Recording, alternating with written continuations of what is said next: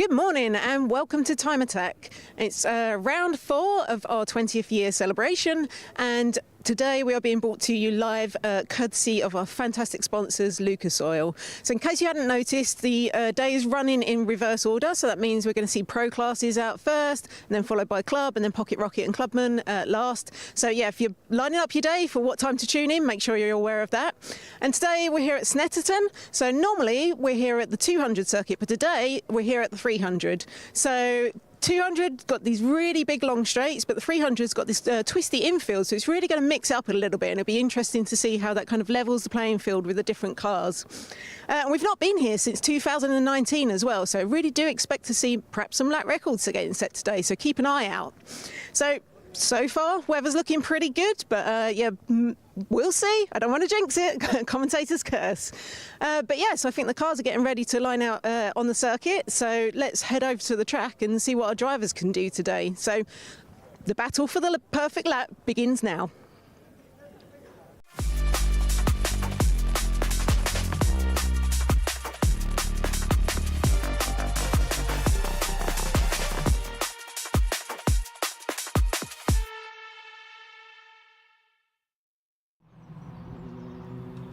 Good morning, everybody, and welcome to Time Attack.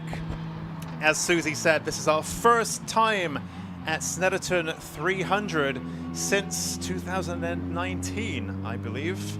I've driven this circuit myself in Time Attack in 17 and 18, so the drivers who've been around for a while will remember running this layout quite a few years ago. So we were regulars here at one point, and then in recent years we changed to the 200 layout, which, as Susie mentioned there in that opening VT, is a lot faster because we cut out that infield section and cars go straight onto the Bentley straight out of Montreal. So whereas the 300 of course includes that infield section, which levels the playing field a little bit. So Snetterton used to be very much a power circuit.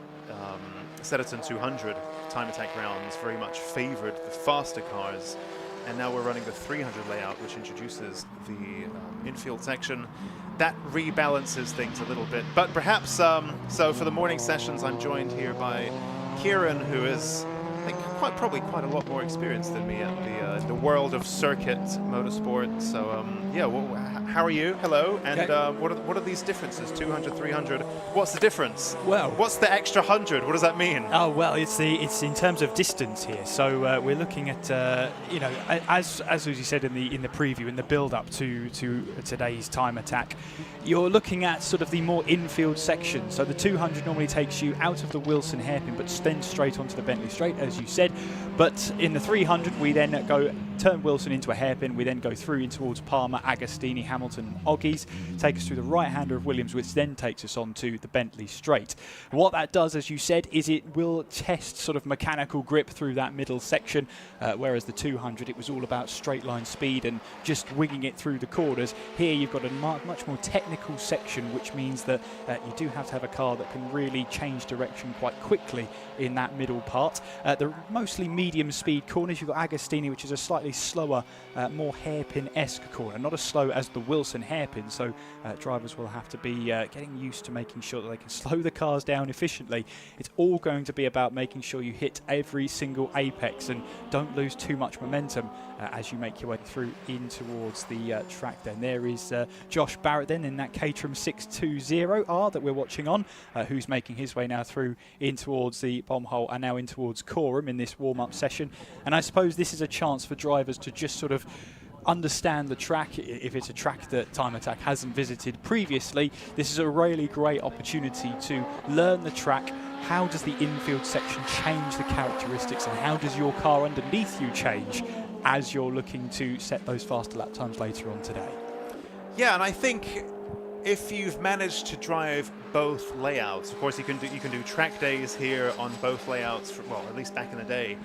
And if you've ever visited Snetterton with a less powered car, let's say maybe something like an MX-5, maybe even a turbocharged MX-5, once you get onto the Bentley straight, you can read War and Peace in the time it gets you to get down the Bentley straight in a lesser powered car. It's actually, it's almost a boring circuit to drive, the Snetterton, Oh, Snetterton 200. Careful now. Snetterton 200 in a lesser powered car can feel a little bit like, you know, just sitting around waiting for the straights to finish.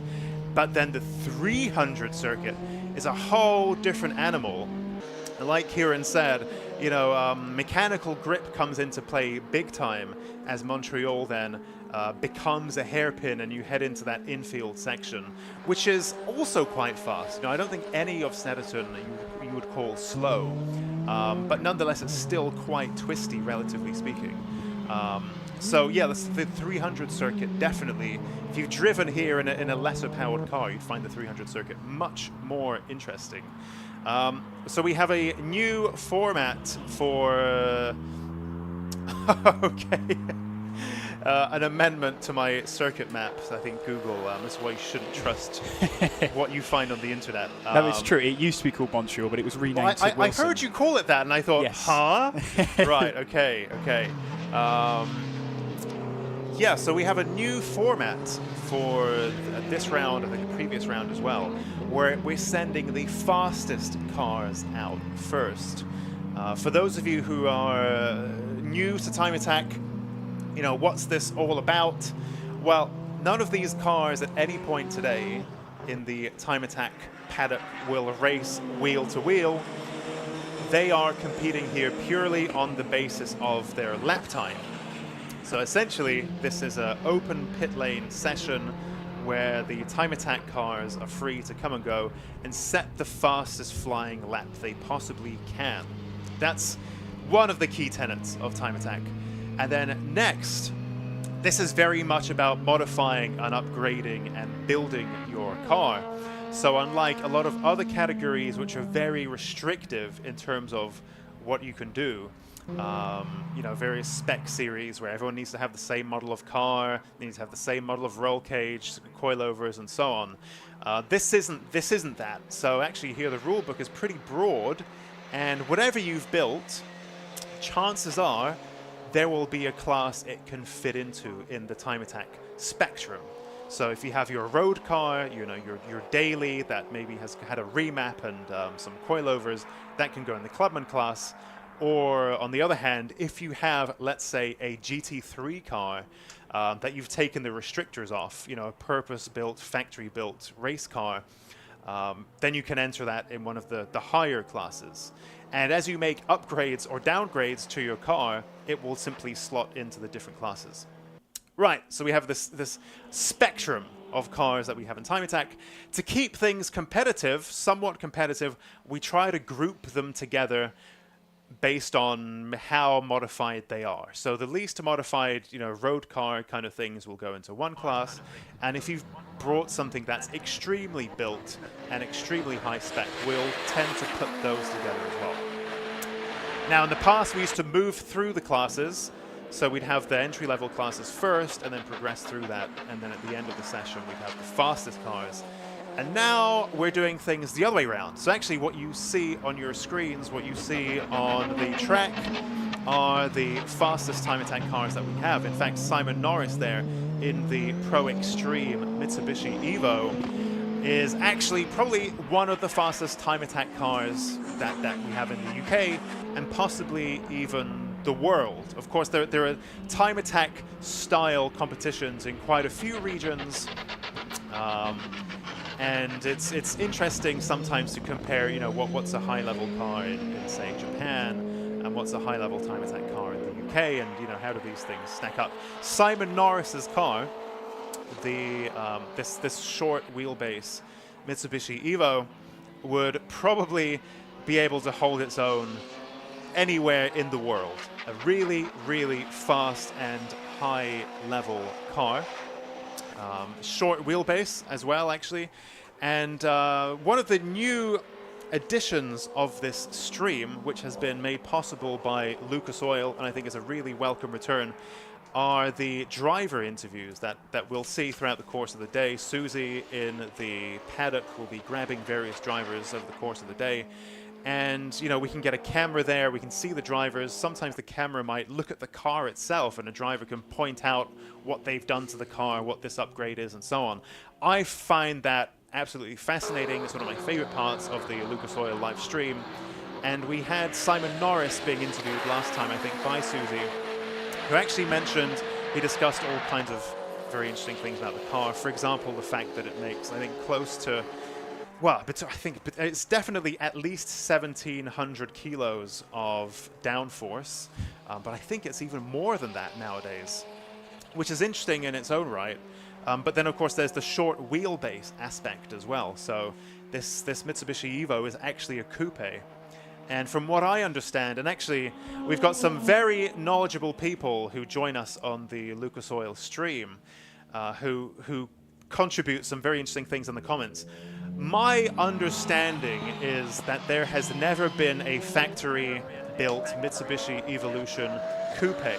Right, we've had Subaru Impreza coupes and various hot varieties, you know, P1 and Type R, for example. But I don't believe that there's ever been a factory-built Mitsubishi Evolution coupe. Now, in some markets, we've had a Lancer coupe, but those weren't Evolutions. I don't think we've ever had a Mitsubishi Lancer Evolution coupe built in the factory. And so when Simon Norris built his short wheelbase two-door Evo, Susie asked if there was some kind of benefit to that. From what I can recall, I think Simon said that it was almost like a marketing thing. Like it was so wacky and so unusual and unheard of that would just attract quite a lot of interest. And I don't believe there's a great, that hasn't changed a great deal, I think. But it's definitely very interesting.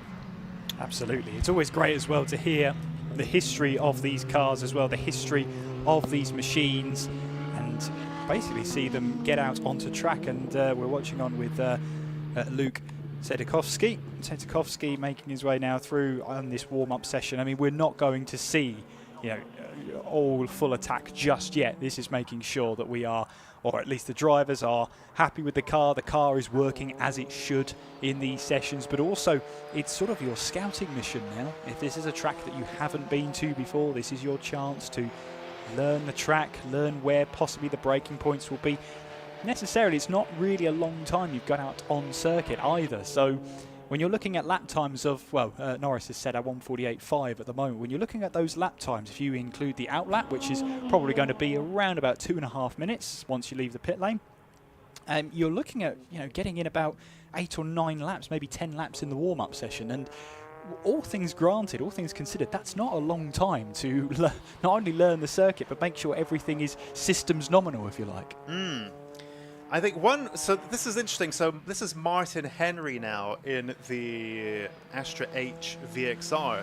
And those of you who followed Time Attack for a while will perhaps remember Martin Henry from years gone by. He's brought the car down from Scotland, I believe. And this is a very high spec Astra. And he's actually submitted quite a lot of information.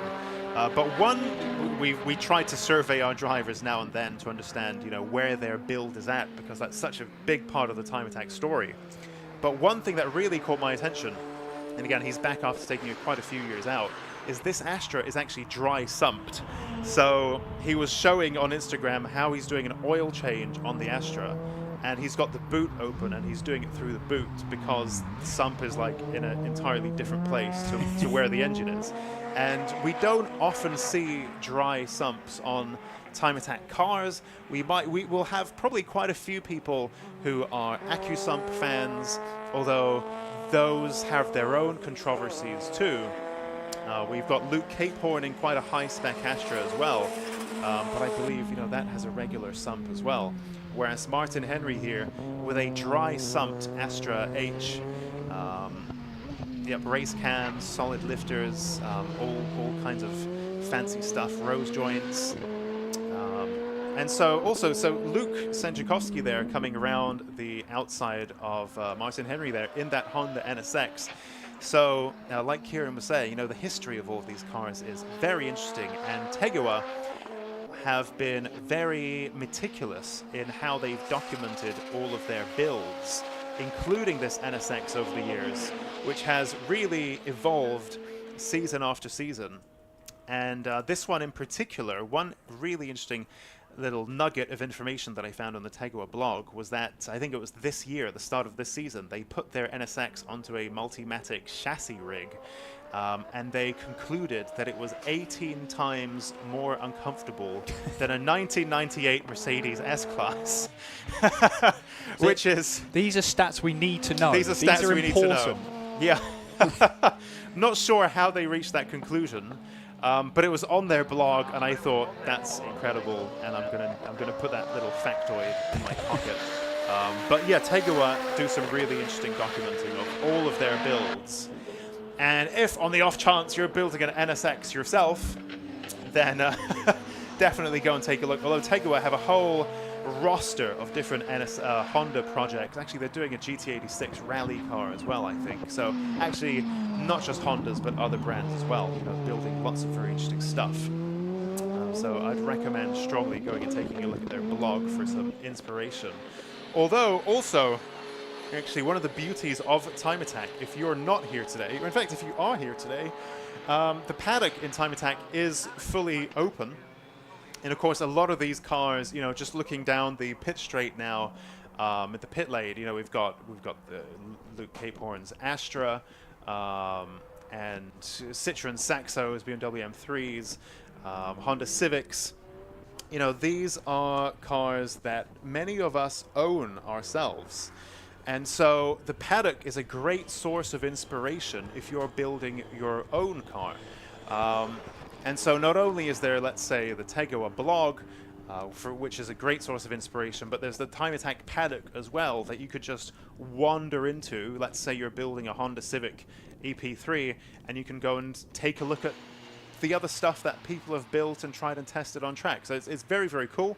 Though, of course, I would caveat that by saying, you know, you've got to read the room a little bit, and if you can see that the drivers are stressed out and they're trying to fix stuff and they're rushing around and they're effing and blinding, then of course I'd say, you know, keep a little bit of a distance from that, and you know, don't get too in the way if they're desperately trying to fix stuff.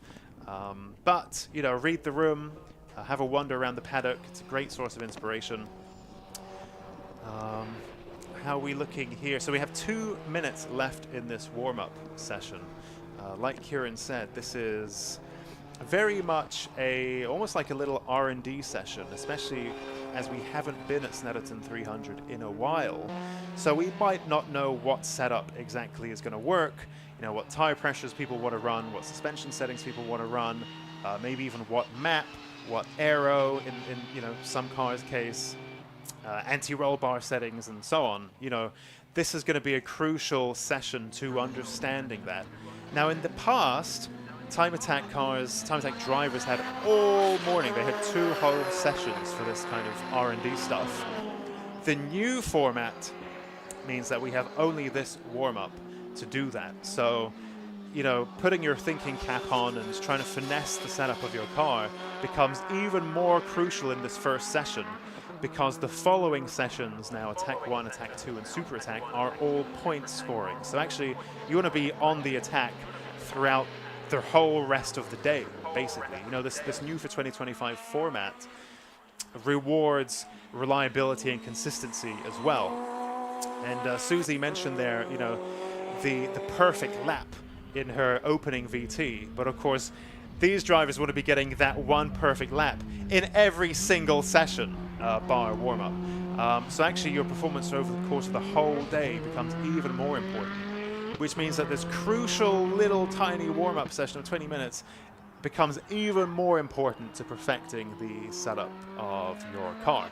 Absolutely, and if we have a look at sort of how many laps have been accumulated, I think the leader of that at the moment is Josh Barrett in that Caterham 620R, who's clocked up 8 laps so far. So again, 8 laps with, he'll get 1 more to have a test of it, but 8 laps is not a lot to grab essential data from, is it? It really will come down to it's shortening the practice session so that you have less time to find that perfect setup, less time to find the sweet spot. Therefore, it's even more challenging and maybe even more a little bit stress heavy to make sure everything not only works but works in the way the drivers expect, and also it is a good combination for the circuit. And with Snetterton, you've got long straights, you've got technical sections, you've got the Wilson hairpin to contend with. So it's a circuit that's got a little bit of everything. So maybe going balanced isn't a bad way to go, but going balanced means you might lose out, say, down the Bentley Straight, which does take you all the way down. It does, if you run too high aero, you will lose and you will have a lot of drag being produced. Checkered flag is waved then to the number 93. That's Michael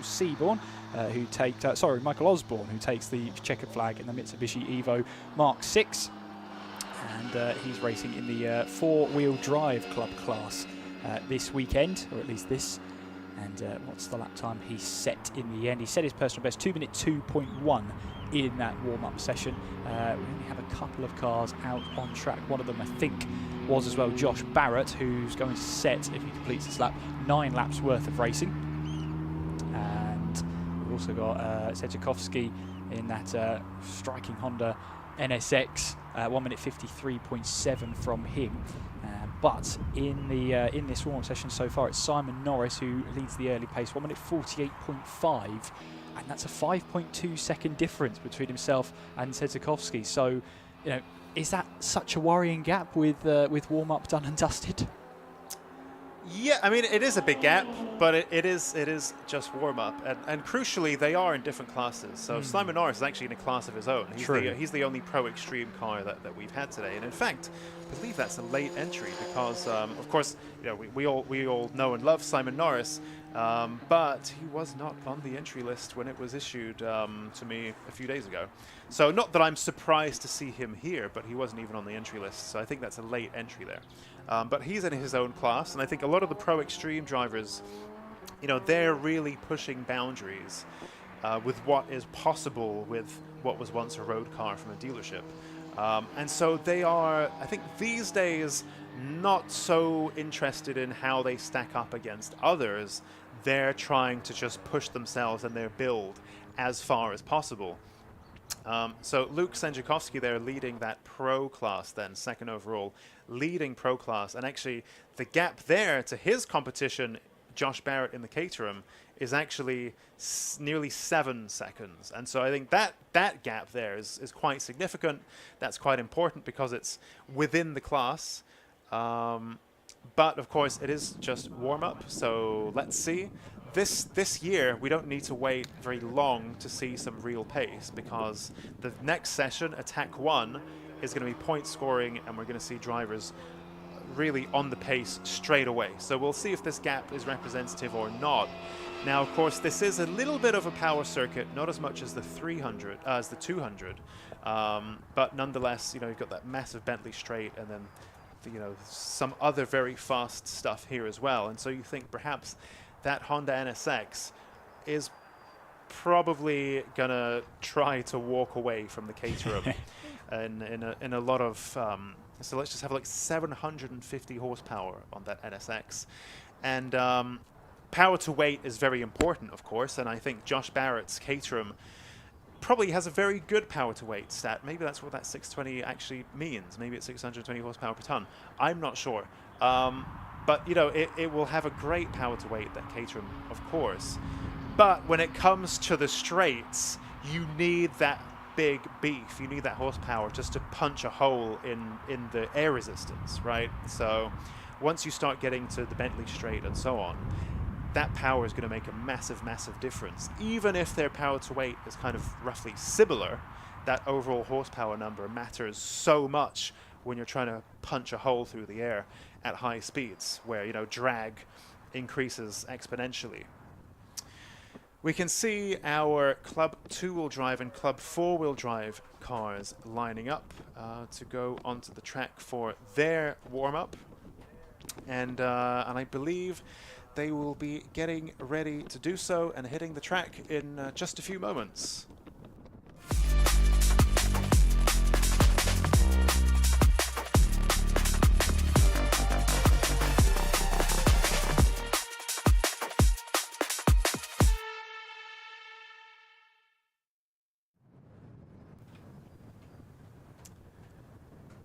So then you can just see the start-finish straight on your screens there, those of you watching the Lucas Oil live stream. Of course, we say straight. This is quite a bendy straight as far as circuits go, and quite uneven as well, as you can see from the screen. It comes over that crest as well. So it's quite an exciting straight as far as straights go.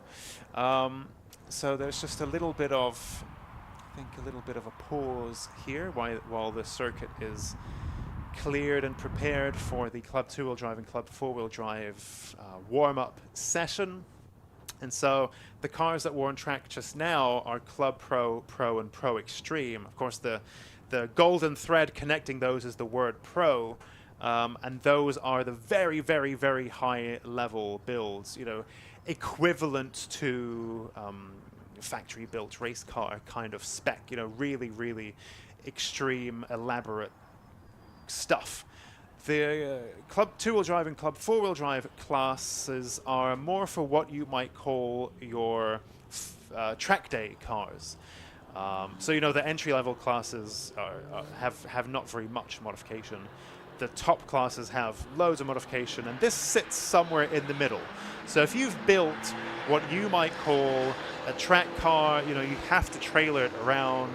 It's you know, not really suitable for the road anymore. It's got aero, it's got engine swap, it's got gearbox swap. It's all stripped out, all, you know, composite panels and so on. What you might call a track day build or a track build, that's the kind of car that these classes cater to. And the 2-wheel drive or 4-wheel drive bit is just a reference to their powertrain. Yes, and as they make their way out onto the circuit for their warm-up session, you were saying about how, you know, these are more track day cars, but I am very interested and very intrigued in David Dyson's Porsche Cayman, probably one of the newer cars across the grid from 2024, I believe, at least on the entry list. You can correct me if I'm wrong. Yeah, no. But yeah, it's. I don't think a lot of modification would have needed to be done to that number 12 machine for it to be a track day car. Yeah, and of course, so the Porsche fans and purists in the car, I know they get very worked up about this kind of thing, but the RS bit after the GT4, I believe, is very important in the world of Porschists, because that means that it is, like you said, very much track ready as it leaves the factory. And the beauty of the GT4 RS is that it does kind of work on the road as well, but it's also very well suited to track work. And David Dyson previously campaigned a 911 GT3 RS. Might not have been I'm not very big on the Porsches, but I think that was a GT3 RS as well. And interesting that he's migrated to the GT4 RS, you know, a Cayman, which is considered by some to be a lesser model than a 911. But a lot of people say that the Cayman is a better platform for track work because they are mid-engined as opposed to being rear-engined. And in fact, the 911 Cup cars, even though they're branded 911, they have the 911 headlights and they look like 911s, they've got a 911 silhouette, the engine's in the middle, like a Cayman, because that's the best place to put an engine. And so there are people who argue that actually the Cayman, the lesser model, in inverted speech marks, is actually the more balanced car. And I think a lot of the very pioneering engineering that goes into the fast 911 models, like, for example, the dynamic engine mounts, so that pitch the engine in different ways to adjust the weight balance mid-corner, they have to invent all of this stuff because the engine's in the wrong place to begin with. And these are kind of just workarounds around that. You know, they've committed to that formula in a lot of cases because they want the rear row of seats, which is like a 911 selling point. So the engine has to be in the back, which then means that is a very tricky car to balance. And so let's put in all of this engineering stuff to try to work around that. Whereas the Cayman GT4 otherwise is a very balanced car as it comes. And I just think it's really interesting that David Dyson has moved from an RS 911 to a Cayman RS. Yeah, but I suppose as well, as you say, if it comes to modifications, you know how easy it is. If it's easier, that might be an option as well. But yeah, always good to see a Porsche in there. There's always one that's going to catch your eye, but for the reasons of that, you know, it's in amongst what you would normally see on the road. You know, your Saxos, your Astras, your M3s, your Nissan GTRs, your Civics, and then you've just got a Porsche Cayman in there. It's going to stand out. But yeah, we'll see how a Dyson does in the session then. Obviously first lap of the session is straight out of the pit lane, so they won't be representative just yet, but we do have some sector times and average speed through the sectors as well. I believe in kph. If it was could be these are miles. Oh no, those are speed traps, aren't they? Yeah, those are miles an hour. Yeah, so 144 miles an hour clocked up by the Volkov Motors Nissan GTR R35. We saw that there on your screens then, is that number 12 Porsche Cayman, making its way now through in towards the bomb hole, and then onwards then through in towards the final couple of corners, through in towards Coram and Murray's. This will be a first flying lap, at least in the warm-up session. And yeah, exactly, it's going to be a case of making sure that everything is systems nominal, and then how much do you start to push to how much of your cards, how much of your hand do you show to everyone in your class about how much pace you've got this weekend. There goes the number 12 that goes across the start-finish line, and for Dyson it's a 2 minute 15.5, which is at this moment in time second in class. A really nice sounding car as well. Just as it was braking there for the first corner, that naturally aspirated flat six sounding really, really nice. I think a lot of cars in Time Attack tend to be 4-cylinders, and they tend to be forced induction of some variety. Not all of them, but I'd say most of them are either 4-cylinder or forced induction, or both. And so to have a naturally aspirated six is quite a unique sound in Time Attack. But I think interesting there, the speed that Alexander Volkov was going in that Nissan GTR there, 144 miles an hour. Through the speed trap, whereas the other cars are, 120, 130. That GTR is so powerful. I think 950 is the horsepower, is the conservative net. It can go even higher than that, depending on how far Alexander turns the dial. And I remember speaking with a GTR owner a few years ago who was looking to get into Time Attack. He never actually made the jump, but he was saying, what round should he do? And I said straight away, Snetterton. You want to do Snetterton is a GTR track. It's so fast. The corners are pretty high speed as well. You've got the two straights as well. It really plays into the hands of a GTR very much. And one driver who's maybe first time ever at Snetterton is the BIB Performance BMW 135i with a novice cross on the back. Neil Robson out there at the moment. You'll see just on the back of the car then, of that blue 218, the novice cross, which I believe means that they've competed in fewer than 5 meetings. It might be 3. Trying to rack my memory, but it's definitely not many events you've competed in so far.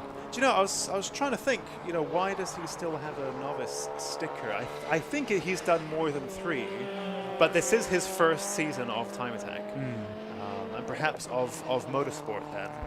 So that novice cross is there for that reason. Maybe he has done less than 5. Yeah, but he's done a few rounds so far. Yeah, genuine BMW 1M bodywork on that 135i, he says. So it's a bit of a blend there, a bit of a hybrid between a 135i and a 1M. They're going pretty slowly, so I wonder whether he's got some kind of issue there. You can see the flashing red cooldown light on the back of his car, which would suggest that he's not pushing. He's cooling his car off, he's cooling his brakes, cooling his fluids, and so on. But he does appear to be going awfully slowly, so I wonder if there's an issue with that BMW. But let's see. There's Dean Taylor in the Mitsubishi Evo. I do like Mitsubishis just through and through. They're great track cars, aren't they? They look the part. You're in the right place, because I think Time Attack, for its sins, has many a Mitsubishi Evo. In fact, our very own Susie is a Mitsubishi Evo owner. So I think the Mitsubishi Evolution DNA very much flows throughout Time Attack and its history and even its staff. So yeah, we definitely love a Mitsubishi Evo here. You can see him there making his way around the Mark IV Astra GSI of Johnny Fletcher, the Time Attack household name. And I think much like, for example, Luke Sanjakowski's NSX, we've seen that Astra evolve year on year. At one point, it was just a regular road-going Astra that maybe was even driven to these events and back, which is something that we don't see very much of anymore. I used to do that. I felt like that was quite an important part of the challenge, was to drive to and from, drive to Time Attack, complete the Time Attack, and then drive home, which I think Johnny Fletcher used to do in his Astra as well. But it's a trend that we don't see very much of these days.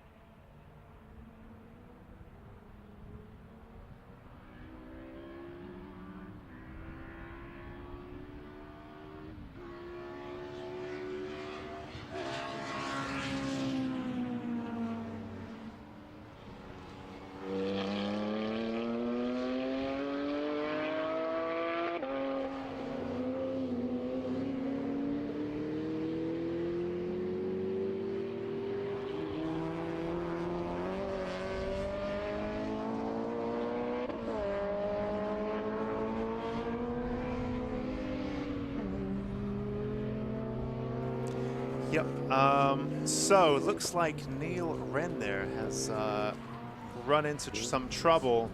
He's brought out a yellow flag there. I think Neil Wren has, he's definitely had a tough run. I think actually it kind of hurts a little bit to see that. You know, we're meant to be impartial and so on, but you can't be part of the Time Attack fold and not get involved with all of this stuff. And you know, I kind of live and breathe Time Attack outside of these days as well. And I know Neil has had a really challenging time with that BMW 335i.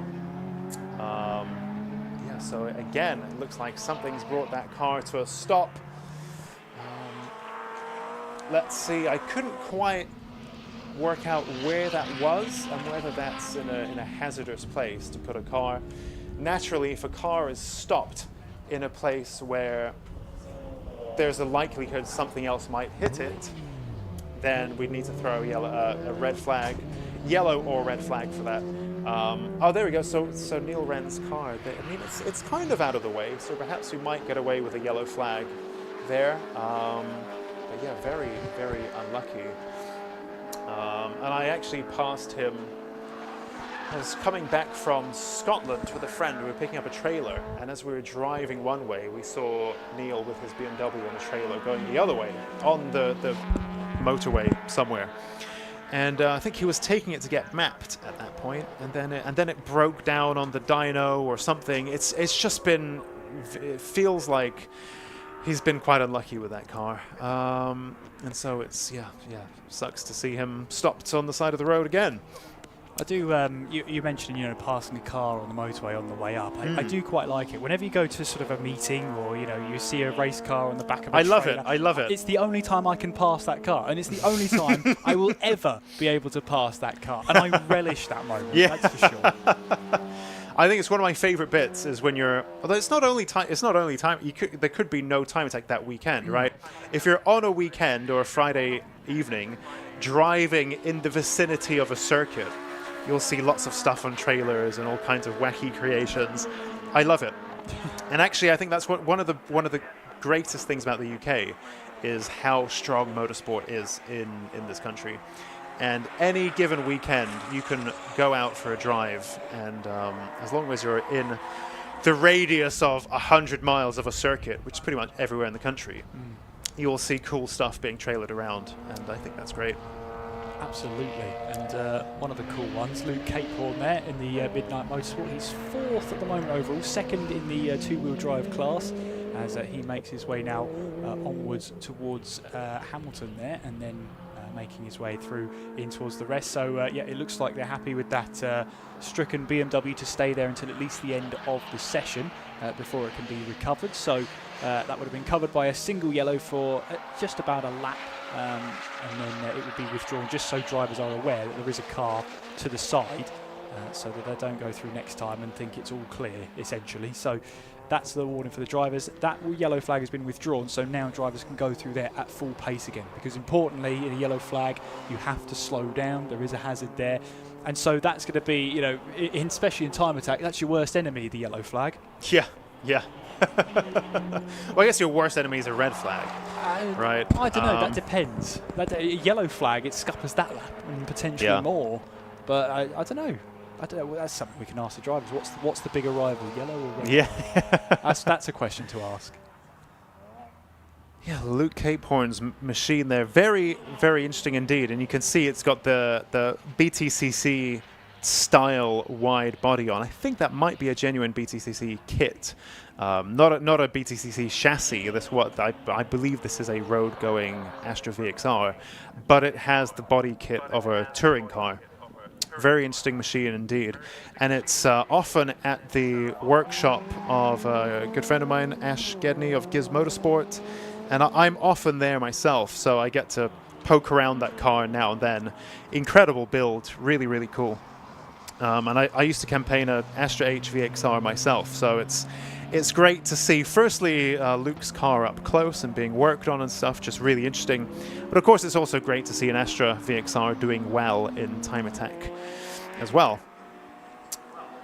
4 minutes remain in this session. Perhaps I wonder if we can take a look at some speed trap stuff. But actually, a lot of drivers now are in the pits, or they've done cool-down laps, in-laps, and so on. So the speed trap data on the timing screen isn't necessarily their best results so far.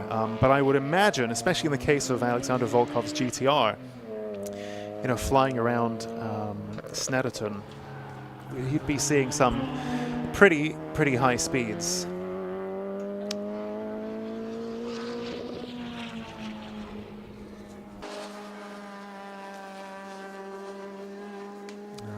Just taking a look at some of the spec on Alexander Volkov's car. Actually, I mean, perhaps we might.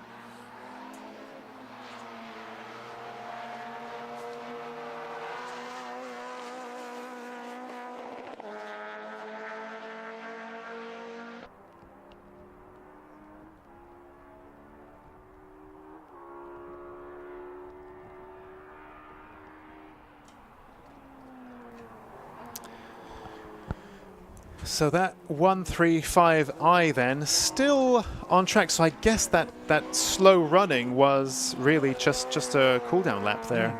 Yeah, and as you say, that the cool down lap is just as important, because these cars will be going an absolute full pelt, and if you're restricting, you know, sort of air filters, if you're restricting the airflow through the car to make sure you get less drag, that is going to make the temperatures skyrocket through the car. And of course, you're only interested in one lap, so you can do one lap and then you can slow it down, try and get some sort of air through the car. How much you've restricted the air to flow through. But yeah, it's really all about, you know, one hot lap, quite literally, and then you're trying to cool the car down so that you can bring it back to the sort of optimal temperatures again, so you can go again. So it's very different from your racing, where you've got, you know, say, or 15 or 20 minutes, it's just you racing, but you've got to manage the temperatures and the vitals. For this one, you can let the vitals rise just a little bit, because it's only the one lap, so that you can bring everything back down. That's why some of these cooldown laps are so slow, because they're desperately trying to get some sort of air into the vitals and make sure that everything returns to normal. Your water temps, your oil temps, they all skyrocket, and they all can skyrocket on a flying lap, especially if you've restricted how much air the car actually intakes. Yeah, and I think we see this a lot with the modern turbocharged stuff, where there's so many gubbins and so much stuff packed into the engine bay. Most modern cars are turbocharged to some degree. And then you have the older naturally aspirated things, like, say, a Civic or an MX-5 or a Renault Clio. They seem to be able to attack more and for longer, because they're not dealing with necessarily with the same heat challenges as these newer cars that have got so much stuff crammed in there. With turbochargers as well. You know, there's so much heat being generated that they need to put a lot of work into cooling those cars as well. You know, these aren't factory-built race cars. I mean, they're not race cars full stop. You know, for example, if we take a look at our racing Honda's cars, they're not factory-built race cars either. But they are built for the job of racing, and they, like you said, they can do that for 20 minutes. They're maybe not necessarily pushing those horsepower numbers. They're not generating as much heat. There's a slightly different brief that they're built to. But these cars, you know, they are not designed to go at full pelt necessarily for the full 15, 20 minute sessions. So they'll do a hot lap, maybe 2, and then cool, and then, you know, repeat. Which is a very unique challenge in Time Attack, because you have all this traffic, all these cars, some of whom are pushing very hard, and some of whom are really going quite slowly, actually, and that causes all kinds of bottlenecks and traffic, and, you know, you try to get around that with blue flags and so on, which the drivers make a pretty good job of most of the time. But that's its own skill that is unique to Time Attack. You know, the difference between cars on a hot lap and cars on a cooldown lap and how trafficy everything can get. You know, managing to negotiate that traffic is a big part of the Time Attack skill set.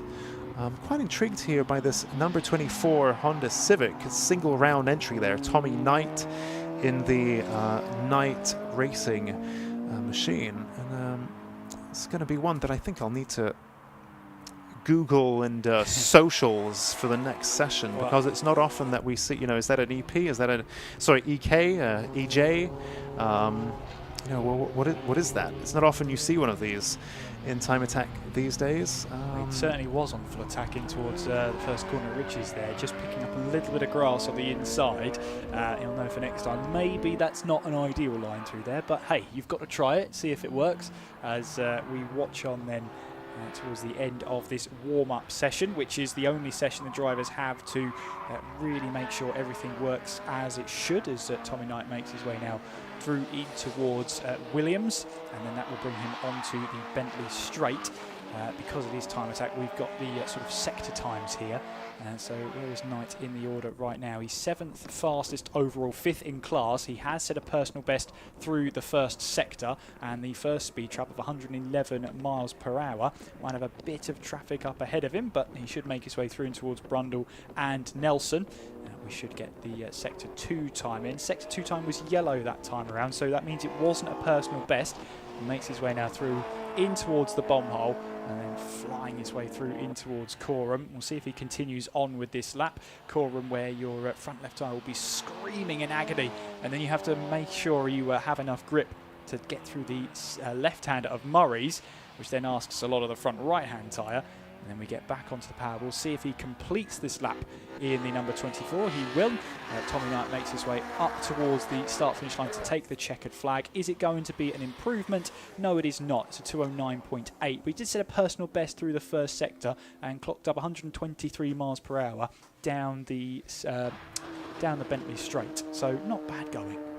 Yeah, interestingly, it seems that he's also in the Racing Hondas Championship. So I guess, and we see this from time to time, that the Civics will spill over into Time Attack to get some extra seat time that they can then put to use in the Racing Hondas Championship race, which is probably what their main focus is on. So yeah, pretty interesting to see Tommy Knight there doing both. Well, that concludes our Club 2-Wheel Drive, Club 4-Wheel Drive warm-up. And we will be getting our Clubman classes warm-up underway in just a few minutes.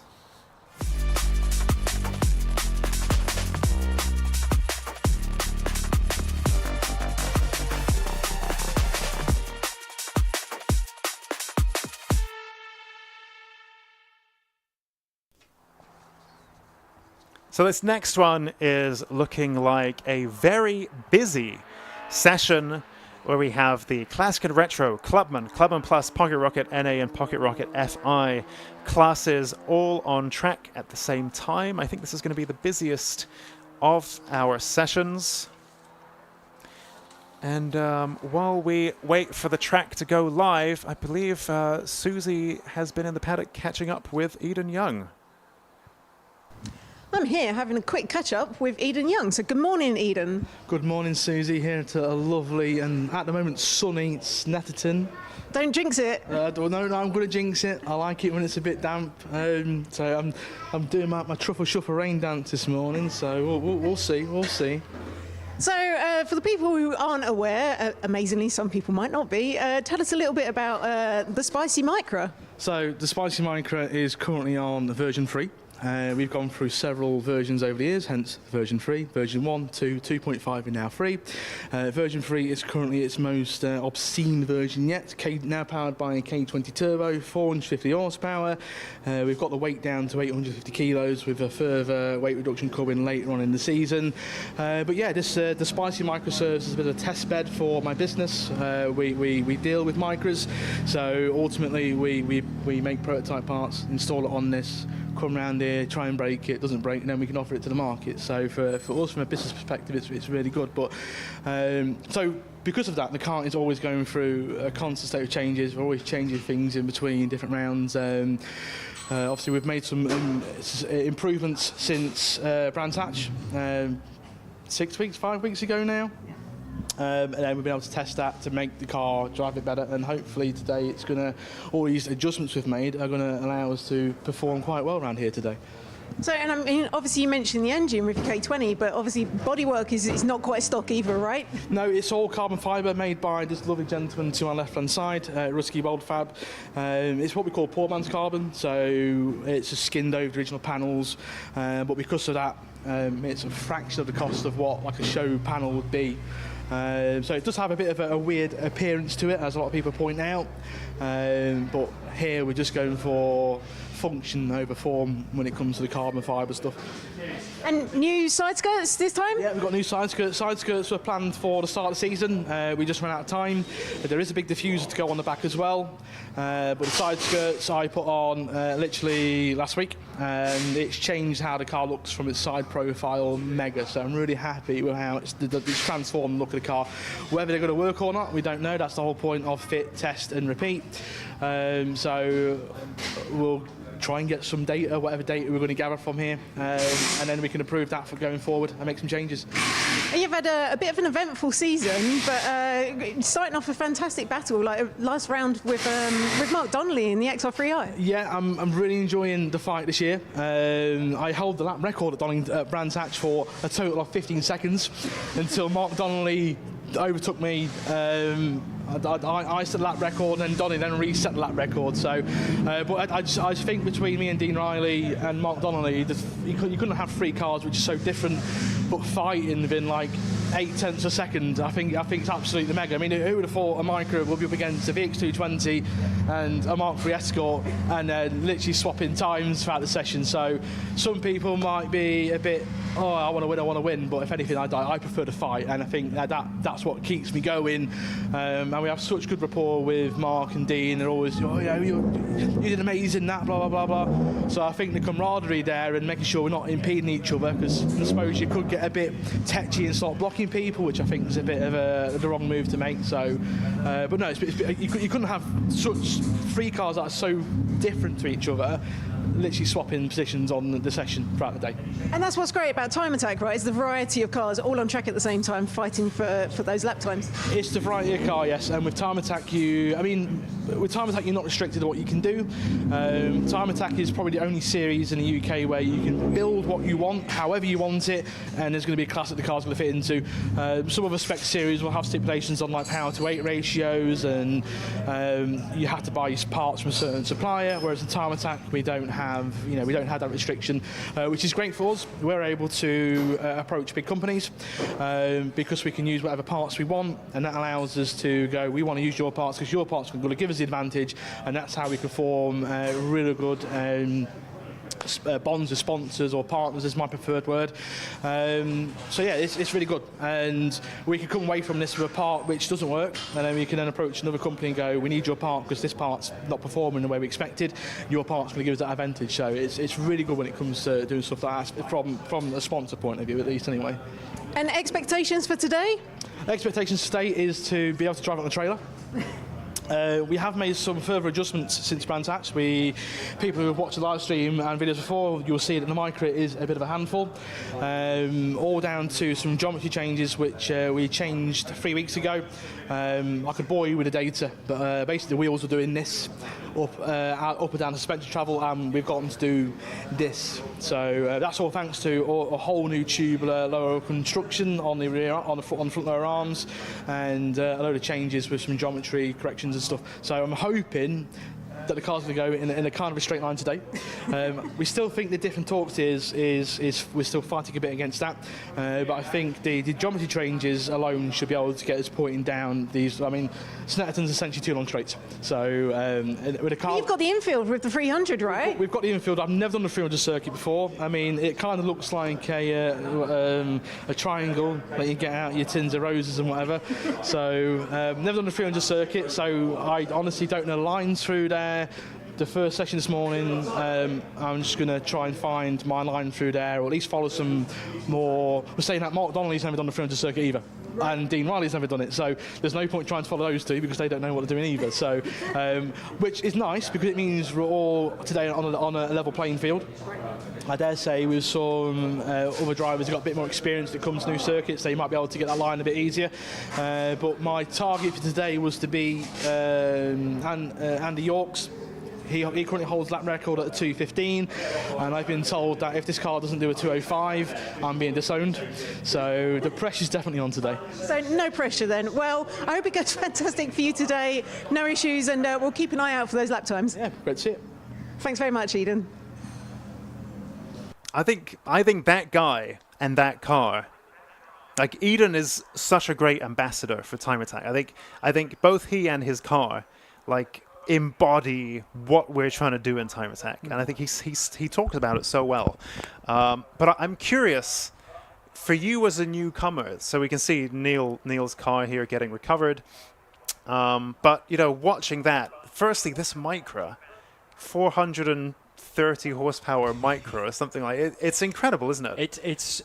It's two things that you never thought you'd hear together. Micra with 430 brake horsepower. So, as he said, he's got to get a 205, otherwise he gets disowned. So that'll be interesting.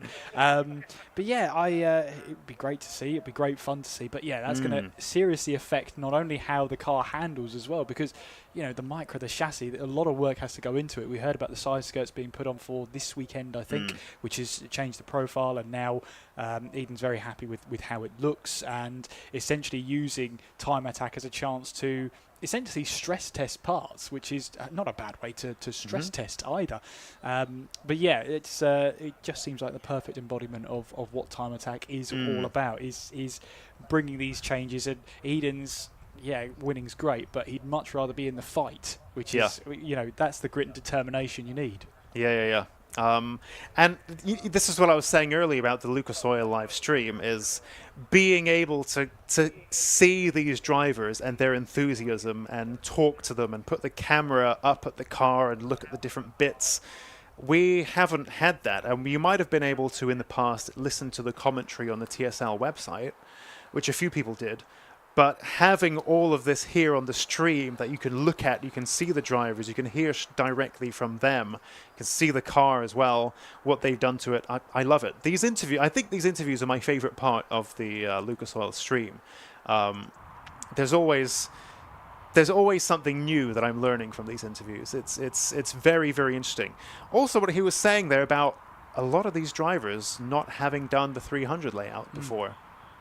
Which makes me feel quite old, because I have done it multiple times, and I would imagine, so you know, there'll be drivers like Johnny. I would imagine Johnny Fletcher's definitely done it, Darren Spooner as well. You know, they're the drivers who've been around for a good few years. They've done the 300 layout, and I've done it in sprinting as well. But yeah, not many drivers have done that, and that's a whole new dimension to the battle that we can expect today. We've got Knock Hill later on, which I don't think there will be very, very few drivers who've done Knock Hill. Now that's a power track if I've ever seen. Is one it? as well. Yeah. I don't know. I don't know it at all. Oh, it'll be a fun one for these cars. Okay. For sure. Okay. For sure. You'll love Knock Hill, I think. Yeah, that's going to be really interesting. And we have a few drivers who come down from Scotland, and they'll drive for whatever it is, 9 or 12 hours with their trailer, and bring all that stuff down here. And now the shoe's on the other foot, and they've done that for so many years. To all of the rounds, especially like Brands Hatch, which is like literally the opposite end of the country. Yes. And it's like, I think they're going to get their payback in a sense where everyone's got to go up there now. Home turf. They've got to use that advantage. Yes, and they'll know that track very well, I would imagine. Whereas, I think a lot of us Englishers will not know the track at all. Really interesting. So the green flag then is thrown for our Clubman Plus, Pocket Rocket, and Classic and Retro classes. If you're new to Time Attack and you're wondering what do all of these words mean, like we discussed earlier, there's a whole, like Eden even said just then in that interview, Time Attack will accommodate most builds. The question is, what class do they fit into? And we have the really high-spec stuff first, and then we move down that ladder to these more entry-level classes. Although I use the term very lightly, very loosely, because we have quite a few bits of serious machinery here. But the Clubman and Clubman Plus class are for your road cars. They're not really very modified at all. And in these the cars in this class can't have modified bodywork, they can't have a modified dash, they can only be stripped out from the B-pillar back, no gearbox changes allowed, induction is free, brakes are free, suspension is free in terms of your choice of suspension units. You can't be moving the mounting points or anything. So you can't do a great deal in Clubman. This is what you might call a fast road build class. Then we have Pocket Rocket NA, so the Pocket Rocket classes are for cars with very small little engines. So Pocket Rocket Force Induction is for cars that are up to 1.6 liters, but with force induction. And then you have Pocket Rocket Naturally Aspirated, which is for cars up to 2 liters naturally aspirated. So, power-wise, kind of similar, but crucially small engines.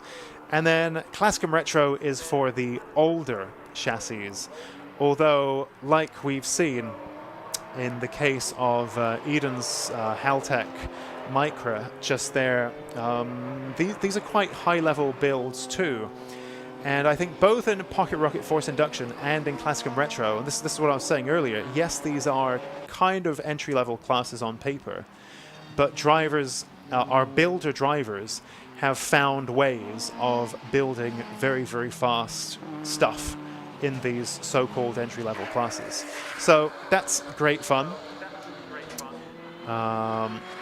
So let's have a look. Quite some Marcin Bachkovic in the FN Civic, Jamie Biss in that MX-5. Then we have Dan Buckingham in the Civic. I believe that might have been Mark Blackburn in the... There's Dean Riley in the DRS Racing VX220 that Eden mentioned just then. So really, really fun battle developing in Classic and Retro. Crazy to think that a VX220 is considered retro these days because they look so modern. And I think the Elise that it is so closely related to does show its age, whereas the VX220 played it, I think, quite safe with the styling. It's a very traditional mid-engine sports car shape with some nice, simple design elements. And I think when you take a conservative approach to the design, they don't age as obviously. And so the VX220, if you were to put some xenon headlights in there, or LED headlights and some modern wheels, you could be mistaken into thinking that's a new car. Of course, it's very small, and new cars, the size. I think the size betrays its age because you don't get small cars anymore.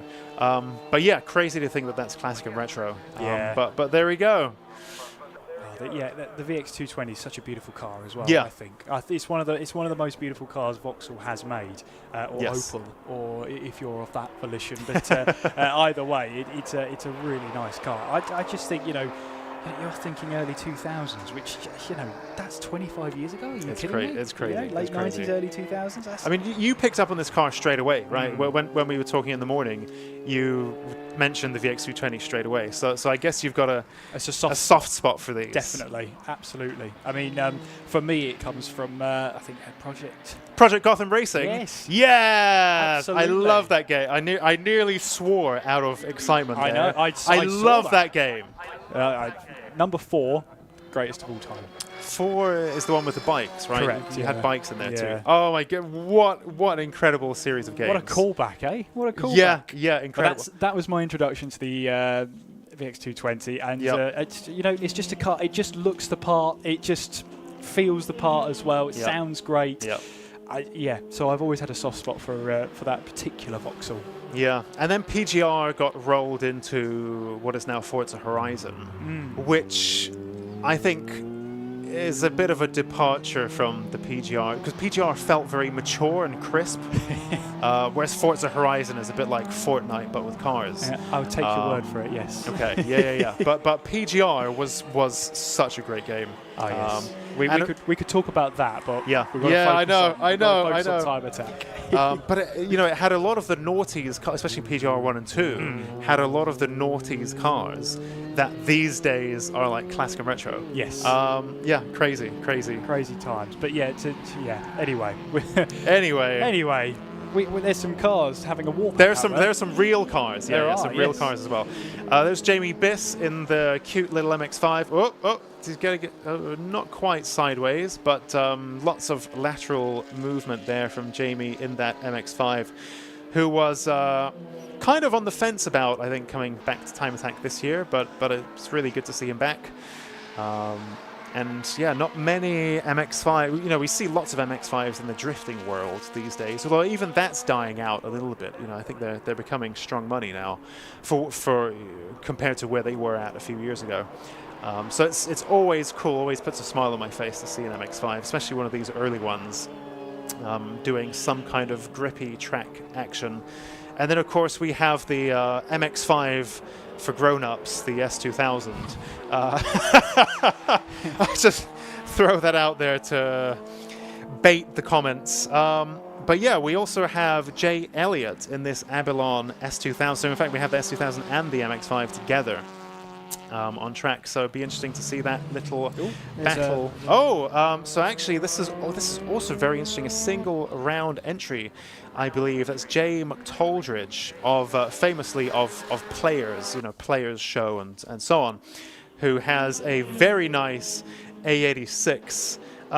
Which of course you would expect, given who Jay is and the operations he runs. You would expect him to have a really nice car. And so, yep, he's back with his 8.6 for this year as well. I believe that one is still 4AG powered. So 200 horsepower or so. Yeah. And perhaps we might see some more of that car as the day progresses. There's Mark Donnelly, who Eden mentioned in the Ford Escort, who currently leads the classic and retro standings. And often, it'll be really interesting to see here, because we have some very fast stuff in this class. For example, we have the Lotus Exige 410 of Annie Thompson, BMW M2, Honda S2000, some quite high-level stuff here. Eden Young's 400-plus horsepower Micra, and it's Mark Donnelly in the Escort, who tends to be faster than anybody else in this session across all of these classes that are on track. Be interesting to see if, and in fact, that is the case even now. It is only warm-up. But I was just thinking, given that Snetterton is very much a power circuit, is that still going to be the case? I believe so. Mark Donnelly's car has a Mark 1 Ford Focus ST160 engine, but turbocharged. And so, you know, this isn't a standard Ford Escort by any stretch of the imagination. But it also isn't necessarily as leery and crazy as, say, Eden Young's Micra. You know, this is just a tidy, nice, crispy, fast Escort build. Really, really nice. And if you get the chance, if you're in the paddock, you know, I would try to lay some eyeballs on this car because it's very well put together, very nicely put together. Nothing crazy, but just really, really nicely put together competition car. That in the hands of Mark Donnelly, who's had this car for a very long time.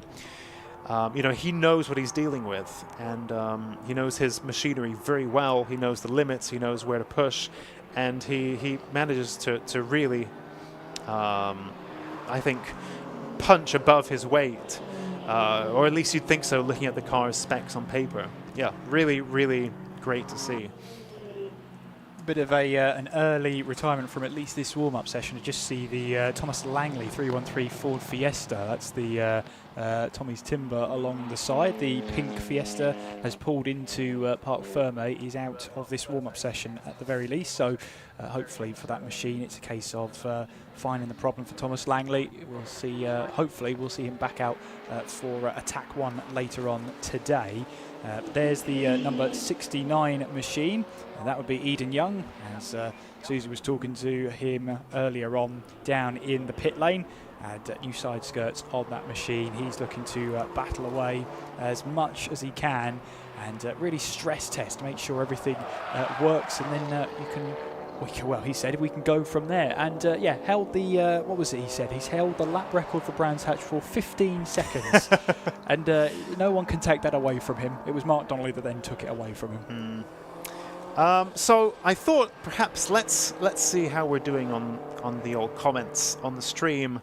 And I can see we have some familiar faces reappearing. So Odd Boars, like one of the very knowledgeable watchers who I mentioned, who often has some great contributions in the comments, saying if MX-5 drivers could read, they'd be very upset about the S2000 being a grown-up MX-5. I know he was the it's that cartoon with the propane guy, isn't it? There's that meme about. Anyway, there's that meme format that he's bouncing off there. And then he says they need their media with Japanese cartoons to understand, which I want to jump in and echo that sentiment. But actually, Oddballs, I have an A86 that I purely got because of growing up with said cartoons. So I'm very much in that same camp as the MX-5 people. But you could absolutely say the same thing about me. And actually, Eden Young often sends me memes about 86 owners and how they've spent thousands of thousands on a car because it was in a cartoon. Yeah, I get it. Although, in my defense, I had that car before they got expensive. I probably wouldn't spend what they're worth now on one.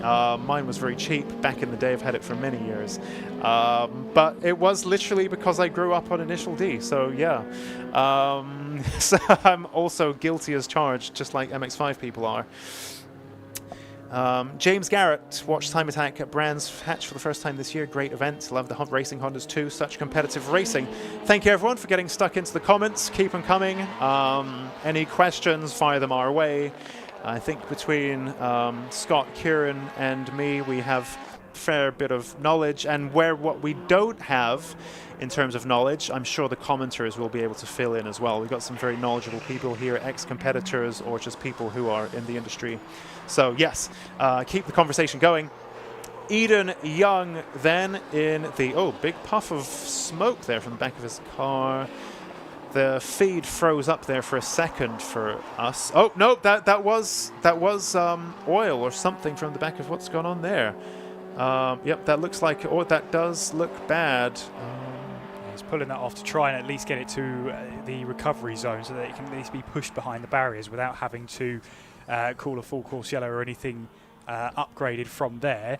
And he's pulled that. That's on the inside of Coram there. So there is a recovery place. Whereabouts he pulled that off? It's actually just past the bomb hole, actually. I can just about see the roof of the car. So he should be able to push that in and push it behind the barriers, but it'll be covered by yellow flags for now. So Not the end of the world because it's a warm-up session, but the drivers will have to be aware of that going into our attacks later on today, that the yellow flags are going to very much be their enemy, and they will ruin lap times. But yeah, that's a shame about the machine there, but for Eden, as we'll surely take that back and look to see if there is a fix for it before attack 1. Yeah, the feed got a little bit choppy there, so I couldn't quite see what happened, but that puff of smoke did not look good. It looked quite oily, like an oily smoke.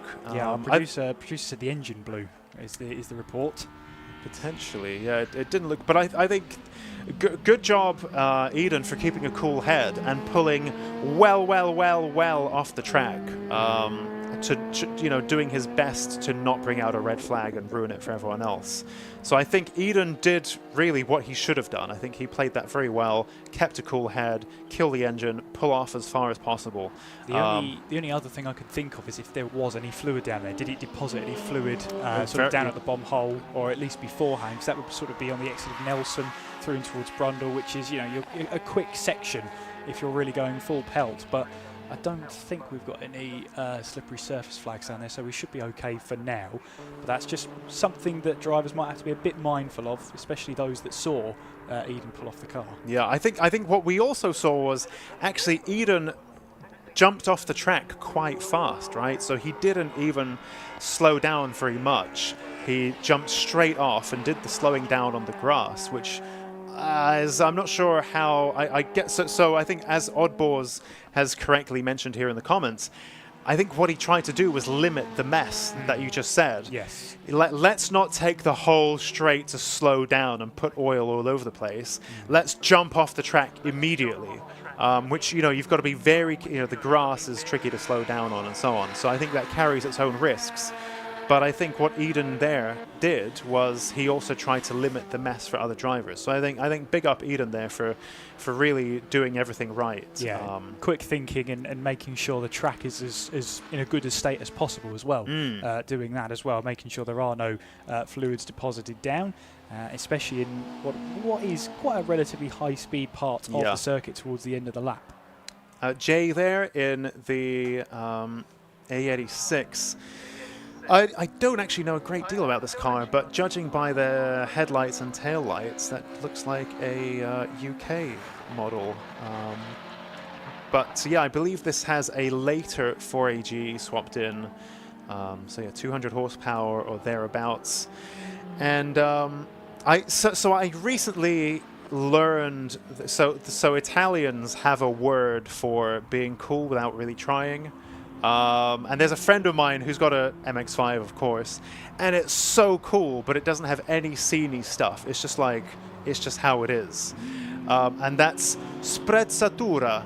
And I think this car is quite similar in terms of it's not flashy, it's not got loads of stickers on, it's not like a try-hard car, but it's just cool. It's cool, like it's very understated color, but it's got like the big arches that it needs. And I think this is very much a sprezzatura car as well. I think Jay is also a very cool guy without trying, and his car reflects that. Yeah, so nothing shouty, nothing flashy, no big wings, no like fluorescent colors. It's very low key, but it's quite cool as well. Annie Thompson in that Exige begins her next flying lap. As does Jay Elliott in the S2000. Just taking a look at our... Yeah, so those of you following, if you take a closer look at the timing stuff, you will see... there we go, that's extended now, so the full... But basically, we have two Clubman classes. We have Clubman and Clubman Plus. You might be wondering what the difference is there. Given that, well, actually, the modifications permitted in Clubman and Clubman Plus are actually the same.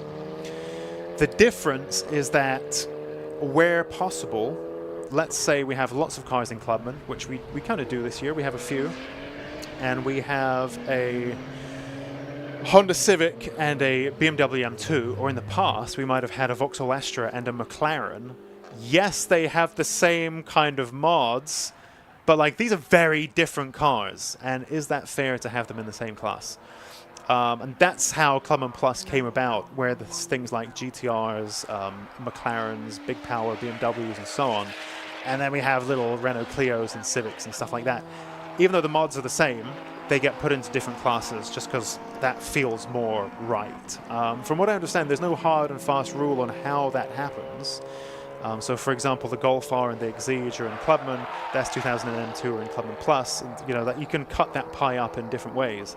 But that's what Clubman and Clubman Plus mean. So you can't move from one to the other if you do more mods. It's the same mods, it's just the underlying cars. One is much faster than another from the factory, so it just feels right to separate them out. Because mods haven't really come into play yet. These are very light builds. So let's just put the faster stuff, the inherently faster from the factory stuff, in the Plus class. Annie Thompson in the Exige then begins her next flying lap. So speaking of Clubman and so on, so where is she? Do we not have a mouse or any of that stuff? Oh, might this scroll around? No. Oh, okay. So, well, anyway, the checker flag is out actually, just as we were prepared to scroll around the timing board, but no worries. So that concludes our Time Attack warm-up for all of our classes. So I think some very interesting stories already beginning to develop. And we like stories, don't we? We like story. Time Attack is all about the stories. I think that's well observed. Definitely, definitely. I think that's a great point. Time Attack is all about the stories. But that's not to say that the Racing Hondas Championship has a shortage of stories either. I think we might have a bit of a delay if Eden Young's car is not yet recovered, which I would imagine it hasn't been yet. Maybe it has. But so we might need a little bit of a break just to recover that car. And then after a short break, we will jump straight into the Racing Hondas Championship free practice in just a few minutes. So thanks, and see you on the other side of this ad break.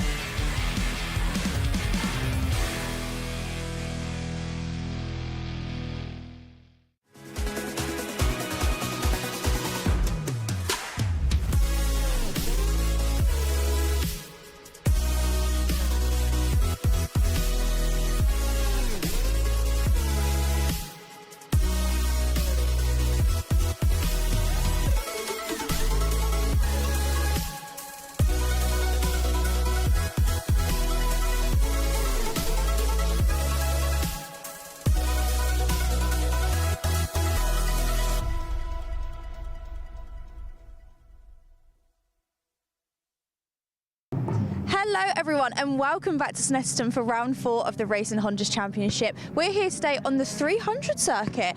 Quite tight corners, so I think our drivers are going to have to be on top form today to get them overtakes in. Now, we've got Kevin leading the Class A Championship at the moment and Dan leading Class B, and we can't forget Matt, of course, leading Class C. Now, will our champions be able to hold on to first place?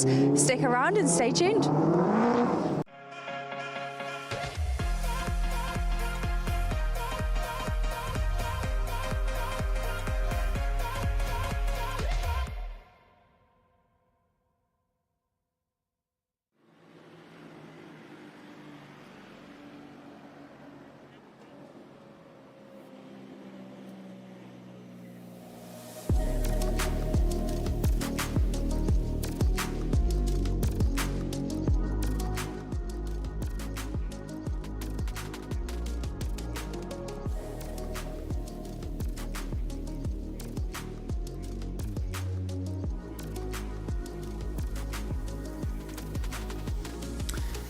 So, from Time Attack, we move straight into Racing Hondas for the first of 4 sessions today. It's a rather slightly gloomy and overcast, but still quite muggy, a little bit Snetterton in Norfolk.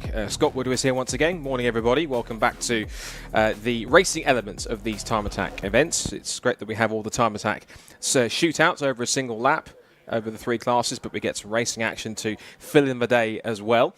And we've got the first of the 4 sessions, which is a simple free practice session to get the drivers up to speed with this 300 circuit, which for many drivers will be racing for the first time. It is, in fact, the first time this championship has visited the Snetterton circuit and raced on the 300 layout, because the last 2 visits, the first 2 years we had the championship, in 2023 and 2024, were both on the shorter, more original layout of the 200 circuit, whereas we are on the first time the full 300, which is the technical infield section.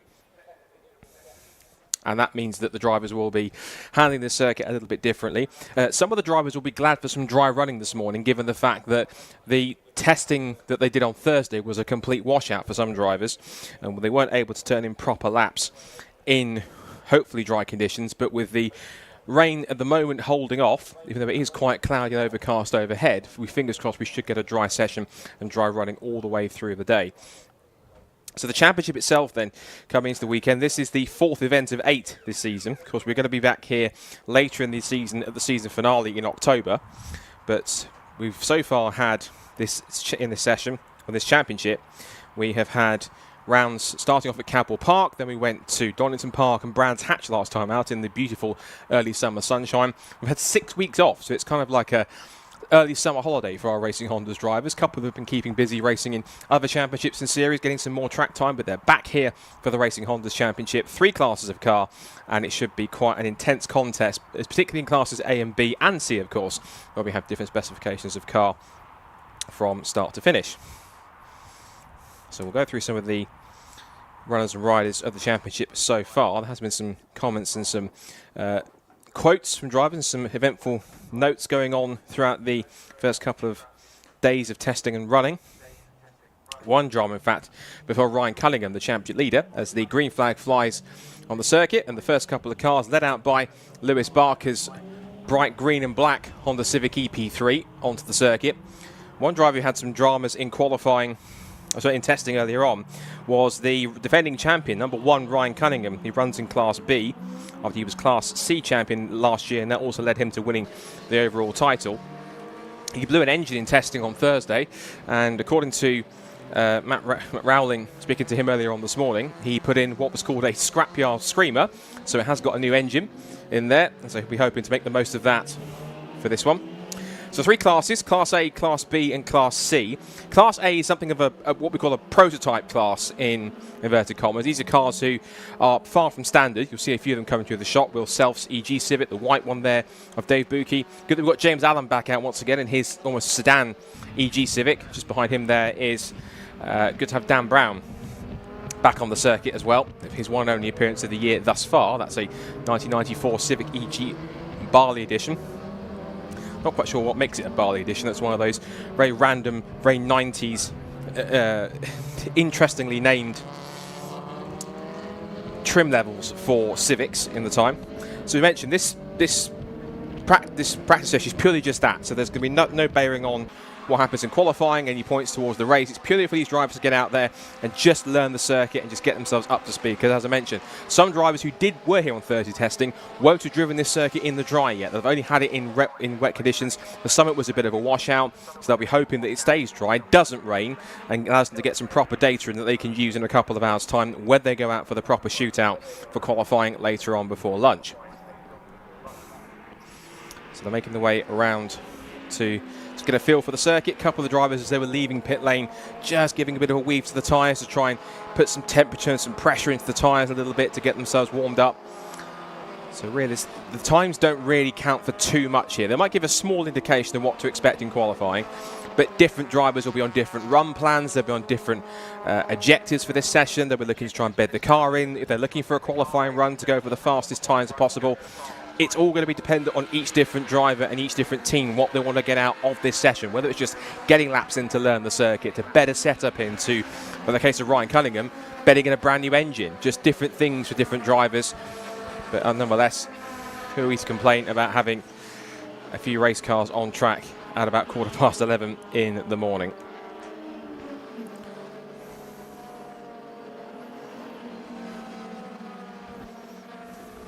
So, first few cars coming across the line. The story of the season so far has been a great battle at the head of the field, particularly in Class A. It's Dan Thackeray who leads the overall championship. He's also leading the championship in Class B.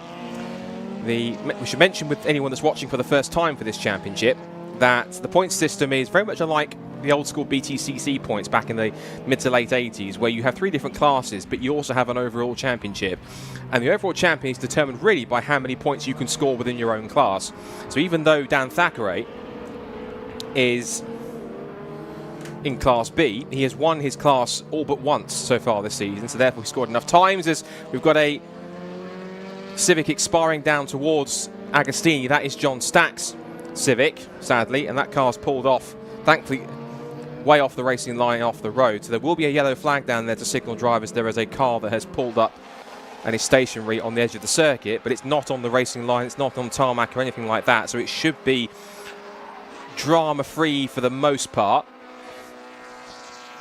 And then that car will be pushed away. He's conveniently put it into an area where the marshals can quickly push it away behind the barrier. You're seeing on the screen Tommy Knight, who's in the bright blue Honda Civic EG, one of the front runners in Class A. And that car has had some work on it by the Europa Crash Centre squad. Another car on certainly the screen is Bob Barron. Now, Bob has been one of the stories of the season so far. This is only his 4th ever event, hence he's still got the rookie cross on the back, the yellow square with the black X, as is also there you saw Luke Crassus Melu. There's his teammate Fraser McNeil. Now these guys come across all the way down from Scotland. They do have done some running in Knock Hill Series, and they of course come down. They do enjoy the championship. And even though you'd argue visibly that Fraser McNeil's car looks faster because it has that rear wing on the back, Bob Barron has been the pace setter.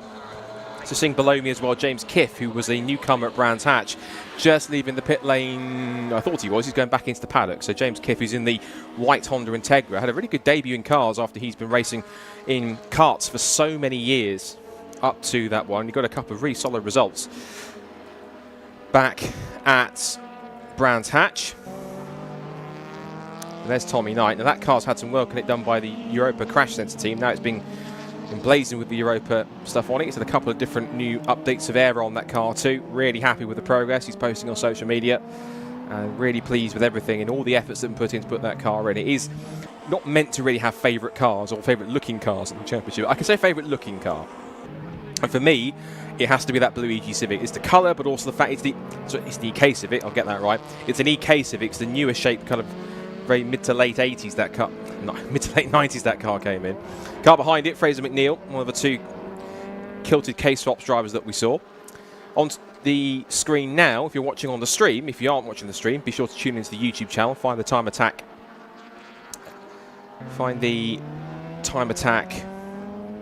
YouTube channel, as I was going to say. Also be sure to check out the stream on, I think it's also on the Teguiwa YouTube channel and also on Lucas Oil's YouTube channel. So if you're watching any of those on top of that, just been told on me that's correct. So if you're watching on those 2 streams, hello to all of you guys watching on the Teguiwa and Lucas Oil streams, particularly if you've got any drivers, any of our competitors, our sponsors and partners from the US. So thanks for tuning in, and also thank you to Lucas Oil and to, of course, Teguba for being supporters of the Time Attack and Racing Honda's paddock. Another car we're glad to have back, which is, I think that's Nicholas Allett in car number 16. That's a bit of a single round entry, so that's not scoring any points. But good to have a few single round entries that are here as purely as invitations. They're not going to have any bearings on the championship. Speaking of championship, one of our other contenders on the screen now, Kevin Talbot, who is in that beautiful looking DC5 Integra, the only DC5 in the field. Hopefully we can get some more, maybe the rest of the season or even into next year. Now he's joined Honor Motorsport for the rest of the season. He's still sponsored by KC Imports, which I think is one of his regular sponsors, but he's now running with the Honor Motorsport squad, and they both run, if I'm correct, it's Duncan Holloway and no other drivers that they run as well. I was about to say Sammy Milan, but that's Kinetic Motorsport. Once I've even got my spreadsheet up, I'll be able to say exactly what they do.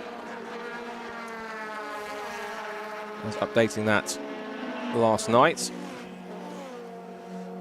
That's the rest of the it goes through. So Honor Motorsport are in Class B. They have Duncan Holloway as one of their drivers, and the other is James Kembry. But I don't think we have James here this weekend, but we do have Duncan Holloway. In terms of times, for what they're worth, we're halfway through the session. Liam Collins is fastest in the Honda Integra. One thing we should mention here is that there are no lap records existing for this particular layout of Snetterton. They have been to Snetterton before, as I mentioned, but not on the full 300 circuit, only on the 200 shorter layout, which, if you look at it, very much mimics the old Snetterton layout before they made the changes right at the beginning of the 2010s. And they've been there before, but never set any lap records. So whoever gets pole position and sets the best lap time in the race between the two races, we are going to set some brand new, yet to be established lap records. So we'll see drivers going for that. Liam Collins has a habit for going for fastest times, of being one of the fastest drivers out there. So just seeing Duncan Holloway going out of the pits below me in the commentary box position. So Liam Collins will be looking for that. Will Self in the Honda Civic is second. Then Phil Wright, who's the 2023 champion, is third. Kevin Talbot, who we're looking on the screen here, is fourth. And he's actually on track following Dave Buki, who is the head of Kinetic Motorsport. And he has got this car out, this beautifully prepared Honda Civic EK9. Good thing we've got about 3 or 4 EK9s in the field. You've got Tommy Knight's car in there too, Dave Buki's. Also in there is James Alford, who is in 17th at the moment in the category. So 3 or 4. There's Liam Collins on the screen if you're watching, just coming down to the end of the pit straight into Richie's corner. He is fastest, only man under 2 minutes 7. 2 minutes 6.837 for Liam in the Honda Integra. Good to see we've got some DC2 Integras in the field. Liam Collins is one, and James Kiff is another. Also at the bottom of the pit lane I'm watching, I can see Callum Houchin going out, and he's one of the 2 Class C runners, which we only have 2 this weekend. I say only.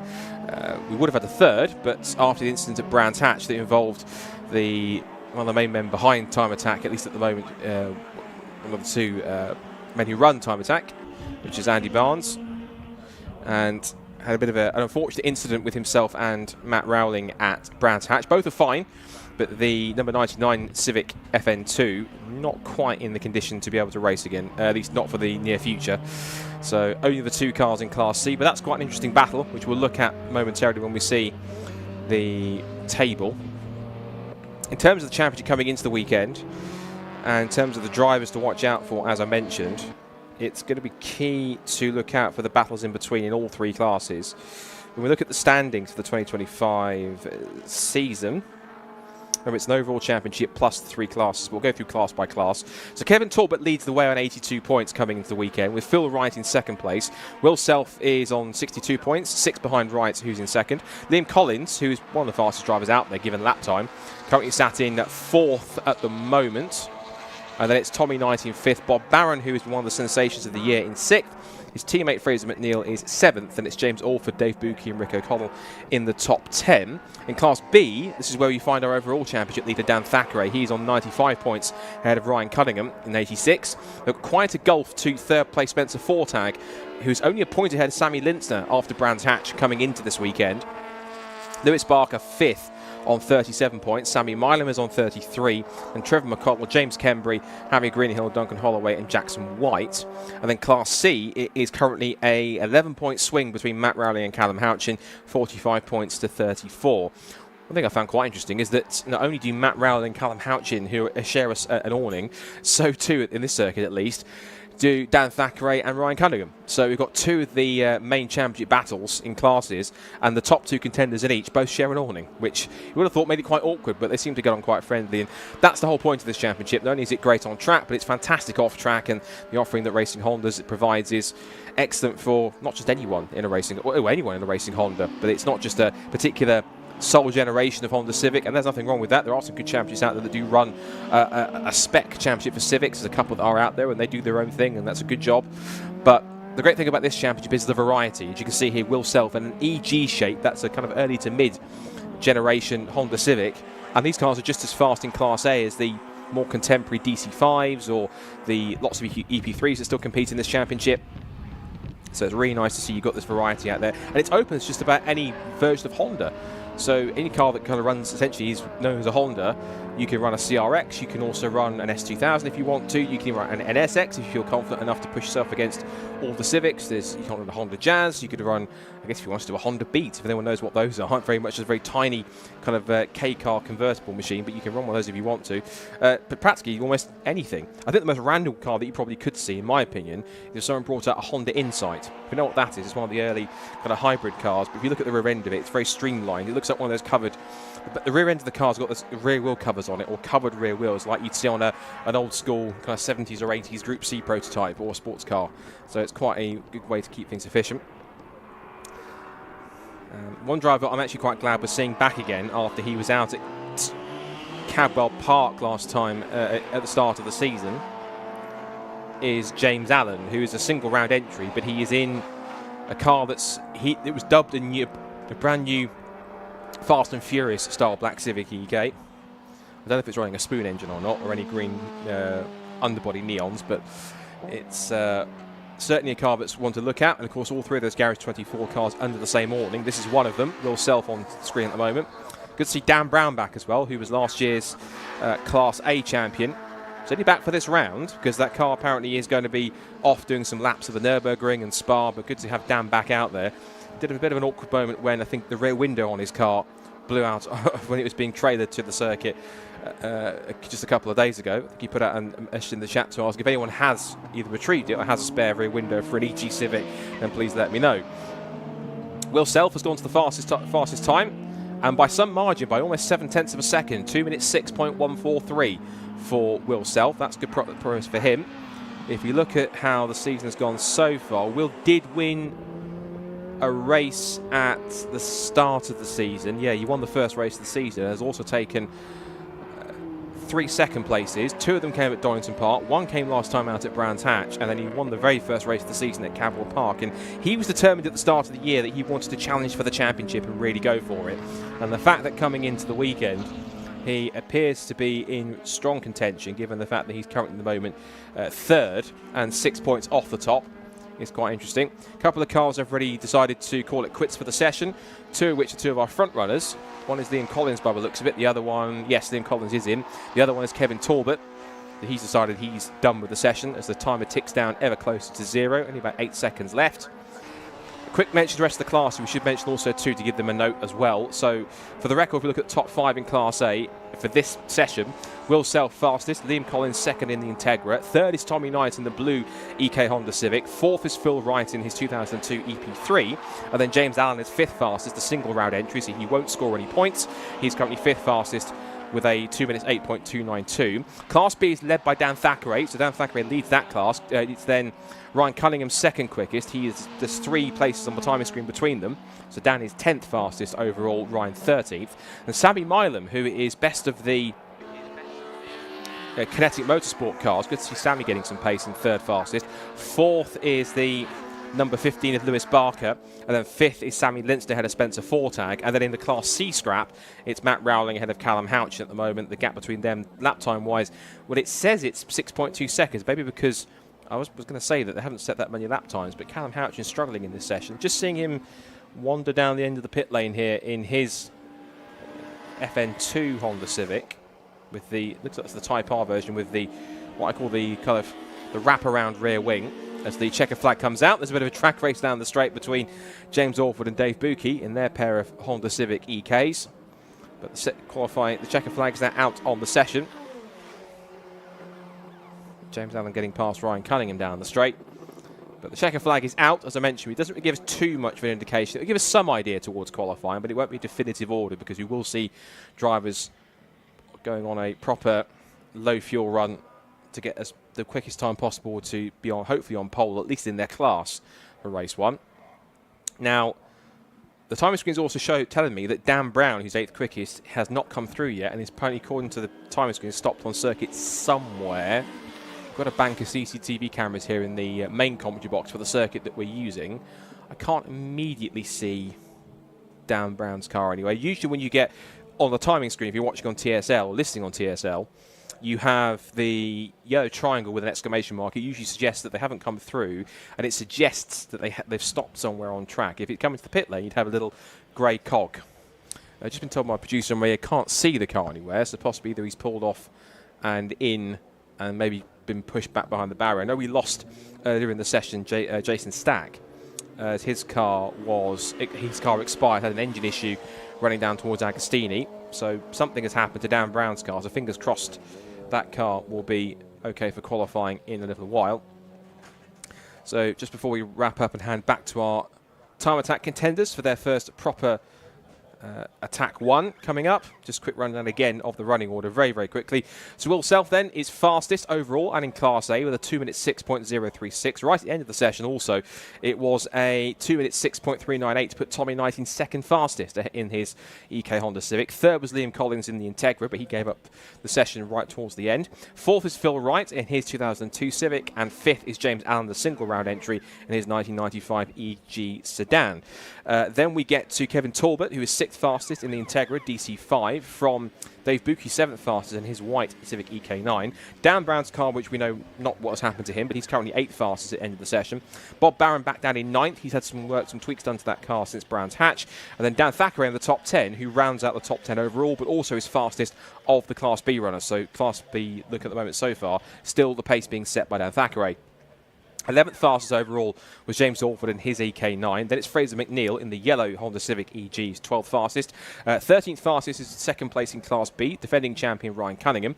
James Kiff, who didn't do that many laps in practice, only did 3, ended up 14th fastest and then pulled into Parc Ferme and back to the paddock, so still some work to do with that car, I presume. He was ahead of Sammy Milam, who was 3rd in Class B, and Sam Lintzner in 4th fastest, and Lewis Barker in 5th fastest, from Spencer Fortag in 6th, and Duncan Holloway and Luke Crassus-Benny rounding out the overall top 20. And then it was below that, we had Matt Rowling, who was fastest in Class C from Callum Houchin, and Nicholas Allett was 23rd. And the end of our timing screen actually only goes as far as 23rd on the TV screen I have.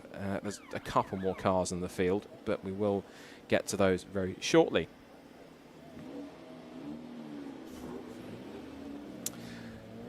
So that's the end of the Racing Honda session. The next one coming up on track now is more of our time attack contenders, and they will be getting ready for attack 1. And that first session will be for the fastest cars in the field, which will be for Club Pro, Pro and Pro Extreme, then Club 2-wheel drive and Club 4-wheel drive, and then it's the CNR, Clubman and Pocket Rocket categories before Racing Hondas are back on track at scheduled 1:15 for their 15-minute qualifying session.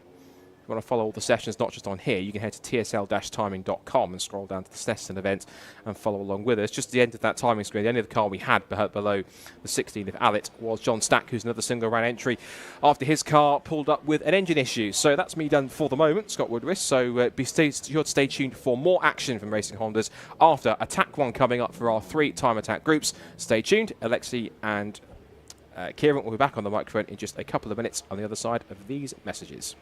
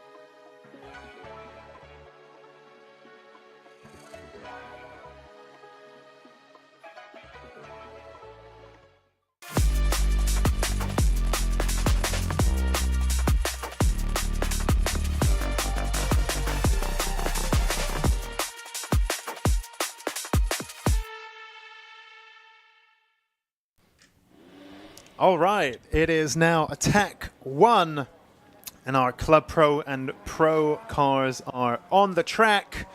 A bit of an interesting break there, so apologies for that protracted pause, but actually we started slightly ahead of schedule and immediately had a red flag, so that we had to... So it's just one of those. So in the meantime, Martin Henry was one of the first cars out. Seemed to have some problem with his drive shaft, lost drive, and immediately brought out a red flag, and everyone had to come back in. And it was just one of those days. But we're back. Attack 1 is now underway in earnest. Simon Norris there flies across the timing beam. It's not a timing beam because we have transponders, I guess, but does the thing to begin his next flying lap. Let's see how it goes. As always, those of you watching us on the live stream, please do feel free to get stuck in the comments. Martin Ringer there. So, of course, we welcome feedback as well. Martin Ringer saying, don't like brakes and transmission when you could be showing interviews and a bit more detail about the cars. I think that's an interesting point, Martin. I think we will take that on board. There's only so much we can do because it's a small team and there's lots of admin and SD cards and all kinds of other logistics, and we need the little breaks to sort some of that stuff out. But thank you for the feedback. We'll definitely consider that one. So Simon Norris there in that short wheelbase Mitsubishi Evo, who we saw in warm-up, was significantly faster than anyone else. He is in a class of his own. He's the only car today representing the Pro Extreme class. I think that this is quite interesting. If you look at the Time Attack rule book, which is available online, if you're interested in getting involved in Time Attack as a driver, it's pretty easy, actually. You just need to have a car, basically. If you have a car, then there will be some class that you can fit into. It's got to be safe. It needs to have a fire extinguisher. It needs to have safety harness. And I think that's the bare minimum that you need. We do have a control tire in Time Attack as well. So, when it comes to buying your tires, you need to get the correct one. But that's not really like a change you need to make to the car, because you need to buy tires anyway. You just need to buy this specific tire, which is the Yokohama AD08 track day tire, but it is also road legal. But where was I going with that? Simon Norris. Yeah, so any car is pretty much eligible for Time Attack, provided it's safe and well put together.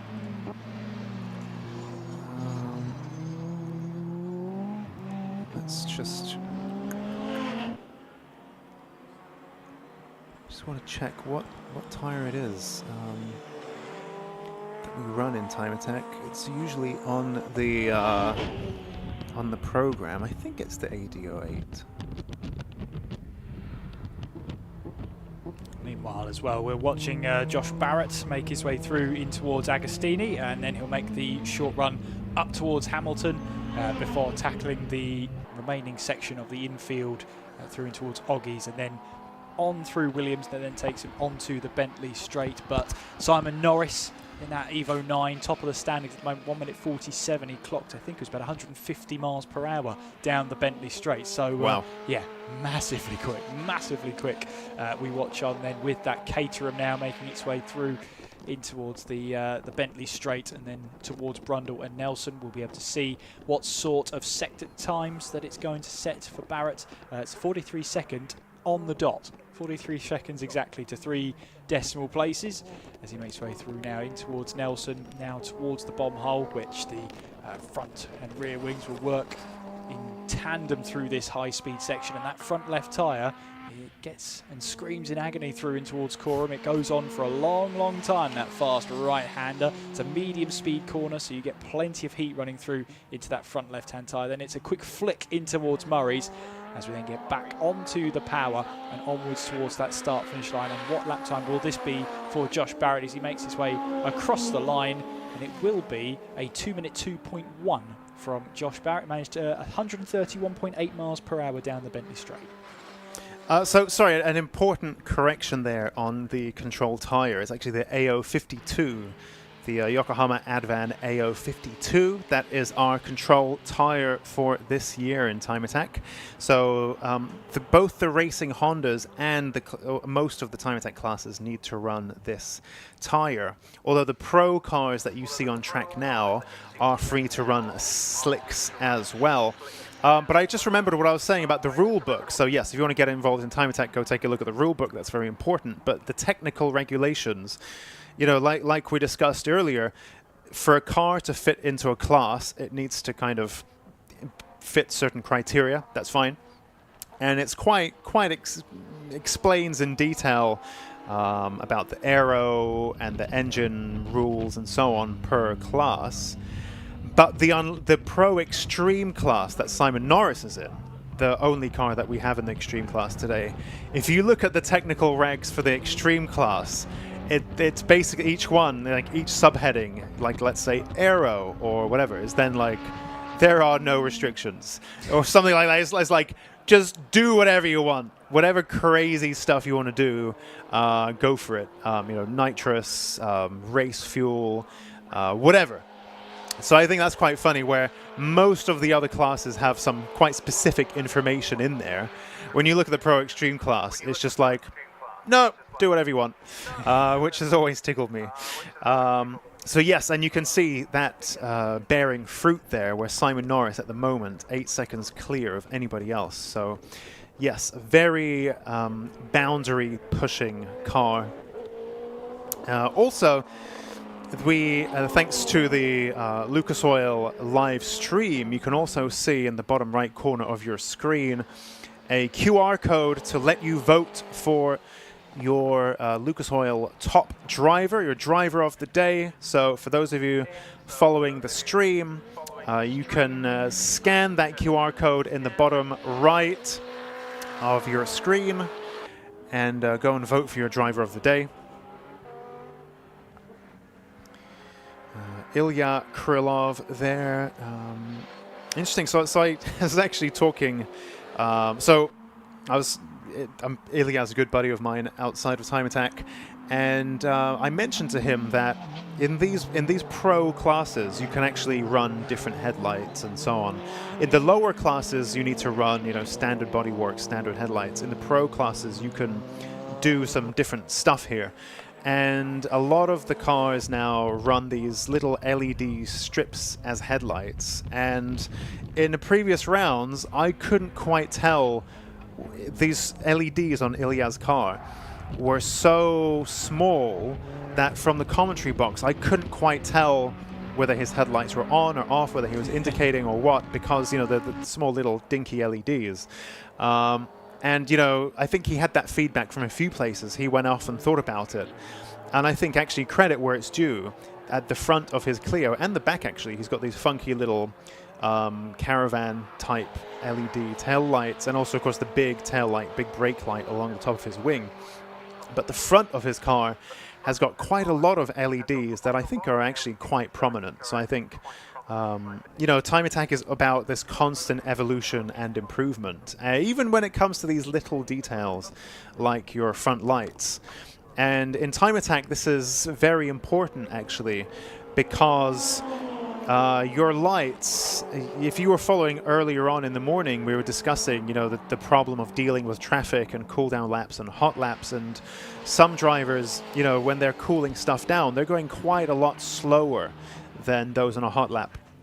And so how do you signal what you're doing to drivers around you? You need those little visual aids, because your brain might take a few moments to estimate the speed of a car ahead. And so if there's a signal on that car as to what it's doing, that might help you more quickly understand whether it's on a cool-down lap or a hot lap, and so on. And so we have this etiquette and this system of lights where if your headlights are on, that means you're on a hot lap. And so a car ahead, if they're on a cool lap and they see a car coming up with its headlights on, they know to get out of the way. It's all very, very sporting and very collaborative approach. And likewise, on the back of a car, to signal that it's on a cool down lap and going slowly, it has the little red flashing LED, So the red flashing LED on the back of the car signals that that driver is ready to yield the line and move offline to let through a car that has its headlights on and is on a hot lap. So there's this system that drivers use to signal to each other and to officials and to marshals whether they're on a hot lap or a cool lap. And so it's very important that, you know, if we have standard headlights in the lower classes, that's fine. But as we move up into the extreme and the pro classes, that we have some smoke there from Darren Spooner's car coming from one side. Looks like perhaps there's maybe a tire clearance issue or something like that, because it looked like it wants to pull to one side, and there's a bit of smoke looked like coming from the front right wheel arch. Not quite sure. I only caught a glimpse of that. But he manages to jump straight into recovery area. So again, you know, Darren Spooner, very experienced time attack competitor. So he knew what to do there and managed to park it up nice and safely out of the way. Of course, that's not always possible. And, you know, it sounds like when I'm saying one driver is doing particularly well at this, that the others aren't. Actually, I think all of our drivers tend to behave very well in these situations and immediately jump off the track. You know, there are some rare exceptions, but especially the novice drivers. But I think most drivers are very responsible in that sense. But sometimes that's not possible, and you might, while you're just considering your actions, you might have passed the nearest recovery area. You can't go counterflow, of course. You have to keep going in that direction, and there's no more handy place left to park. So sometimes you need to think a bit quickly, and if you see a nice spot to park the car, you've got to jump on it. And I think that's where that judgment comes in. It's not always possible. I think especially at tracks like, well, actually, even here, I was going to say Cadwell Park especially, where there's very little runoff. But even if you look at the main straight here at Snetterton, there's not really anywhere you can go. Even if you park on the grass, you're still going to be very close to the track. So sometimes you're just unlucky, and despite your best intentions, you try to park as far off the track as you can, but it still might bring out a red flag because the fence and stuff don't let you get as far off as you might like. Yeah, that's exactly what we saw with earlier on with Martin Henry. He pulled it to the inside of Rich's, right to the inside of Rich's, but because it was only on the grass, it was right on the inside, it was the safest option to suspend the session, to recover the car and then restart it once everything was all in the clear. As we see then looking to finish up the lap there is Bradley John. He makes his way across the line. Very fast. It's a heck of a racket, isn't it? Yeah. New personal best then from John, 1 minute 55.1, and managed to clock 146 miles an hour, nearly 147 miles an hour down the Bentley Straight.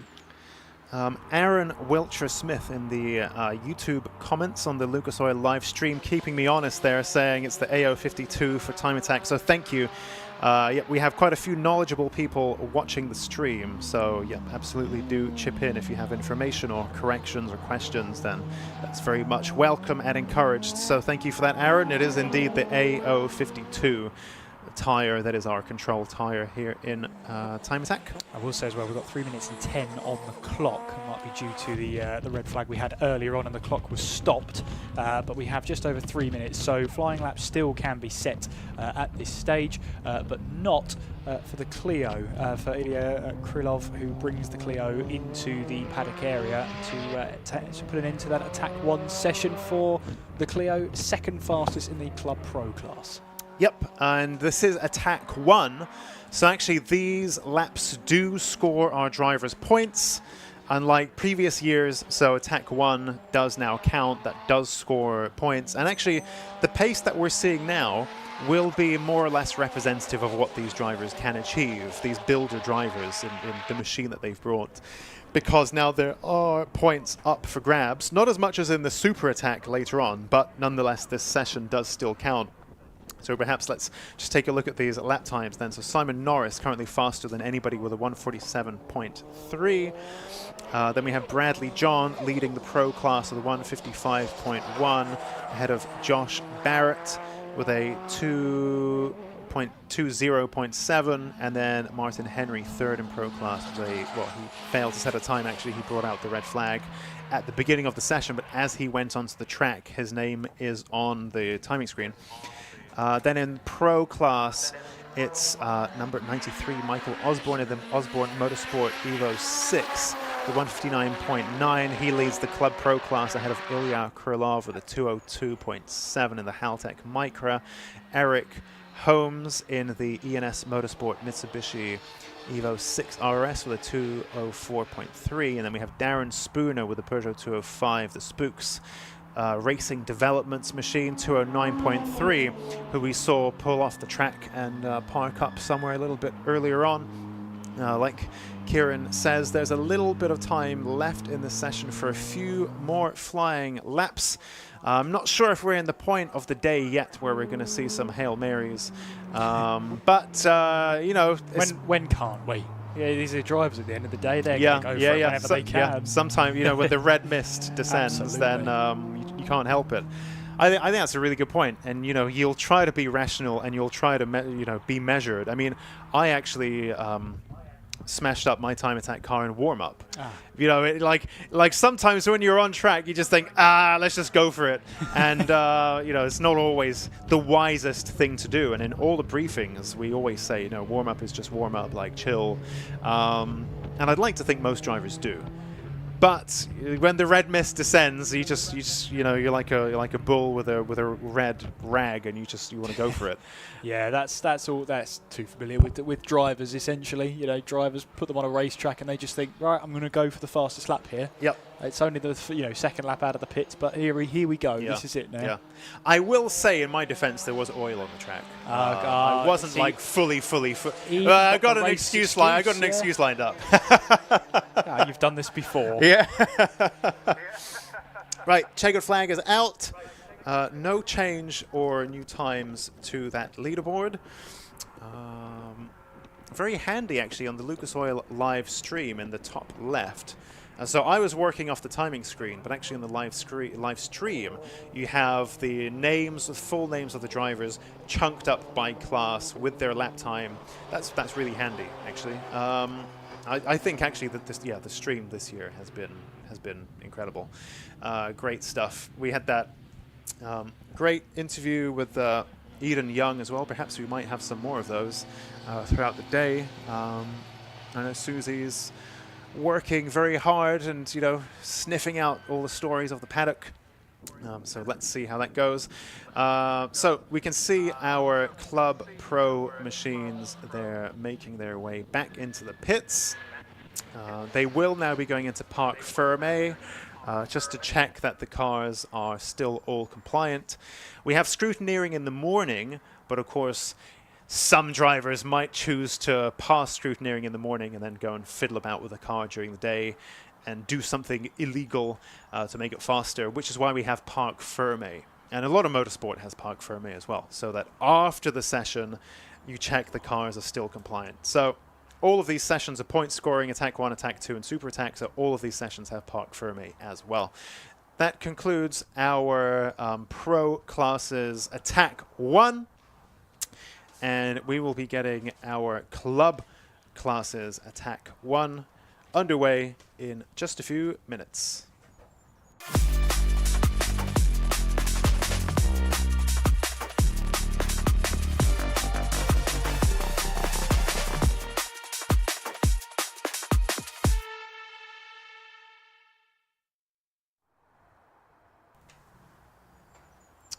So there we go, green flag. That green flag is now thrown, which means that our Club 2-wheel drive and Club 4-wheel drive cars head onto the track. While they take a few moments to get warmed up and up to speed, I believe Susie has been chatting to Neil Wren earlier on in the paddock. So I'm having a quick catch-up with Neil Wren, so good morning. Hello. Thank you. Here we are again. Yeah, it's very good to see you back because I was a little bit worried we might not see you at this round. So tell us a bit about what happened at Brands Hatch. Yeah, so I had a bit of a whoops at Brands at Paddock Hill. As many people who have driven there know, there's a bit of a crest as you go into there. And I think I kept my foot in a little bit too long. So I came over that crest, braked a little bit too late, everything locked up and just went straight on into the wall. So wasn't ideal. But on a plus note, I had just done the fastest lap I'd done. So swings and roundabouts, really. But the car's back, it's in one piece, so was it a lot of work to get it back together? Yeah, most of it was just a case of bolting off all the damaged bits and bolting on some new ones. So crash panel, bumper, bonnet, all of it basically just flew off on impact. A couple of bent arms, changed the steering rack, just precautionary. But thankfully I sort of work with these a little bit as a sort of side note anyway. So I had a few bits kicking about that I could use, which was pretty useful in this particular instance. So that's pretty handy then. it is. And so you've had a bit of a rocky season as well. So it's been quite eventful for you. Yeah. Yeah. This car has been testing my patience. I think that's fair to say. It's one of these things where I'm very stubborn in terms of once I get an idea in my head that I think will work, I have to make sure that it does. And so I keep coming back, but little things keep fighting me. So, you know, be it the engine tune or crashing into a wall or various things, you know, or a sensor fails or whatever it might be. I just have to keep coming back thinking this time it'll be fine. So we're still searching for that this time, we'll be fine. I had, I think, one decent event in it last year, but even then it wasn't perfect. It was just a case of we managed to do all sessions and broadly trouble-free, you know. So that's kind of all I want. Just a little bit of trouble-free running would be brilliant. And yeah, you know, anything else in there from that will be great. I know it's got potential. That's the thing. It's clear. It's just getting it to do it. So tell us a bit about the car, because you're in Club 2 all drive and it's quite a competitive class this year. Yeah, so the car is a BMW E92 335i, so it's 3 litre twin turbo straight six. Out of the box they're sort of fairly sedate but still quite fun. I did daily drive one for sort of 6-7 months before deciding to convert it. It wasn't this one, but a different one. But they're very easy to get power out of. So, I mean, the engine in this one is still stock. I don't actually know how many miles it's got on it. Probably well in excess of 100, 120k, something like that. But it's just got some bigger turbos, bigger intercooler, better radiator. It did start life as an auto, so it was a little paddle jobby. But again, I broke one that was a manual, so I was like, right, I'll swap that. And yeah, I've just done it from there. So it's still relatively mild from what you can do, because I just want to keep standard engines really, because you don't necessarily want to go down the road of building stuff, because I mean I've done that, you know, years ago. I did it with a Civic many times. Almost the engine was a kind of consumable, you know. If you got a season out of it, brilliant, but I don't want to be doing that with something that will cost me 4, 5, 6 times as much to do. And you know, prior to the Civic I did do that with a Skyline and know that pain. So that's actually why I went to the Civic, because I knew it would be cheap. But now I'm sort of back in, you know, the sort of bigger, lazier engines, just to, you know, easier to extract power, basically. Yeah, so as you mentioned, you've got a bit of a history with Time Attack as well. So yeah, tell us a little bit about that. So I'm one of, I think, 2 original people that did GT Battle that are here today. I think myself and Simon Norris. Back then it was with a Subaru Impreza. So back then it was very sort of Japanese focused, everything. It was either Impreza, Evo, Skyline, you know, S2000, whatever. And then it just progressed over time. So I mean, I've been involved on and off for the last 20 years, which sounds really bad.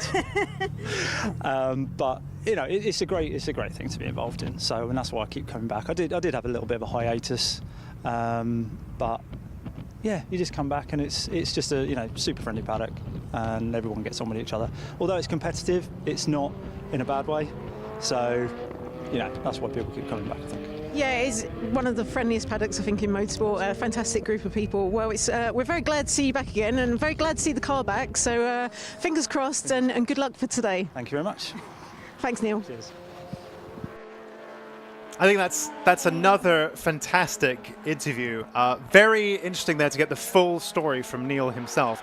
I did see this getting recorded. This was recorded in the morning before any of the running was done. And then we saw, after all of that, this is what we touched on as well. After all of that, you know, I just want to have one nice session or one nice day out of it.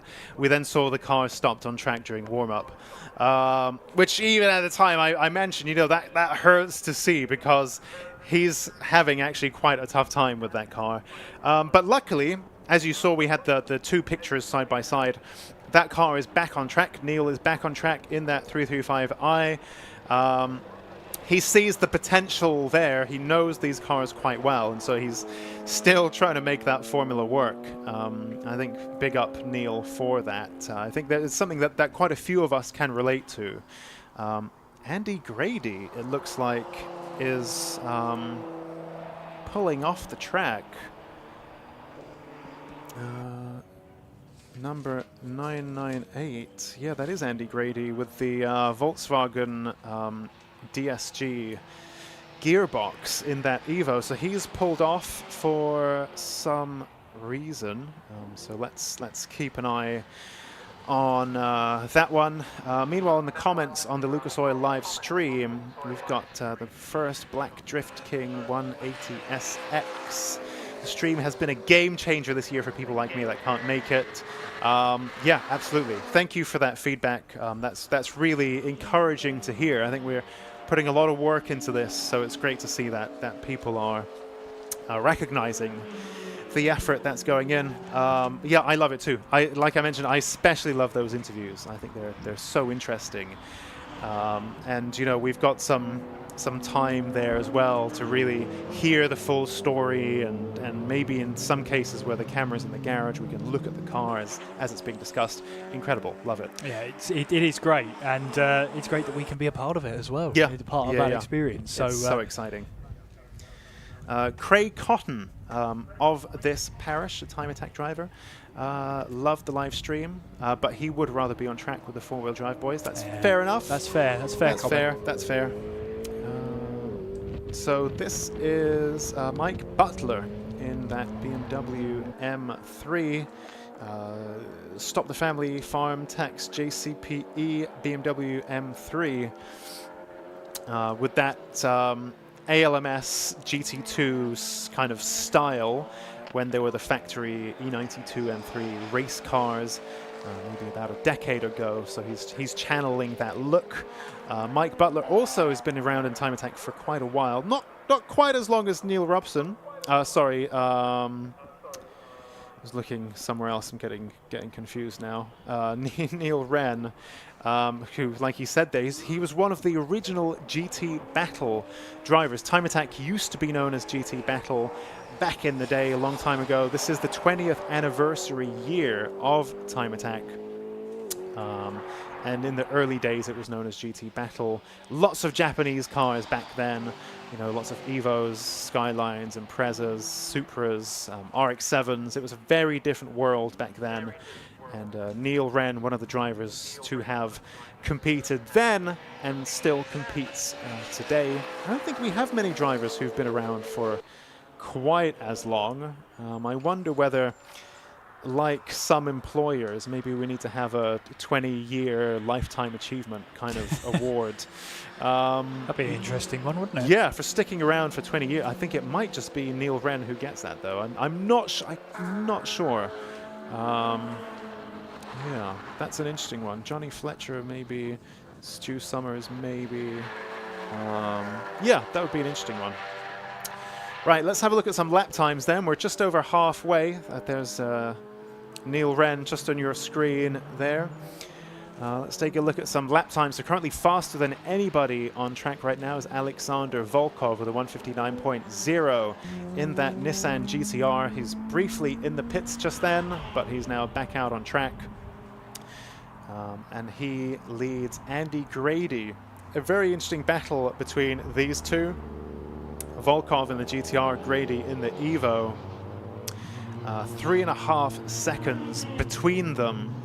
Andy Grady with that Volkswagen gearbox really pioneering stuff. And I think that the story is that he broke enough manual gearboxes that he thought, right, let's just try something else, because these gearboxes for a 2009 Evo, 2007 Evo are getting pretty hard to find now, whereas the Volkswagen gearboxes are actually very common relatively. The problem is that there's lots of computer stuff going on there, so it's very hard to get those gearboxes to play nicely. And Andy Grady believes that he's got the only car in the world, the only Evo in the world that has got that gearbox to work. That is the DQ500, which is the all-wheel drive version of that DSG gearbox.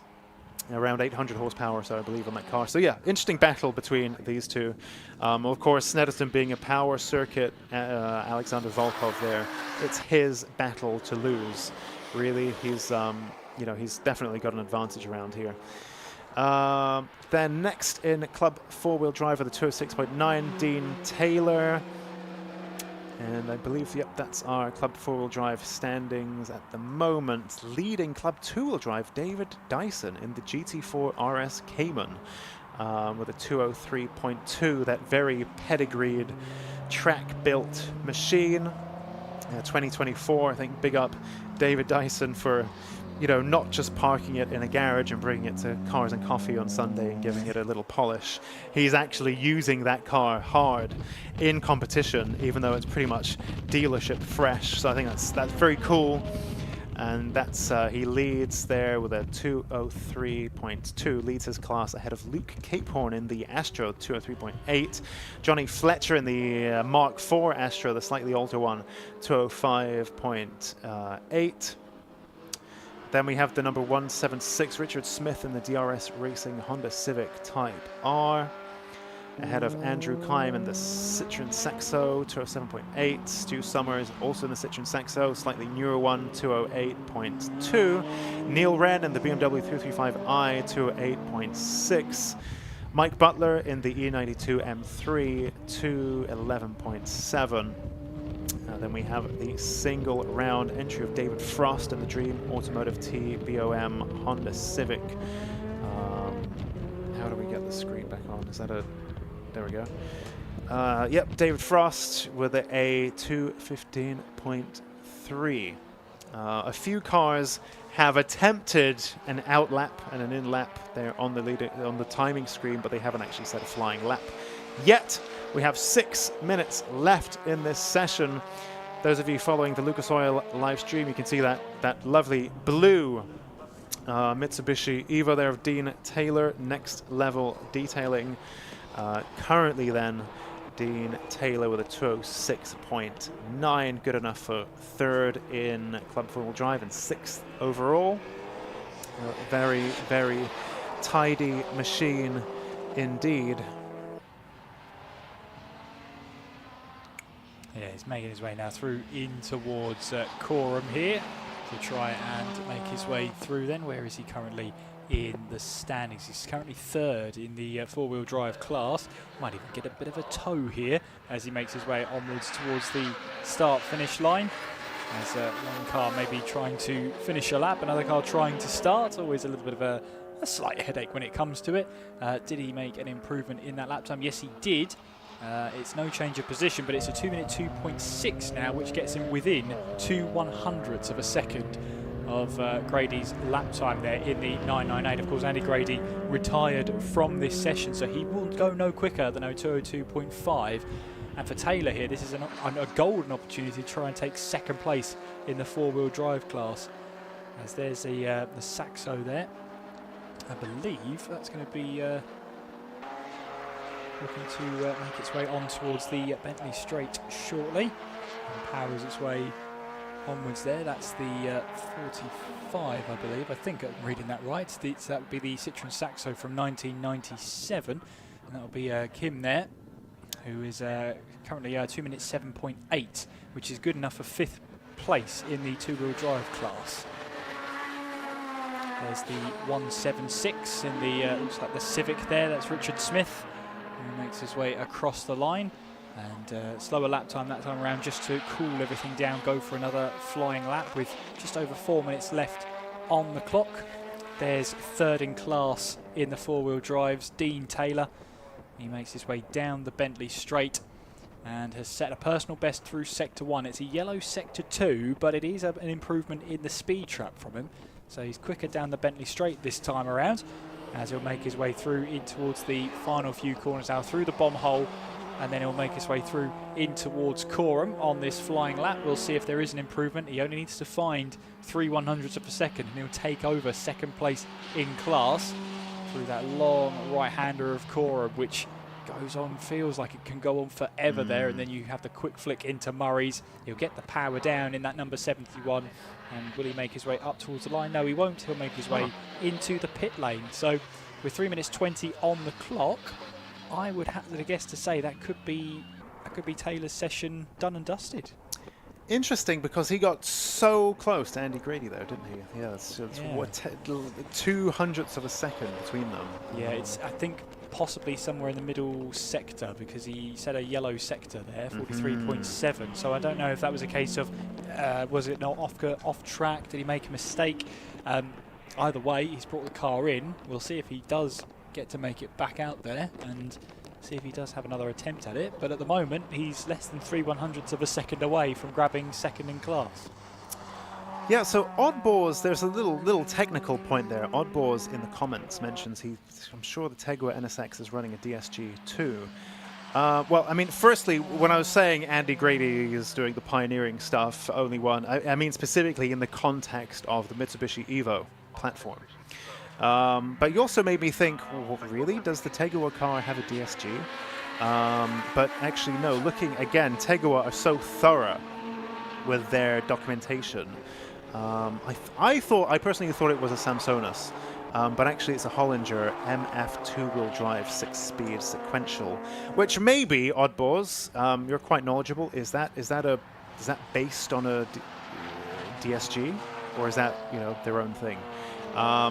Yeah, curious to hear your thoughts, but it's not a DSG, you know, plucked straight from a Volkswagen at least.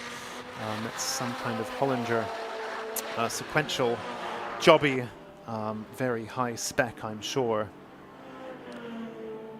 A minute and a half remaining in this session. I think Alexander Volkov pretty comfortably in the lead there. And you can see Andrew Kime on your screens in that little Saxo, just three-wheeling there, as short little wheelbase front-wheel drive cars tend to do. That must be so much fun to chuck around the track, mustn't it? In a little Saxo. I mean, I say it's little.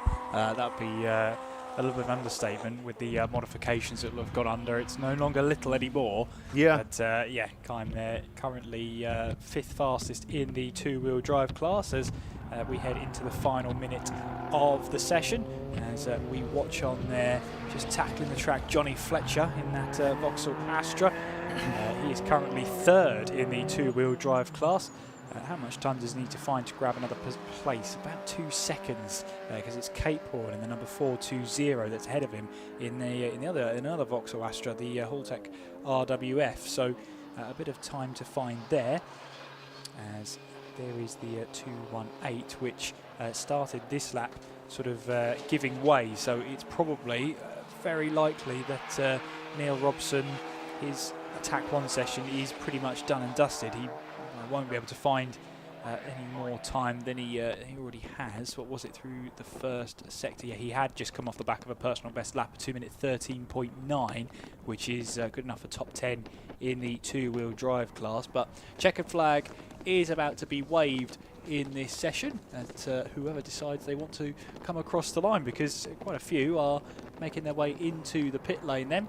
So the first to make their way across the line will be the 176, and that is Richard Smith in that Civic Type R. So he's the first to take the checkered flag there, as we watch on then the Saxo making its way then through Coram now to see if there is any way that there can be an improvement here. Kime making his way through in towards that final corner of Murray's, and then will try and power his way onwards towards the line. Will he? No, he decides to pit in and call that time on his session. See a BMW make its way onwards towards the start-finish line. The 2:18 there of Neil Robson heads across the line to take the checkered flag. No improvement on that lap time. And looking up and down the order then, we still have Taylor out there, the number 71. I thought he came into the pits, did he not?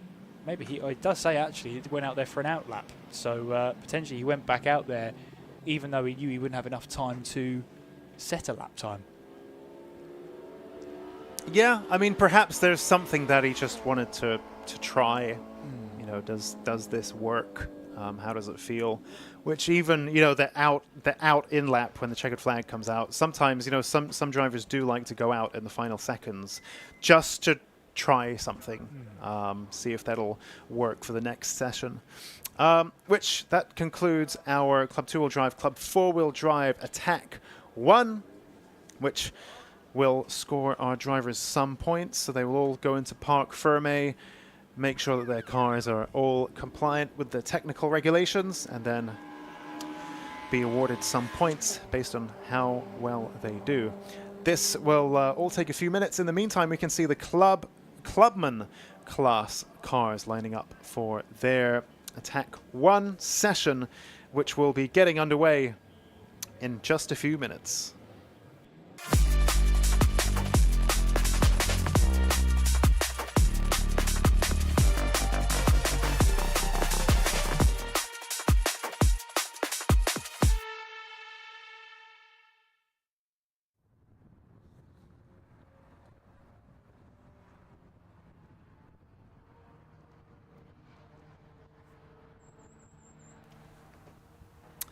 So, looks like we're getting the track ready for our Clubman Plus Classic and Retro Pocket Rocket Force Induction and Pocket Rocket Naturally Aspirated Attack 1, which, if you're only recently joining us, we've got a new format in 2025 where 3 of the day's time attack sessions score points for our drivers. In the past, it was only the afternoon sessions. But now we have Attack 1, Attack 2, and Super Attack, all of which will score points for our drivers, meaning that now they need to aim for not only outright pace, but also consistency and reliability throughout the day's sessions. I'm not sure if we had any. We did have some kind of stoppage on track, didn't we? Maybe, which is why it's taking a few minutes. Yeah, Grady stopped, didn't he? Yes, that's it. Yes. So a little bit of a recovery for Grady's car to bring it back to Parc Fermé, and then hopefully we will get underway shortly. We still have some cars from the previous session in our 2-wheel and 4-wheel drives who are making their way now back into the paddock areas. There we just see the recovery of Grady's car being underway. It was a shame. We'll see, we'll hopefully hear and see what the issue was. That obviously it wasn't quite, I wouldn't say safe enough, but it wasn't quite non-terminal enough, if you like, to at least try and limp it back to the pit lane. And unfortunately for Grady, he had to stop just on the infield at Coram in the bomb hole. So yeah, for Grady then, he still finished second in class in that time attack session, in Attack 1. So not a bad result, but unfortunately for him, he's going to have to almost do a diagnostics and see whether he can get that out for Attack 2 later on today. Yeah, good point. Good point. I think actually a lot of these drivers are just here to test themselves and their cars and, you know, develop their car and so on. I think Andy Grady is one of the few drivers who is so focused on the competition. And yes, second isn't too bad, but he wants to win. And in previous interviews with Susie from other rounds, or, you know, in personal conversation with him, he is so focused on the championship and he really wants to win. He's really got the what is it? The bit in his mouth or something like that? Bit between his teeth. Bit between his teeth. Very much so. So yeah, I think he would have known that beating Alexander Volkov around Snetterton is going to be tough when there is about 200 at least horsepower difference between them. Andy Grady's car is lighter, so again, you know, the power to weight perhaps isn't as bad as the outright power difference. But at Snet, it's the power that makes the difference. Like, you know, like in a Caterham, you could have all of the power to weight in the world, but you need the outright horsepower numbers to punch a hole through the air resistance once you're at the higher speeds. Yeah, and the power to weight ratio does work in the infield section when it gets more technical. You know, you've got the flying corner through in towards Palmer, then towards Agostini, and as you make your way then through in towards Hamilton, Oggies, and then on through Williams, and then takes you onto the Bentley Straight. Yes, you do need that sort of, you need the car underneath you that does a good job of handling and taking you through the corners. But you're right, a crux of this circuit is the fact that it's got two long straights, the centre straight, start from the straight, and the Bentley Straight, the back straight, which of course we're seeing cars this weekend hit 150 plus miles an hour. And we saw in the Caterham in the warm-up, for example, hitting 138, 139. So you're talking 10 to 15 mile an hour difference down the straights.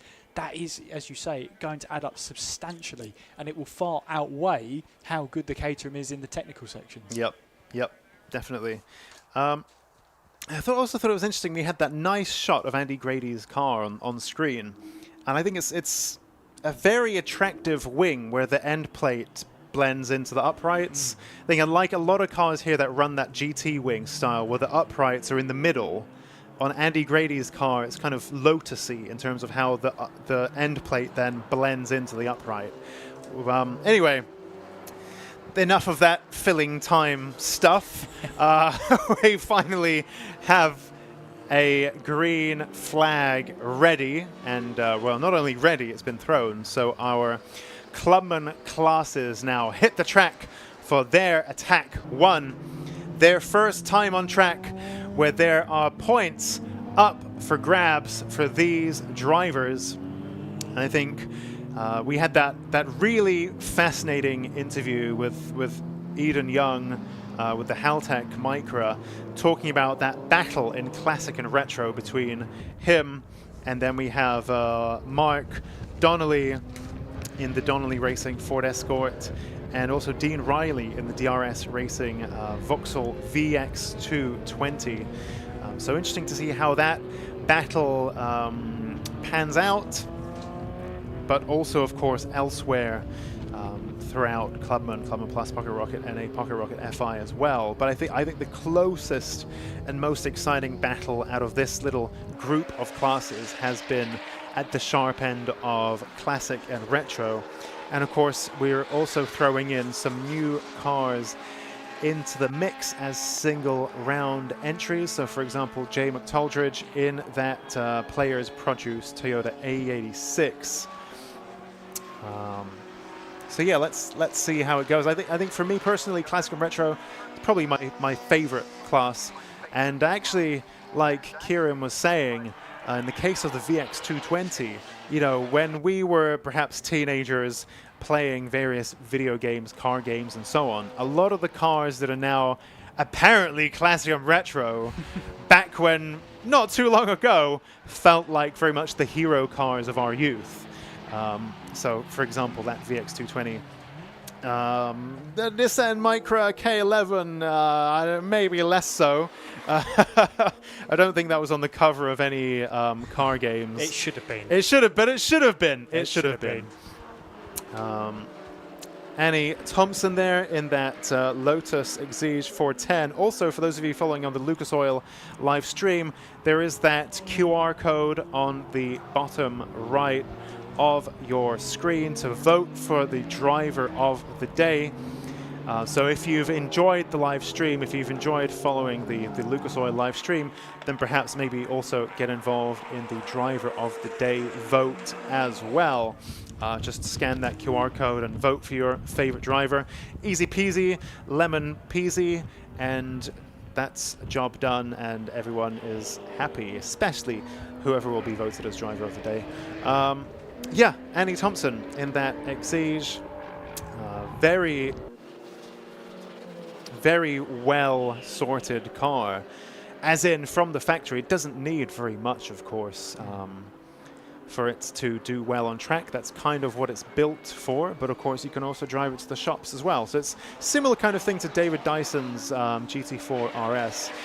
They're in different classes, and I'm sure there's a reason for that, but I'm not sure what that reason is. But, you know, the Exige's in Clubman, but it's that similar track day special factory-built road car.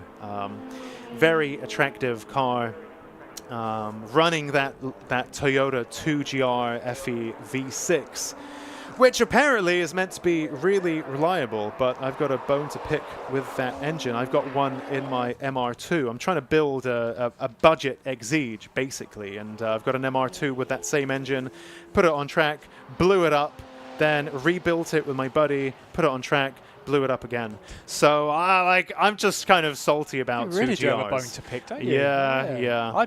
Quite rightly as well. Quite right. As it sounds. But like there have been reasons why, you know, silly stuff that have caused this. But nonetheless, you know, triggering. But it's great to see it working as intended. Oh, something's just fallen off Annie Thompson's car. It looks like maybe that was a number plate. Something's just fallen off. But yes, that supercharged 2GR working beautifully in the Lotus Exige 410. So great to see. But something did fall off that car. Or maybe she ran something over and, you know, it flipped into the air. It looked like a number plate. I think it's not the first time, actually. We had some car lose their number plate last time at Brands Hatch as well, I think. So it, you know, can happen. I think especially in these lower classes, where a lot of these cars do have number plates, you know, given that in a lot of cases they're road legal or even road going cars. So yeah, don't know what that was, but some bit of debris flapping around on track.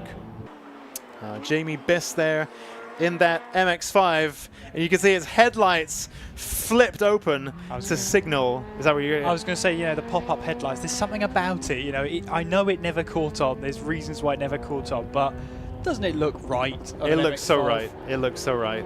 And of course, the irony being, and I thought about this when I was, you know, thinking about my A86 build for Time Attack and so on, which also has flip-up headlights. So in Time Attack, you put your look at it moving around. That what a great car. Also, Jamie Biss, very handy driver too. But the irony is, if you flick the headlight on when you're on a hot lap, and of course that's also, you've just added loads of drag to yourself. So of course what you want to do in one of these cars is put your headlights off and down for when you're on a hot lap. You want to minimize your drag. But on something like an A86 or, you know, an NSX or a MX-5, when you put your headlights on, you've actually made your chances of a hot lap worse, even though that's what you're meant to do. But suddenly you've added a lot of drag. Counterintuitive, isn't it? At that point? Yeah. It works the wrong way around. So I was trying to think, how do you tackle that? You know, do you need to run flush headlights? Yeah, but then it wouldn't be. But it wouldn't. But then it wouldn't be right. The MX-5 of that era. No, if it had flush headlights, would it? Yeah, no, it'd just be wrong. So yeah, I don't know what the solution. Well, the solution is you just take, you know, MX-5s aren't terribly fast anyway. So perhaps maybe that's the thing. You think, well, you know, it's not going to be particularly fast in a straight line, so may as well add some drag in. It's not going to make that much of a change. As long as your air conditioning is off, which is the gives you full brake horsepower. Gives you full brake horsepower on an MX-5, then you're fine. It's 4 brake horsepower. I think that's an arbitrary number I've just pulled out of the air, but it's something. It's a minute detail of how many extra horses you get if you turn the air conditioning off. But well, on an MX-5, you know, 4 horsepower is a big difference. That's why I was saying it's an arbitrary number. It might not necessarily be 4 horsepower because at that point, that even might be half a horsepower, like they'll take it. They'll take it. I was going to say because at that point, that's about 5% of the total exactly. engine output, Exactly. isn't it? So people pay thousands of pounds for a 5% horsepower increase on an MX-5. You can just switch the aircon off. Jay McToldridge in the A86 looks like he's run into trouble. He did look like he was stopped previously, but he's managed to get it moving again. Not too sure what's going on there. Yeah, had the right-hand indicator on, just indicating to others that he's going to stay right on the circuit, which, of course, in these obviously closed cockpit cars, they have the indicators on, so you're able to half communicate with other drivers about where you're going to position the car, especially if you run into a problem or if you're in an outlap. You can flick the indicator on just to advise to everybody, right, I'm planning to stay right, pass me on the left. It normally does work. You've had some sort of communication breakdowns, they can always happen, but at least with the indicators you've got half a chance of telling everybody there might be an issue. And if they're looking out for the indicators, the drivers, they'll know that it's probably going to be a slow moving car without the need for the intervention of the white flags, which indicates there is a slow car in the next section. Yep, Stephen House there in the 286 611 Motorsport R53 Cooper S. 350 wheel horsepower on this car, which is bonkers for a Mini. It's still on a Mini engine. It's not been K-swapped, but it is turbocharged instead of supercharged, which is how they came. So this one is turbocharged, 250 wheel horsepower, very, very light as well. So Stephen House has been around in Time Attack for a while. I've competed against him in some other stuff outside of Time Attack. Super nice guy, super chilled, very fast driver. Loves the Mini platform. And this is a new to him car for this year that you can see all these odd looking panels are miscolored because they're actually composite. So you can see a big lockup there from him. And so you can see the rear quarters are body color because, you know, that's welded onto the car. But all the detachable panels are a different color because they're all carbon fiber, I believe. And so it's super light, 350 wheel horsepower as well. So yeah, very serious machine there. That Stephen House is piloting around. Number 334 there, Stephen Wilkinson in the Team W racing machine, a Renault Sport Clio, but this one is K-swapped with new gear ratios, solid mount subframe.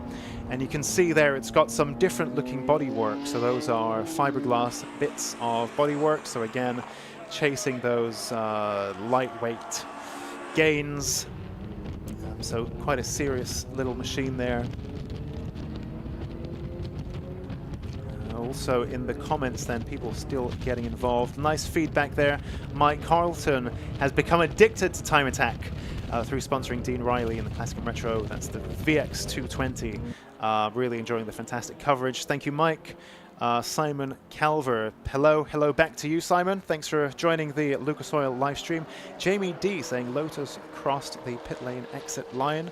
That'll be one for our officials to ponder. I'm not too sure what the rules are for this in Time Attack. Do we follow the standard Motorsport UK Blue Book or what? Not sure how that works, but I'm sure our officials will be furrowing their brow and pondering that one. So let's see. It's quite busy on track, isn't it? I was going to say, yeah, look at this Armada heading our way down towards Brundle and Nelson, all sort of making sure that... They're also jumbled. It's like such a mishmash of cars as well, right? Eclectic is the word I would use. I love it. But yeah, headed by the Clio here as we make our way through in towards the bomb hole, as Stephen Wilkinson, I should say the Clio RS, to give it its full title, making its way now through in towards Coram. Whereabouts is the 334 in the standings right now. Currently fifth fastest in the naturally aspirated pocket rocket class as we make our way through in towards Murray's then. Getting back onto the power. Just under 8 minutes left for our drivers to set their laps in each respective classes. There goes the BMW flying past, swooping past to set a lap time as well. They'll both make their way across the line. But at the moment then, it's Mark Donnelly who leads the Classic and Retro class, 2 minutes 7.118 for Mark Donnelly. In the Clubman class, it's Annie Thompson, 2 minute 9.337. Clubman Plus is just Elliott at the moment, at a 2 minute 12.151. And then in our Pocket Rockets forced induction, it's Stephen House with a 2 minute 13.214 at the top of the order. And in the Pocket Rocket naturally aspirated, it's Ryan Barker, 2 minute 12.094. Closest gap we have in terms of lap times is the Pocket Rocket forced induction. We've got the 185, which is Gary Papworth on a single round entry. So he's only here for today, and he's already putting a good lap time in there. 2 minute 11.3. He's just come across the line to set a new lap time to get himself even further clear of Stephen House and Thomas Langley, who are both in the pit lane. Interesting also, so we can see Mark Donnelly in that Escort there. very small, very nimble, very compact machine, and just behind, lurking like a great white shark, you can see the BMW M2 there of Richard Stevens, the AirTech Motorsport BMW M2 single round entry for today. But just looking quite threatening there in the back of the shot there. So this AirTech machine then currently has with the best lap of 2:12.1. So good effort there from Richard Stevens, the single round entry here for today in the Clubman class. So those of you using the older entry list, since changed a little bit, so he was in the entry list as a club sport, which isn't quite right, and so understandably he is in the Clubman class now, which is probably where he belongs, in that AirTech Motorsport M2. Mark Donnelly in that little Escort, and you can see Dean Riley there just behind in the VX220 as well. And actually just behind them then we have the, oh, never mind that, because we have a car stopped on track. That is Joe Bullen in the Joe 90 Racing Mini R53 Cooper S. So he's stopped out on track. Couldn't quite work out where that was. I think that's towards the bomb hole, maybe even Coram. Yes, I've just been confirmed by producer of the year that he's by Coram, so he's pulled the car off. It seems to be a popular place at the moment, unfortunately, today for drivers to pull off. They don't quite make it to the pit lane, unfortunately. But yeah, that will be covered by yellow flags at the moment, although I'm just having a look over my shoulder. I can't see any yellow flags, so perhaps they've been withdrawn because the car is far enough on the inside to allow cars to just attack through there at full pelt. But yeah, that's a shame for the number 90 there of Joe Bullen. He was running, or he was 6th fastest in the Pocket Rocket forced induction class, but he will go no higher than that. And Rushforth in the number 74, if he gets the car back out onto track, has a chance of grabbing 6th in class. We had a few nice shots there as that was happening of Michael Greenhugh's Team Lar Motorsport Vauxhall Corsa. If you caught a glimpse of that and you were thinking, is that a Corsa B in Time Attack? You are absolutely right. That is what that is. And that's running the Volkswagen PD130, the legendary 1.9 TDI. What's going on here? So we've got a piece of trim hanging off. A bit of damage to Gary Papworth's Mini on the rear right quarter. So it just looks like it's hanging off for now. But that's more something the officials will probably look at and see, well, if it's unsafe, then they'll probably call it in with the black and orange mechanical flag. With 3 minutes 30 on the clock, it's going to be, he'll see the black and orange flag if it is deployed, and then they'll have to pit in next lap, and that will be the session over anyway with the checkered flag. So it's just a case of, is it safe enough to keep it out there? We'll see, but he's currently flying, and currently the fastest in the Pocket Rocket forced induction class. Oh, what's going on? Something's just... It looked like there was a bit that just flew off that car. So there's a bit of rear locking, I thought, as well, going in towards Brundle there. That could have been a chunk of tyre or something, because it looked like it came off the opposite side to where that wheel arch is. Yeah, a very interesting one, that one. Little puffs of smoke there on the upshift as well, which isn't the end of the world, but it's not a good thing either. Marcin Bachkovic here in the FN2 Honda Civic, number 23, Mars B Racing. Currently running 2nd in Pocket Rocket naturally aspirated regular class podium finisher. In that, it's not a Civic that we've seen too much, this shape in Time Attack. We've had quite a few of them in the Racing Hondas Championship over the years, but I don't see them too often in Time Attack. For some reason, where they have that beam rear axle instead of independent rear suspension, people tend to kind of dismiss them a little bit. But as a result, they've become really bargainous in recent years, especially compared to EP3s and other types of Civic. So yeah, very capable machine, as we can see, as Martin often puts that car on the podium. 1.5 minutes remaining in this session, but still all very competitive. And I think, yeah, lots of cars, very busy session. So let's see. I think we might see a few more shuffles around in the closing moments. And you can see that BMW M2 lurking in the background, waiting to pounce on its prey. I'm sure that's probably quite a fast machine indeed. Keep an eye as well on the Classic and Retro. They're currently top, Donnelly versus Riley. And we'll look to see. It is currently just shy of 9/10 of a second between each other. Riley did set a personal best on that last lap. As there goes the M2 there, the 117, as it makes its way through in towards the closing stages of the laps. That's Stevens, who's on a single round entry through towards Coram, and perhaps just cooling everything down to go one last time. He's got should have enough time when he makes his way towards the start-finish line. In fact, no, he's indicating right, so that looks like he's probably actually going to bring that one into the pit lane. See, that's the great thing about the indicators as well. Let us know, have half an idea of what the drivers are planning. So I take it you're not used to this then? What, the indicators? Yeah, in the world of... Oh, on a BMW, yeah, that is a strange... Well, I mean, there's also... I didn't even make that connection. Yeah, no, that's a good point. That's a good point. But like in Time Attack, this is, you know, where most of these are road cars. That is very much the norm. But I think you're quite involved in what some might call, I don't know, proper racing. All of that snobby kind of thing. Because now that you mentioned it, single-seaters don't have indicators, do they? No. It's more like, well, hand signals at 100 miles an hour. Don't think you've got much of a chance with that, but there you go. But checkered flag is out then. We've got a plethora of cars already have made their way into the pit lane.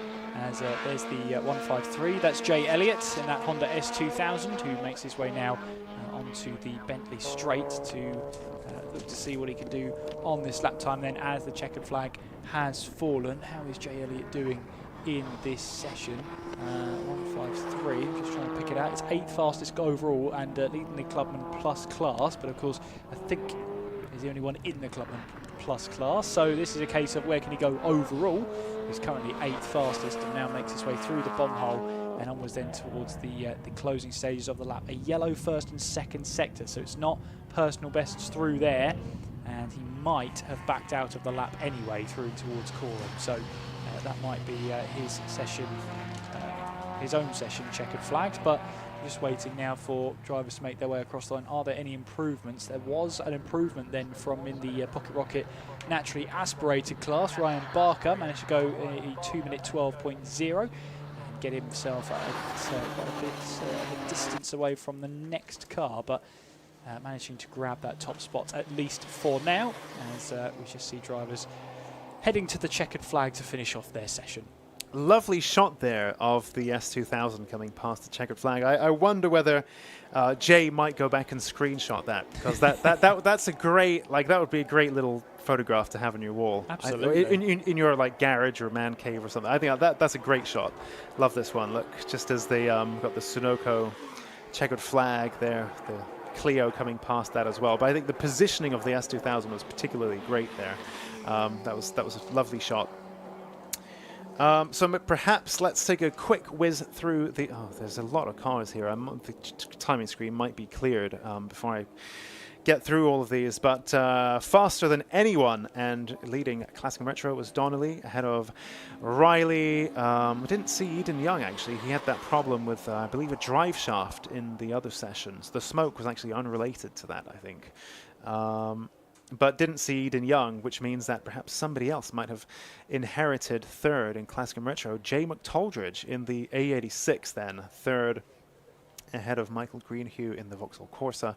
Clubman then, Annie Thompson wins Attack 1 in the Clubman class, ahead of Stevens, Hopwell, Buckingham, and George. And that's what I can see on the timing screen. That's we kind of lose the bottom few names, so apologies for that. It only goes down so far. And then Pocket Rocket Force Induction, so Gary Papworth then our winner of Attack 1 ahead of Stephen House, Jamie Biss, Rafael Tsartsaris, Joe Bullen, and then we have the number 74 machine of Peter Rushforth. Pocket Rocket naturally aspirated then our provisional winner in Attack 1 is the number 714, Ryan Barker, ahead of Martin Bachkovich, ahead of Mark Roberts. Then we have Duncan Emmett, Stephen Wilkinson, and Mark Blackburn. And I think, well, this is as far as we can see on the timing screen. I think the bottom might be cropped off by the size of the screen, so apologies for that. Full timing is available on TSL Timing website, by the way, if you want to follow that. You can have the same timing screen that we're using in the palm of your hand. Anyway, that concludes our Time Attack Attack 1. Shortly, we will be getting our Racing Honda's Championship qualifying underway in just a few minutes. In fact, well, might take a little break, I think, looking at the timetable. But yeah, that will be getting underway shortly. See you on the other side.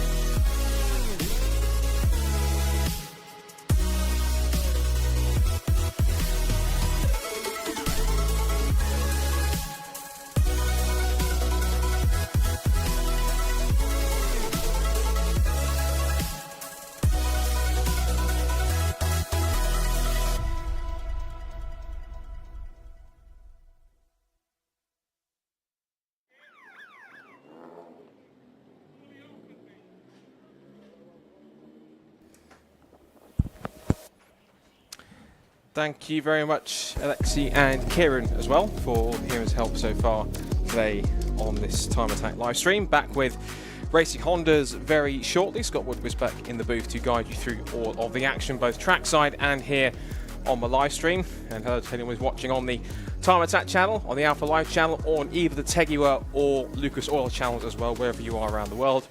We have finished our first lot of attacks for Time Attack. We're now moving into our circuit racing segment once again and qualifying for rounds 5, 7 and 8 of the 2025 Racing Hondas Championship. Now, since we had free practice, due to some of the info I've been given by Championship Coordinator Carl McKellar, there has been a few cars and drivers that have had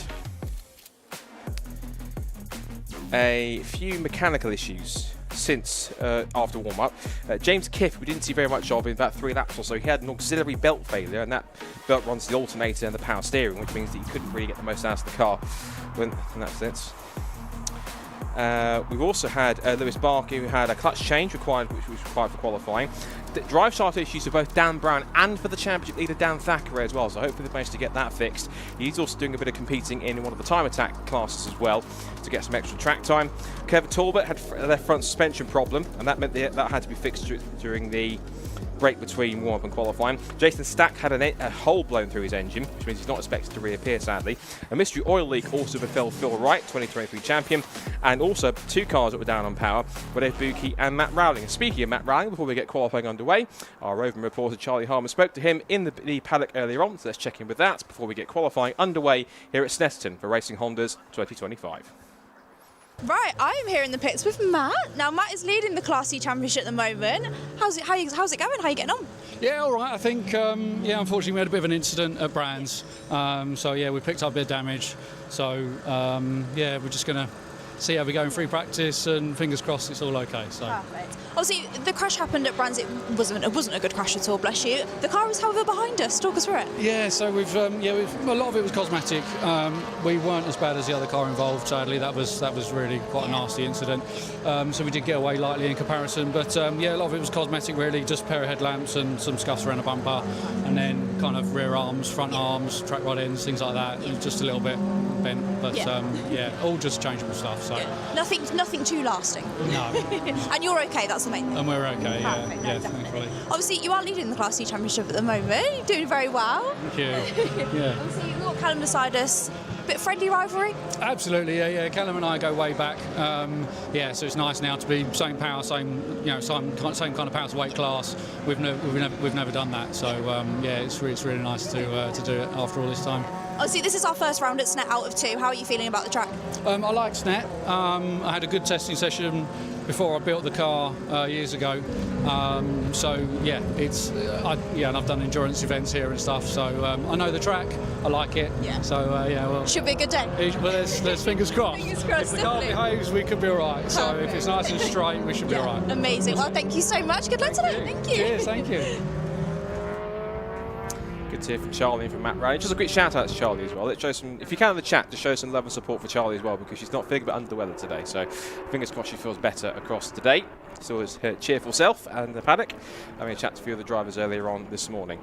So cars already out on circuit. You'd think they were racing rather than qualifying. It's all tightly bunched together, trying to find their own bit of racing room. And as you mentioned, this earlier on in warm-up, this is the first time which the Racing Honda's Championship has raced, not at Snetterton, but on the 300 layout. The first 2 times they raced, last year and in 2023, it was on the more old-school 200 layout. So in this session, we will be establishing new overall and class lap records on this first go for qualifying. We're just coming across the stripe here to set the first flying laps, led by Will Self. And Will Self is sporting according to Carl McKelly, told me he's sporting he's growing a Belgian moustache, whatever that means, but he's growing a moustache, is Will Self, and certainly hoping it makes him go a little bit faster. The twitch of oversteer as he goes through Ritchie's. Of course, this is the full 300 circuit, which was redeveloped to this layout in 2011 by Motorsport Vision, which means that instead of turning left as you would flick down what's now the Bentley straight, they go out of the Montreal hairpin, down the straight towards the left-hander that's slightly off camber through Palmer's as they curve their way through. More oversteer for Will Self on his first flying lap. Then they make their way down towards Agostini, which is a hairpin named after Giacomo Agostini, the former multiple-time world bike racing champion. Out of Agostini they go, up towards the left-hander, which is Hamilton, named after a certain Sir Lewis Hamilton. Then to Oggies, which I can't quite work out what that's named after. Oggies is a bit of a double apex right-hander. You turn to this tighter first apex, then it opens out on the exit for that second part. Then the short straight towards Williams, named after Sir Frank Williams, the late founder of the Williams Formula 1 team, and onto the Bentley straight. And this is named after the Bentley Speed 8 that did some straight line testing here, did some testing around about when they were first developing that car between 2001 and 2003, when Bentley ran at Le Mans and made a comeback some 50 years after they'd originally raced. Although some would argue that was more of a Audi R8 with more different bodywork on it, and it was more of a coupe. But that's Le Mans, this is Honda's, and we're still watching Will Self here on his first proper flying lap, so no proper times in just yet for representatives for lap times. Now, in terms of reference for practice this morning, the fastest time that was set in practice was by, I think it was Liam Collins who was fastest in practice, once it's loaded up on my screen. I have a feeling it was something like 1:46, but we'll find that out in a second. As Will Self turns his way now out of Coram, through the left of Murray's, named after the infamous Murray Walker, and then down the long centre straight, and guess who that's named after. Cross the line, and Will Self sets the first benchmark time of 2 minutes 4.991. That's the time that everyone's going to try and beat if they can. Best time in practice was a 2 minutes 6.036 set by Will Self. Now, neither Liam Collins in car number 6 or Tommy Knight in car number 24, the blue EK Civic. Collins in his black Integra DC2, just coming down towards Montreal hairpin. He's also got, that is James Allen, who's the single round entry, the guest driver. He made an appearance at Campbell Park, and good to see him back out on the grid.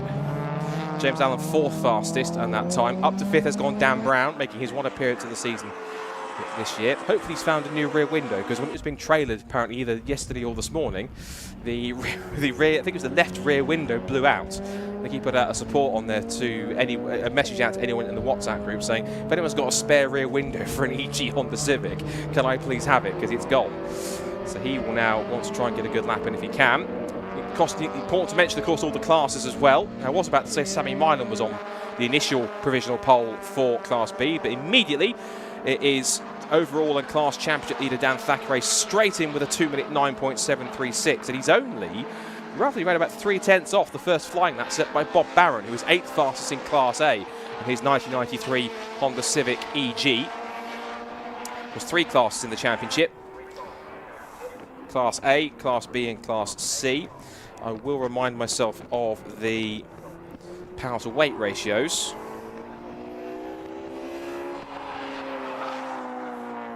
The maximum, if I'm correct, I think it's 235 brake horsepower if it's aspirated with a supercharger or a turbo, 240 brake horsepower if it's naturally aspirated. You see Tommy Knight going through the wonderfully named bomb hole. I remember when they were developing this circuit, and the one thing they said, you can change any other corners you want, but just don't touch that corner, because it is quite a famous corner. It's got a bit of a massive compression right at the apex. It makes it so unique and such a fast corner to come off of the Brundle-Nelson complex. Across the line come Fuhrer Tennis to set a few faster lap times. Now Will Self has gone not as fast as his first flying lap. He did a 2-minute 5.3 to go stay quickest. Up to second has gone Phil Rice on his second flying lap, 2-minute 6.796. So at the moment, Will Self has got that 2-minute 4.991, and that currently has him at the moment holding a brand new Class A and overall qualifying lap record. There's Dan Brown, who looks like he has found a left rear window, thankfully, and it seems to be doing wonders, up in 7th place at the moment. Bob Barron has gone to 6th fastest on that lap, 2-minute 8.499. Changing the Class B top runners, because at the moment, Thackeray has had a time deleted by the look of it, because it's now Spencer Fortag who's spelting a brand new livery on that FN2 Honda Civic. It's got some, I think, a new sponsor and some new blue and yellow graphics on the side. Now that car currently fastest in Class B. He's got 2 minutes 13.167. Sammy Milam's second fastest. And I was about to say that because as he came through, Thackeray's time looks like it has counted this time. As he goes to Rich's corner, he is now onto the provisional Class B pole, 2-minute 9.920. He's 9/10 off the car ahead of him, which is the 9th quickest Class A car of Dan Brown. And here's on the Civic EG. So the rest of the session, got just under 7 minutes to go in this qualifying session. Shout out to Class C as well. Matt Rowling, who we saw Charlie was speaking to just now as the session got underway, is fastest in the class, so he's currently 19th overall, 2 minutes 16.980 for Matt Rowling in his 2002 Honda Civic, and then Callum Houch in second. Of course, those two share an awning, so a bit of friendly rivalry between the pair, but good to have both of those cars in there too. I think Dan Thackeray was just moving out of the way so he could allow Ryan Cunningham through to go and set a better lap time. Cunningham currently 5th fastest in Class B. 16th overall, 2-minute 14.720. A little bit of rear bumper trim hanging off the back of Dan Thackeray's car. I don't, if he's had any contact with anyone, it's not often you get contact in qualifying, because obviously it's not a race situation, but yeah, the left rear of the Dan Thackeray's bumper is just trailing, hanging off a little bit. I don't think it's going to give too much trouble for the stewards of the car for the course. So usually if the car's got smoke or something trailing off it, or there's a piece of bodywork that's hanging around a lot and possibly looks like it could fall off and cause a problem, they'll throw the black and orange flag, or the meatball flag as they usually tend to call it sometimes. But I don't think that's going to cause too many problems as far as I can see. So 5.5 minutes to go. Will Self still fastest. Still no one can get close to that 2 minutes 4.991. That's a really impressive time. 1.5 seconds clear at the moment of the rest of the pack at least. Just seeing Bob Barron's coming in and out of the pit lane again, the man from Scotland. Now there's hopes that Bob can get himself into a good position and possibly stay there, because any time he's been there before, particularly at Cadwell Park when he led his second ever car race, and then at Brands Hatch when he was in a good podium position, I think in race 1 before he locked the rears and went off into the gravel at Paddock Hill Bend. He will hopefully want to try and get a better result this time if he can. Just See some of our Class B runners heading down towards Agostini, and that is Dan Brown going very slowly. Now, is he backing off, or is that a problem? No, I think that's more a problem for Dan Brown by the look of it. So Dan Brown, last year's Class A champion, only making a one-off appearance this weekend, but the fact, I think he had some earlier issues, didn't he? Looking at my notes from Carl. Yeah, a drive shaft change between warm-up and qualifying, so that's a... It doesn't look like it has any drive again, so if that issue's reared its ugly head once more, then sadly, Dan Brown's car is trundling along the grass. That's just on the run, I think, towards... just exit of Palmer's towards Agostini. It's had the problem. See what the situation is in Class B. Thackeray still fastest, 2 minute 9.920. Lewis Barker's gone up to second now, 2 minutes 12.590 for him. But that's an extraordinary time from Dan Thackeray to be that far ahead in class, because that is a gap of, how much is that? 2.7 seconds. That's getting towards 3 seconds quicker than anyone else in class, as Will Self improves his time. So he's gone to a 2 minute 4.777, so he's found another 2/10 on that last flying lap. If you thought Will Self couldn't go any quicker, he's just proved you wrong. Must be that Belgian moustache he's growing as well, must be making him much faster. He's channeling his inner Nigel Mansell by the sound of it. 3.5 minutes to go in the session. Will Self there looking pretty comfortable on pole. See in the background there Tommy Knight in the bright blue EK generation Honda Civic, 5th fastest. Dave Buki has set a good lap time in his white EK. He's gone to 7th quickest, the man behind Kinetic Motorsport. You can see his car's running nice and well. I think he's got the fuel filler closed this time, because it was, I remember in race 1 at Brands, it was one of the sessions at Brands Hatch. I think it might be either warm-up or qualifying, but it was, he left the fuel filler cap open and it was spraying fuel onto the circuit, so thankfully he's been able to close that up and do well.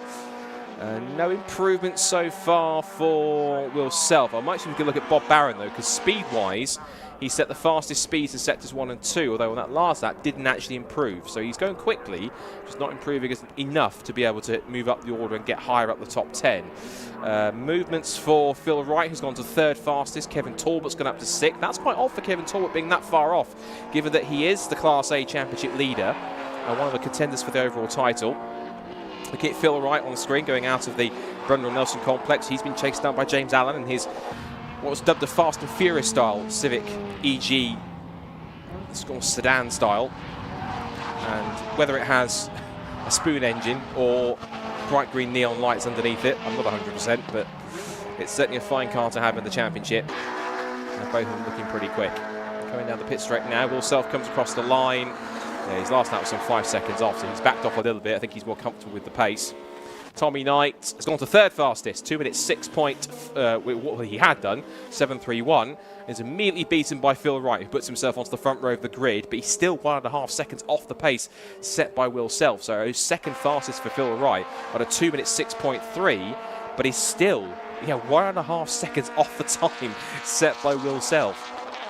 Back to Class B, Thackeray still leading the way on a 2 minute 9.908, so that's going to be one heck of a lap time to beat in qualifying going forwards in the next few years. If we can find someone on that pace again, it'll be quite extraordinary. And Class C will give a check in. It's Matt Rowland still leading the way on a 2 minute 16.278, and he is 2.8 seconds clear of Callum Houchin. They're in 21st and 22nd overall. From Bob Barron, one of the 2 kilted K-swaps on the Civics in the field, the other one being Fraser McNeil. You can't miss Fraser. It looks exactly like this car pretty much. The only differences is, 1, it's bright yellow, 2, it has a rather large rear wing on the back. And Fraser currently 10th. So actually at the moment, both of the kilted K-Swaps cars will start race 1 from the 5th row of the grid together. So that'll be intriguing. Drag race down towards Ritchie's for the first time. Through goes Bob.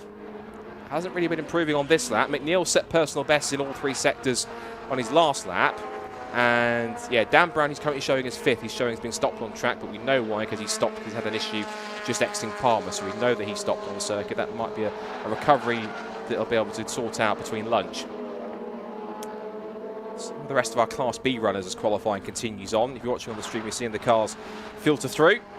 There's James Alford. There goes Sammy Milam in the number 9 on the Civic for Kinetic Motorsport. He's followed by Callum Houchin in one of the 2 Class C cars. And there in number 1 is Ryan Cunningham, the defending champion, and he's just neatly moving out of the way for Bob Barron, who's trying his hardest to improve his time. He can't quite manage it. Will Self, who's on provisional pole, is across the line and completing the session.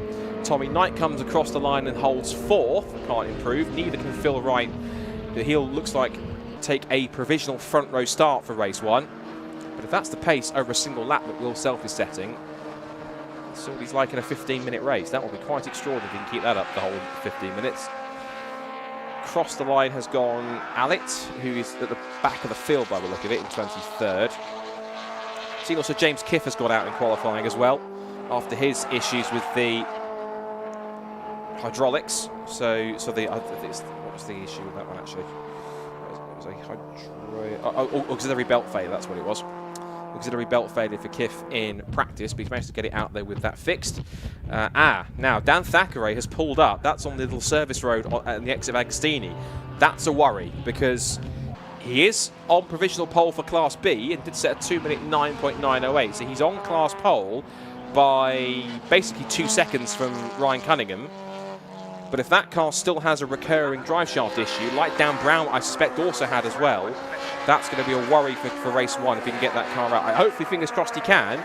But he even said in the preview that we're getting to the stage of the season now, particularly if we get to half distance after we complete today's racing, where you get into the second half of the year and every single point is absolutely crucial in a championship like this. Not just to win your class, but also to go for the overall title. He's our overall championship leader, and if that car is pulled up with possibly a recurring drive shaft issue, that's going to be a worry for Motion Motorsport to get that car sorted. Checker flag then out on the session. And as we mentioned, Will Self with that extraordinary pole position time. That's by far and away a clear pole position, and of course a new Class A, an outright qualifying lap record for Racing Hondas on this circuit for the first time. 2 minutes 4.777 gets him fastest time by 1.5 seconds. It's not often you see someone on pole by that margin in a championship like this, or a spec series or a one-make championship, but 1.5 seconds in front puts him genuine favourite to take his second win of the season. Phil Wright, second quickest, he'll start on the front row provisionally, and it's Liam Collins and Tommy Knight on the second row of third and fourth quickest. Dan Brown stopped out on track, we think with a possible recurrence of that drive shaft problem, but he, if he can get it fixed, should start fifth alongside Kevin Talbot, the Class A championship leader. Then it's James Allen, the single round entry, will start 7th. Dave Buki, an impressive 8th in his Honda Civic EK9. Then it's an all-kilted K-Swaps 5th row with Bob Barron ahead of Fraser McNeil in the top 10.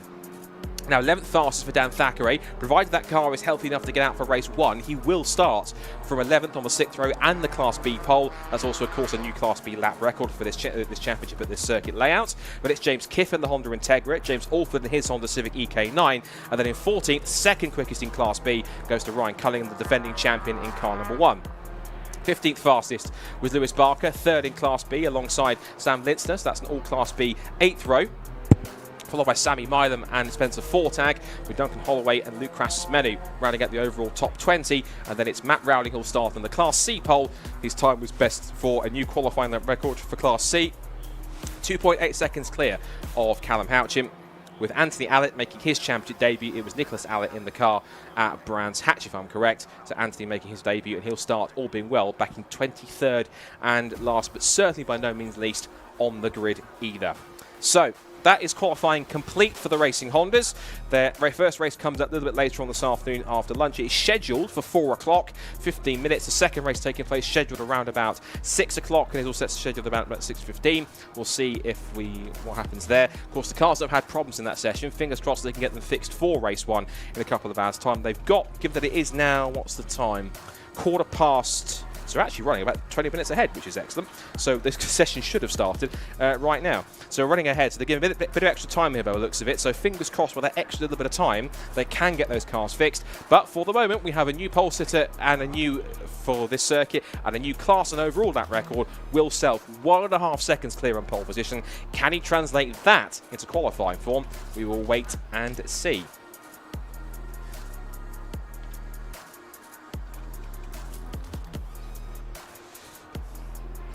So we'll be hearing shortly from our class pole sitters. Well, 2 of them at least, because I'm not sure if Dan's car is down there. I can see it in the paddocks. They've pulled it in, but I'm sure they'll be able to bring him round to have a chat. Yeah, actually, I can see that the coordinators and also Ian Billett are saying to him, no, come round because you'll need to have a chat with Charlie. Everyone should have a chat with Charlie. She's lovely. But we have our Class A, B and C pole sitters there. I've been intrigued to see what it is that either Will Self did to the car or had for breakfast this morning, because being 1.5 seconds clear, that's an extraordinary pole time. So Will Self certainly is going to go on to try and take his second win of the season at least. Other poles, other class performers. Let's have a look through, see who did well. All the usual suspects towards the front. With Phil Wright second quickest. We've got Liam Collins third. Didn't quite manage to continue his run of setting lap records, but managed to get himself a good second row starting spot alongside Tommy Knight. Now, that car's had some extensive work on it by the Europa Crash Centre team. They're the same squad that run Lewis Barker in this championship. He's very thankful to all their efforts. I think after the initial accident that he had in start of race 2 back at Cadwell Park, and of course that car's been built up since then. So good to see that that car's still running well. Dan Brown has had a bit of a tricky couple of sessions, but good to see him back out, the defending Class A champion. Not really enjoying the most of luck so far, but if they can get what I think must be a recurrence of the drive shaft issue fixed, they can get him out for that one. Kevin Talbot's a bit of a surprise for me, back down in 6th. I thought he'd be a little bit higher up, but the DC5 Integra maybe not fully suited to the Snetterton circuit. Maybe likes the more tighter, twistier stuff without the longer straights, but it's P6 for him. Also, we've had James Allen making his second appearance, 7th fastest. Then it's from Dave Buki and then an all-kilted K-Swaps. I'll be intrigued to see who wins the drag race down towards Ritchie's with that one. Bob Barron versus Fraser McNeil. I wonder if the wingless Bob Barron might have better straight line speed and aero efficiency, shall we say, down the straight, given that his car isn't causing a lot of drag on the back. I'm sure that rear wing is nicely proportioned on Fraser McNeil's car. We should talk about Class B. Of course, outside of Dan Thackeray taking pole, key thing is if that car's going to be healthy enough to be able to get out and race. Class B, we should talk about Ryan Cunningham, so that'll be him second quickest. Lewis Barker third fastest. Sam Linsner, Sammy Milam. There's some quite tight times in there. There's only about 2 or 3 tenths per time per position going through, so that could be quite a tasty battle to watch out for, maybe for third place, because it almost looks as though, provided Dan Thackeray does get out and get out there with any of his issues fixed, it looks like it's going to be mainly between the front, as it has been so far this season, Thackeray and Cunningham, but we could see Barker, Linsner, Milam, Fortag, Holloway all in the mix there. That could be quite a really intriguing fight for the final podium spot. But of course we have the Class C battle, which is Rowling versus Houchin. Rowling has the pace advantage, nearly 3 seconds better than Houchin on that particular qualifying session. And of course the qualifying lap record holders now are of course Will Self in Class A, remind you of the times, 2 minute 4.777. Dan Thackeray now the new Class B qualifying lap record holder, the first ever, given that this is the first time this championship was raced on the 300 layout, because when we first started this championship 2 years ago, the last 2 years have been on the shorter, more original 200 layout that we have here at Snetterton. And it was for Class B, it was a 2 minutes 9.908 set by Dan Thackeray, and the new Class C lap record is set now by Matt Rowling on a 2:16.278. They will now go into the annals of racing Honda's statistics and stats and history. And of course that will be the targets to beat when we come here, I presume if we come here next year on the 300 circuit. We are back here in October, and that's on the 200 circuit, but we'll worry about that when we get to that. What we can do now is throw down to assembly area where Charlie is down there to have a chat with our pole sitters and brand new class lap record holders. She's down in there to chat to class pole sitters A, B and C in Parc Fermé. Racing Hondas. I'm here with Will. Pole position for Class A, how was that? Yeah, it was quite good. Sort of managed to get a bit of clear space and do the lap that I thought was there this morning in practice. It's always sort of hard around here because it's such a long lap to put a lap together. Yeah. So you're sort of driving around and you're up 3 tenths and then you get it a bit wrong and you're down a few tenths. And yeah, I sort of got some space, let the tyres cool off a bit more and then went again and went a bit faster. And yeah, it was good enough for pole by a fairly convincing margin. Bit sketchy coming out of that last corner on the last lap there as well. Yeah, I was getting a bit carried away, carrying a bit too much speed into the last corner, which almost caught me out a few times. But, no, of course. Obviously, we've got Phil hot on your tail, second place. How's that? Yeah, it's always interesting with Phil. His car makes the lap time in a bit of a different way to mine. He's a bit heavier, he's got a bit more power, so it's always interesting racing him, and he's good and fair, so it should be a good race. Hopefully hold him off. Yeah, that's the plan. Amazing. Well, good luck for race 1. Thank you so much. Right, we're going to grab Dan over now. So he is Class B pole position. Dan, how was that? Yeah, not bad actually. Although we didn't finish the session, we've broken something in the car again. Oh no! We broke something in the practice as well. We lost the drive shaft, and I don't know, maybe another shaft or a diff. So it's a bit confusing why we've done 2 in 2 sessions. It's also a bit worrying for the race. Try and get to the bottom of it. Hopefully it's nothing too major. But Yeah. Obviously, minus that, car feeling okay? yeah, good. Yeah, we're still not quite there.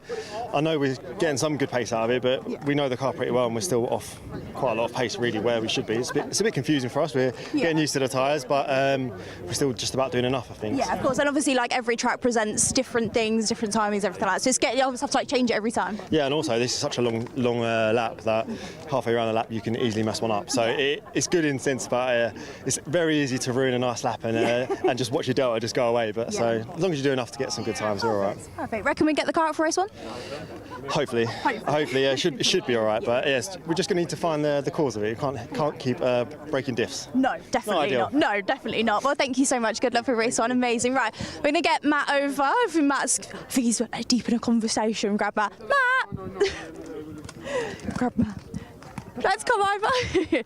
So we've got Matt here in the Class C. Now he's Class C pole position. How was that? Oh yeah, it was all right. We've got some issues. We've got some funny clonks and noises. Oh no. So yeah, it wasn't.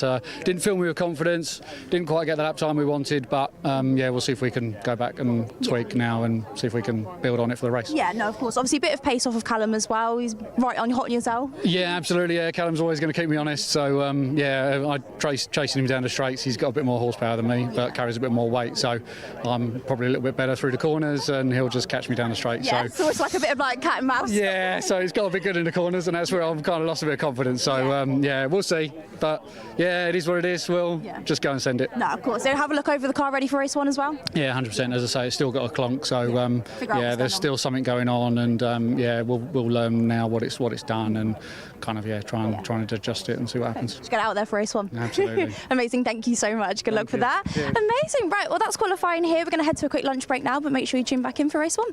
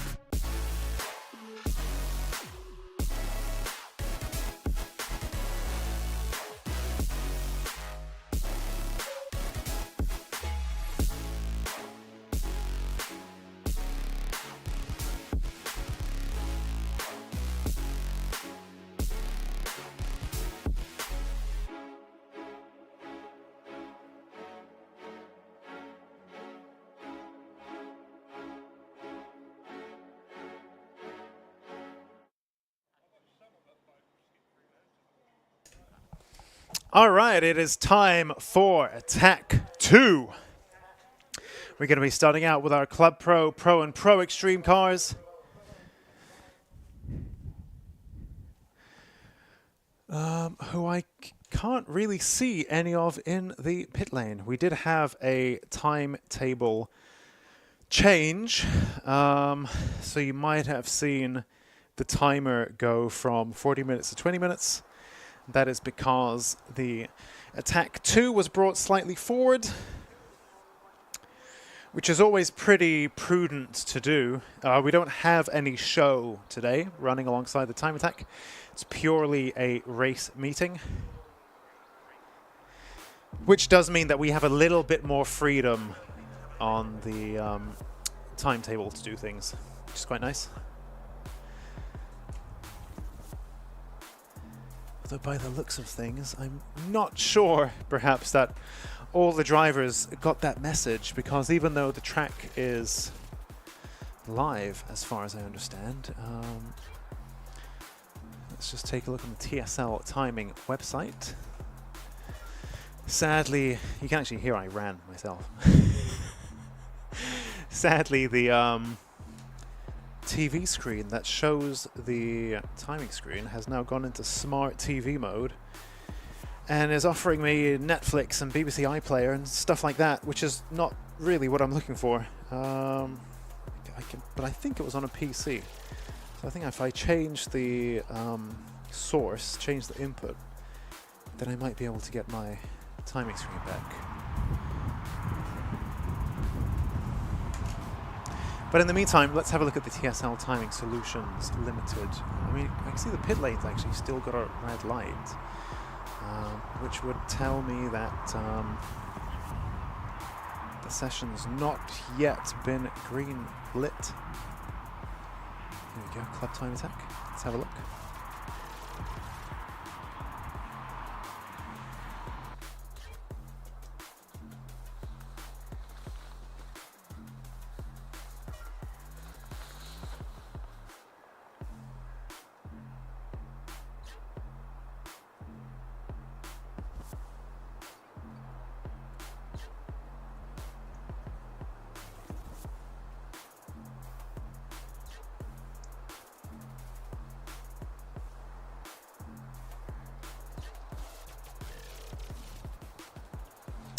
So it looks like the track will be going live in the next minute or two.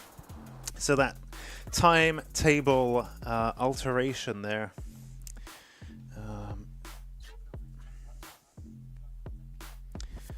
In the meantime, we do have the Lucas Oil. I like the Lucas Oil board on the visual there. Very good timing. Because we do have the Lucas Oil live stream vote at the moment. So that's the QR code in the bottom right hand side of your screen. And the few of you watching on the YouTube Lucas Oil live stream have also mentioned how great it has been to have these live stream back for this year. And it's been great to have so many of you getting involved in the comments too. Some very, well, actually a great mixture both of experienced and very knowledgeable time attackers, but also people who are new to time attack. And I think the live stream has made it very accessible to new audiences too. So overall, I think a really great addition. And so thank you to Lucas Oil for making that possible. And while we wait for the track to go live, we do have the Lucas Oil driver of the day vote in the bottom right hand side of your screen, that corner there with the QR code. If you give that a little scan with your smartphone camera, then you can vote for your Lucas Oil top driver. So we have a new format as of these past couple of rounds, where in fact we start off with the faster classes. In fact, I can see there green flag now being thrown, and in fact some cars already moving out onto the track. So if we do now start with the faster cars and then move down the classes. So you catch the fastest and spiciest stuff right at the beginning. And you can see Luke Senjakowski and Eric Holmes first on track.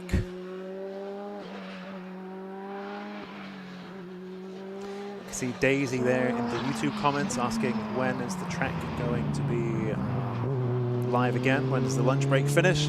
Well, the answer, Daisy, is right now. Apologies, that might not be terribly useful if you've gone off to have lunch, but yes, we are now live again.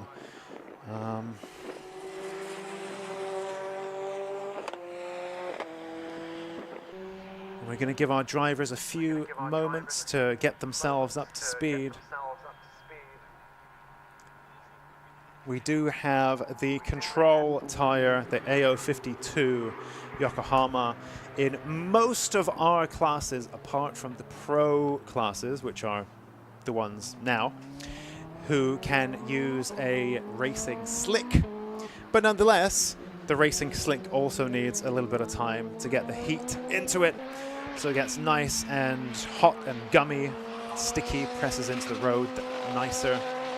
And at that point, the tire is what you would call switched on once it's nice and gummy. So our driver is going to need maybe a lap or two to put that energy through the tires and warm them up. You can see Luke Senjakowski there. Really eager beaver. First on track, I think, once the green flag was thrown. Currently leading in pro class, I believe, at least at the end of Attack 1. We have a new format for this year, the 20th anniversary season of Time Attack, where we first have the warm-up, that's unchanged, and then we go straight into Attack 1, Attack 2, and Super Attack for the remainder of the day. So all of the days running, all of the sessions bar one, bar the warm-up, do now score points for our drivers. Actually, given that we have a reasonably relaxed schedule for today, given that we don't have a show to run alongside, we managed to squeeze in some marshal laps during the lunch break. So some of our Time Attack drivers very kindly volunteered their passenger seat and took some marshals out for a few hot laps during the lunch break, which is, I think everybody wins. Of course, the marshals get a much needed thanks for their hard work and their volunteering. A nice little adrenaline rush during the lunch break. So, you know, it's a little win for them. But for the drivers, it also means that that they get a few more extra laps of seat time. So back in the day, I would also always volunteer to do the marshal hot laps. And I think on one hand, you know, it's a really fun experience to share that with you know, one of our marshals. I think that's really great fun.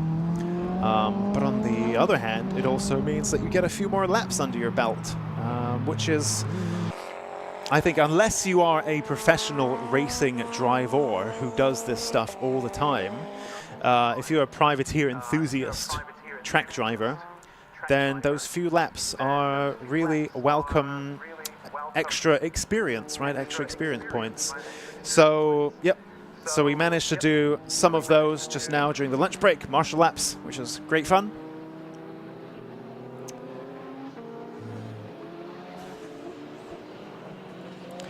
Let's take a look at the TSL timing, live timing screen. So the one that I'm using is the same as what you can view here from the trackside or online. If you want all the data, if you're following a particular driver or a particular team, or you just love having that data at your fingertips, if you're one of the people who likes having multiple screens for your motorsport watching experience, you might have the stream on one screen and the live timing on another screen. I know quite a few people who like watching motorsport that way. Then you can do that too. You go on the TSL Timing website, that stands for Timing Solutions Limited, TSL Timing, and you can have the same timing screen as what I'm using right now. Although, of course, you do have the pure lap times in the top left of the screen for those of you watching the Lucas Oil live stream. But that's just the names and the lap times, basically. whereas the TSL timing website gives you the full data, sector times, speed traps, and so on. The various intervals and gaps. Oh, yep. So Susie is now up in the commentary box as well. I think the wire's got a little bit caught there. Something like that. All right. So, Susie, you ready? Yeah. Okay. What have you been up to? Good afternoon. I've just been finishing up my lunch, actually. Obviously, we're back on the circuit a little bit earlier. A little bit earlier, yeah. Yeah. It's good. It's unusual. Unusual to be running a little bit ahead of schedule. Yeah, so we don't have a show, right? So so we've got that flexibility now. Today. Yeah, I've been catching up with lots of drivers today, and obviously the difference with running on the 300 circuit as opposed to 200. What's been interesting, actually, is how few of the drivers have actually ever driven the 300 before. So quite a lot of them are just finding their way around the circuit today. It's still fast. Yeah. Have they been saying, even the infield looks squiggly, but it's still very fast. Yeah, because this little squiggle is a whole mile. Yeah, much more technical though than you know. I mean, obviously, like Quorum and Bombhole, like tricky corners anyway. But yeah, it's definitely a different setup, I think, for the middle of the track. And as I was saying, it's really interesting that, and it's around a 2-minute lap, a little bit more, or kind of like less, depending upon the classes. But so they go out on a warm-up lap, and that's 2 whole minutes that you've kind of like lost before that you actually get a flying lap. And if you need a cool-down lap as well, so they've really got to pick their moment quite carefully, and make sure, and you know, very different from Brands Hatch, where we were seeing lots of traffic that they have to navigate through. Perhaps not quite so much traffic here.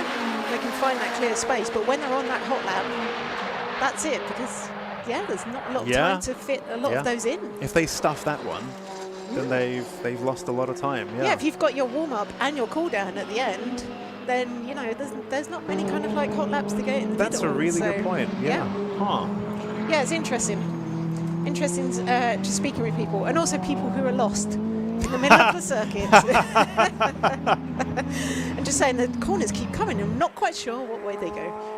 Yeah, it's so different. It was funny what Neil was saying at the beginning to you about Snetterton, but he said this at the start of the day before he'd driven, right? And he said, Snet's just 2 straights, isn't it? Yes. But like today's Snet, the 300 layout, is people think it's going to be 2 straights, and then they're like, what are all these corners? Where have all these extra corners come from? Yeah.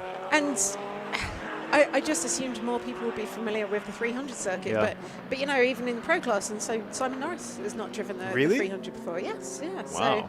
So there's a lot to learn for people today, and I think it'll be interesting to see how that affects the times coming down. We'll see the times dropping in the afternoon from the morning. Yeah. What else have people been saying? Anyone in the pro class who you've managed to catch? Well, I'm just looking at who is actually out on the track at the moment, because I know Martin Henry has been having a particularly eventful morning. So his ECU was cutting out in the morning. Wasn't quite sure what was going on, but definitely got some cutouts there. And then he snapped his drive shaft. Just pulling that's out of the pit okay. lane. Yeah, straight into the first session. Oh dear. Second session, sorry. So yes, replace that.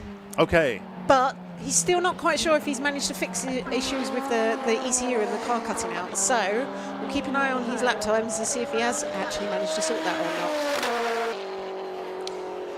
not. Luke Sedjakovsky, I think we're seeing there.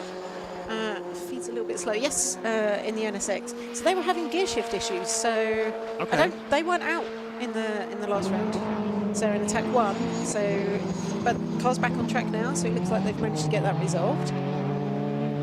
Who else? I'm seeing Mr. Spooner as well. Also, what happened to him? God, what an eventful morning he's had as well. So the drive shaft fell out of the gearbox in the first round. And then there was gearbox oil everywhere. That managed to get fixed, went out in the second round, and snapped a wishbone.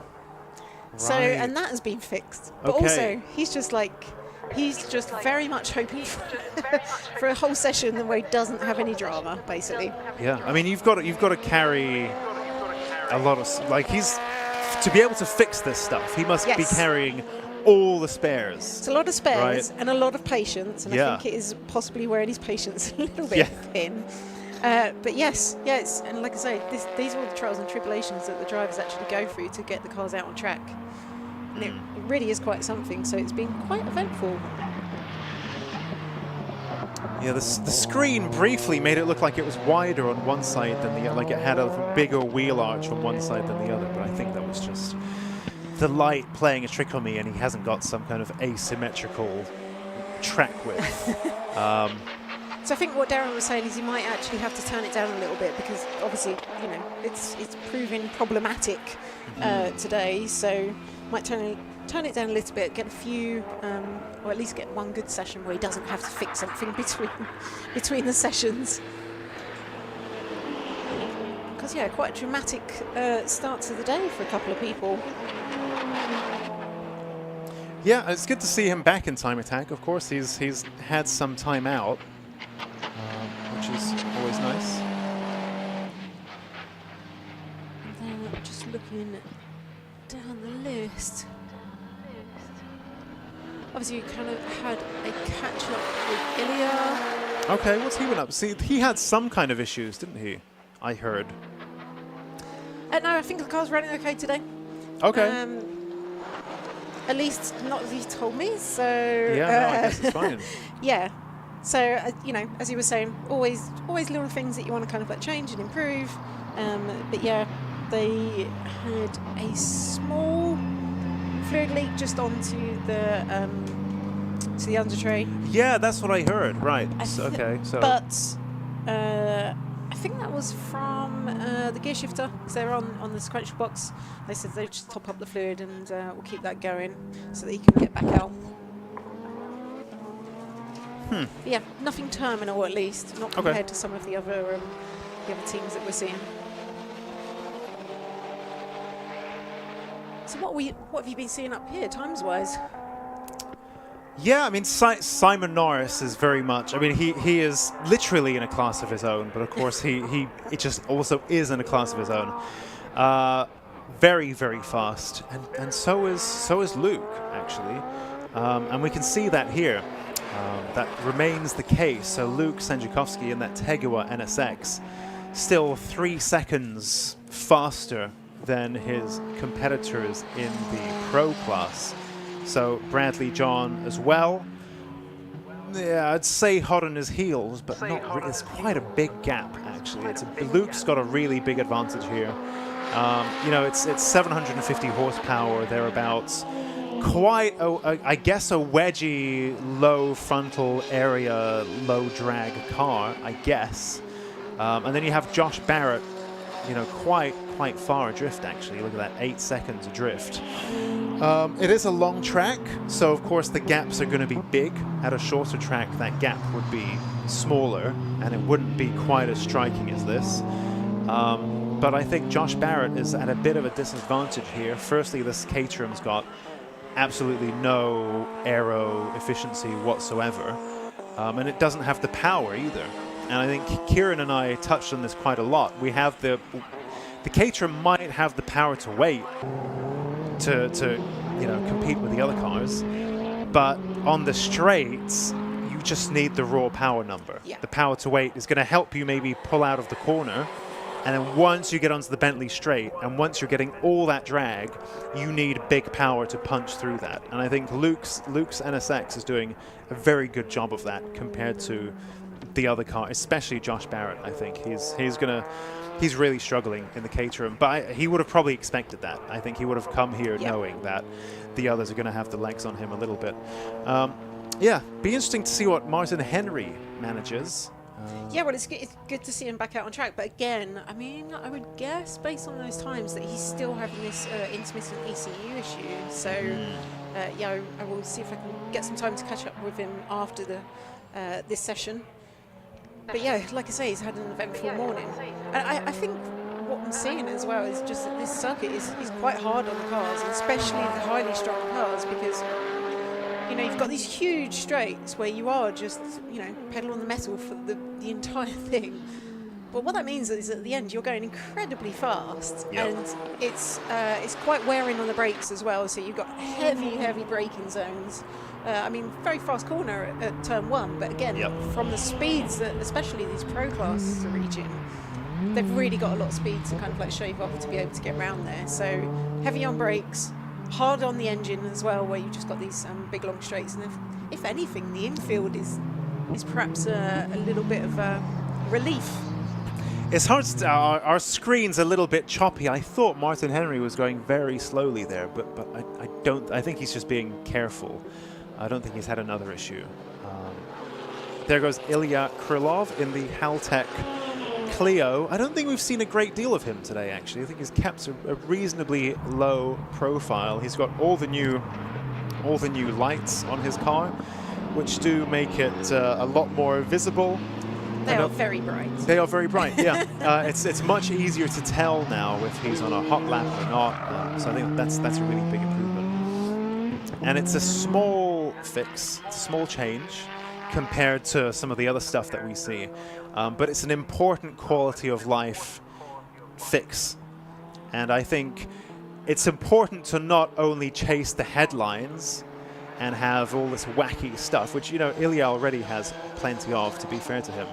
But, it's important to just do the normal stuff as well, and, the quality of life, just the overall quality of the build is very important as well. It's like people will put fancy wheels on their car and never do an oil change. It's like that kind of thing, right? You want to get the fancy stuff, but you've also got to make sure that you're getting the basics right. And I think this was a small but very important upgrade to Ilya's car during the past few weeks. It's quite interesting in terms of, as we were saying, big circuit, but we're actually seeing these cars close together. And you'd think, as opposed to brands where you have to really battle with the traffic and find that clear air in which to go for your hot lap, would hope that Snetterton 300 there is plenty of track. Yeah, especially like there's 9 cars at the moment, right? So you'd like to think they'd all have a nice bit of space. Somehow during the Attack 1 session, we saw, I think it was it was the clubman classes that were actually still quite congested. But I think we have like 29 cars in those classes running in that session. So I think despite their best efforts, there were still these little concertinas happening, and suddenly we'd find quite big clusters of cars together. Yep. And here, where we've just got the 9 of them, you'd think they'd be able to focus just on their raw pace, and the traffic stuff would sort itself out. Martin Henry there looking actually quite racy as he begins his flying lap. So maybe if we can take a look at his lap time. 3-minute lap was his last effort, which was quite slow. But I think towards the end of that, as he begun his next flying lap, it looked like he was actually getting ready to turn up the pace. So we'll keep an eye on those sector times, because I think Martin Henry might have found a little bit of pace there. So that'll be quite interesting. Bradley John here as well in the Evo. Let's see what he can do. Let's follow him round for a bit. So no improvement there in sector 1. And as you were saying, there's not many cars out in these classes, but we're actually down a couple in pro as well, right? Because we've not got Colin Dorwood here today. We've not got Andrew Barber here today as well. So again, more room on the track, on this big track for people hopefully to get that clear lap. Yep. No improvement in sector 2 either for Bradley John, but he doesn't have the cool down light on either. So I guess this is just a nice sedate kind of lap, neither particularly hot nor particularly cool.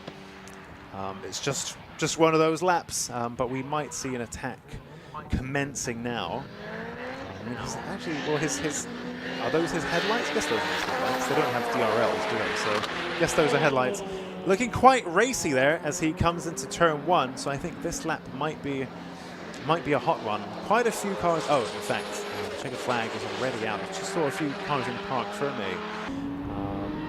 So So I'm not sure whether Bradley John's going to be able to turn this into a hot lap, given that the checkered flag's just come out. I didn't see if it came out before or after he crossed the line. But I think that was actually quite a quiet attack too from our pro class cars. But you know, let's just watch Bradley John as he comes around. All seat time is important. You know, I don't think we have actually any professional drivers in the time attack fold this year. So, you know, all the seat time is valuable because outside of the world of time attack, they've got jobs and families and so on. So all the seat time is so important. It's all know-how, it's all experience, it's all insights, especially those that have telemetry and all of the sensors and stuff. You could see actually Bradley there setting a personal best Sector 1. So at least, you know, with a little bit of a breakthrough there, he's understood what he's got to do in Sector 1 when it comes to the super attack later today. But now slowing right down for the next... Oh, in fact, he's not just slowing down. I think he's had a breakdown. I wonder what's happened there then.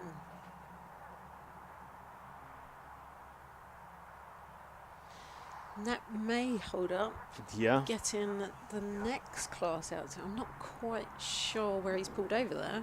Yeah, I mean, it won't be a red flag because we already have a checkered flag. But I think we will have the associated delay that we get with a red flag because now we have a car that needs to be recovered. You can see the ignition's off, lights are off. So I think that car is now stranded. So we'll see Bradley jump out. But I think that's a car that's going to need recovering. Yeah, so as I was talking to people, tended to fall into one of two camps, and that's either everything's going okay, and we're a little bit suspicious, as you can be with the pro cars, because they are very highly strung, or everything's been disastrous every round. You know, Martin Henry, Darren Spooner, both having, like I say, eventful sessions in the morning. But Bradley John was actually one of the cars where they're like, everything's going fine. Everything seems okay. So, yeah, we didn't really see any indication of there being a problem when he was out on track. So that was just on the last few corners. Yeah, it was interesting. He so on that subject, Ilya brought his Clio to a little private track day that a bunch of us did. You know, just 40 old friends with little funny Japanese cars rented out Llandau in South Wales for our little gang track day. And Ilya brought the Clio to that because he wanted to do some passenger rides and share the love and stuff. And he did so little running because these cars are so highly strung. You know, if there wasn't a passenger, he didn't go out because it's kind of like almost not worth it because there's so much stress and risk to lapping these cars. Like you can see, everything seems to be going fine, and then pop, suddenly, with no warning, very little warning, it's no longer fine. Well, that concludes our Pro Classes Attack 2. So I think we're going to need a few minutes, perhaps, to recover Bradley's car, wherever that might be, stopped on the track. And so we will be getting our Club Classes Attack 2 underway in just a few minutes.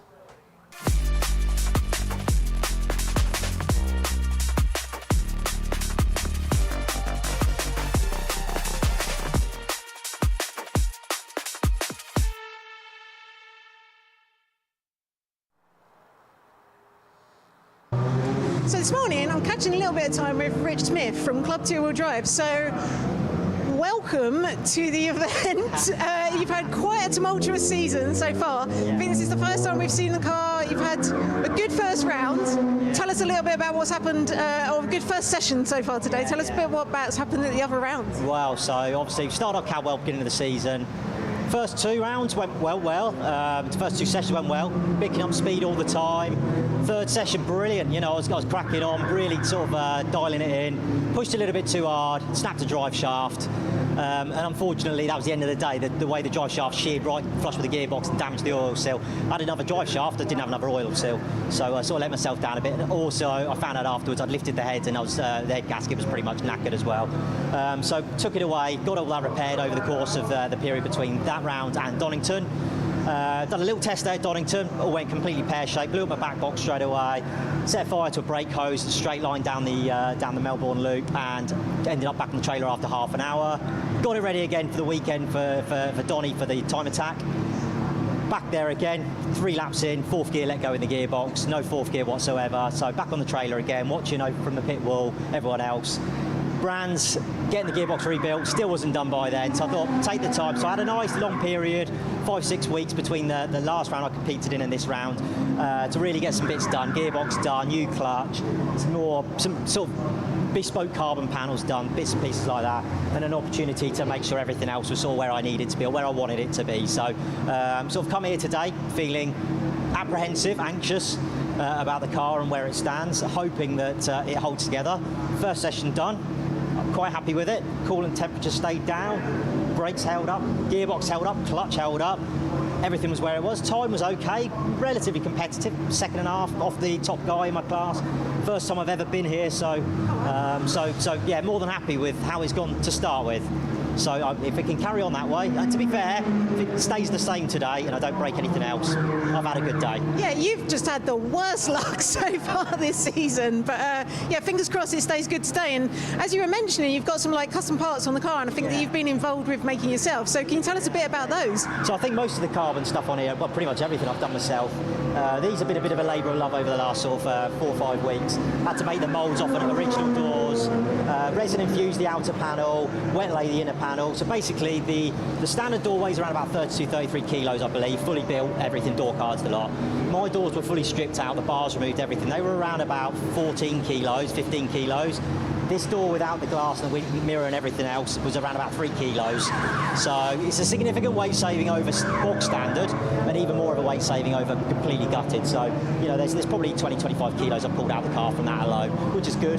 Obviously, like you say, you've got the front panels and the rears. They're actually underneath them, they're the ABS performance panels that I've just wrapped over the carbon, skinned them in carbon. Obviously done some modifications down there to flare the arches to deal with the 255 tyres.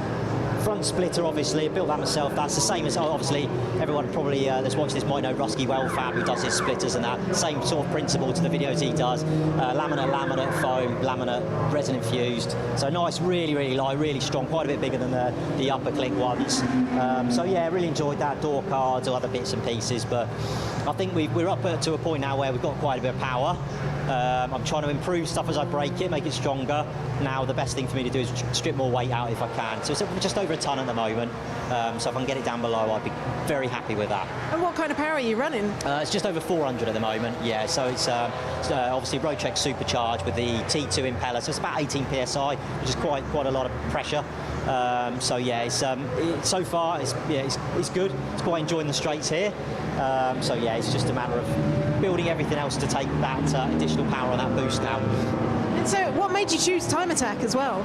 So myself and Dean, who I share the garage with, again, you've obviously interviewed before with their VX. We started off sim racing during lockdown many years ago. Absolutely loved it, got involved in lots and lots of leagues. Never really driven track at all. We never owned track cars, never been on the track.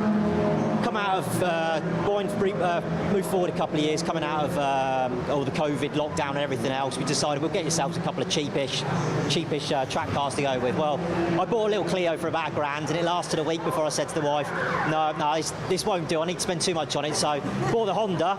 I told her it was already done, it was built, it's fine, I don't need to do anything to it. I don't know how many thousands later it is the way it is now. So we didn't. Still married though? No, we are still married, so yeah, I know I've done all right there, to be fair. I've got away with a lot, but we started doing track days. But both live within 15 minutes of Alton Park. A lot of track days there, but we had sort of a competitive edge and a nature that we'd like to, an itch we needed to scratch as such. So we decided to join up Time Attack. We enjoyed the hot lapping. We door to door, maybe something move on to the future. I've spent too much money on this to smack it against anything else at the moment. and I don't think my anxiety could deal with that level of pressure at the moment. You'd have to get back to making the doors again.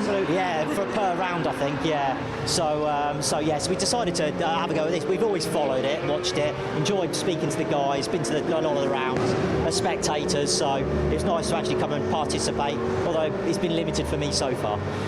Well, fingers crossed today goes much better for you. Good luck out there, and yeah, we look forward to seeing what times you set. Thanks very much. Cheers. Thank you. Thank you. Thank you very much.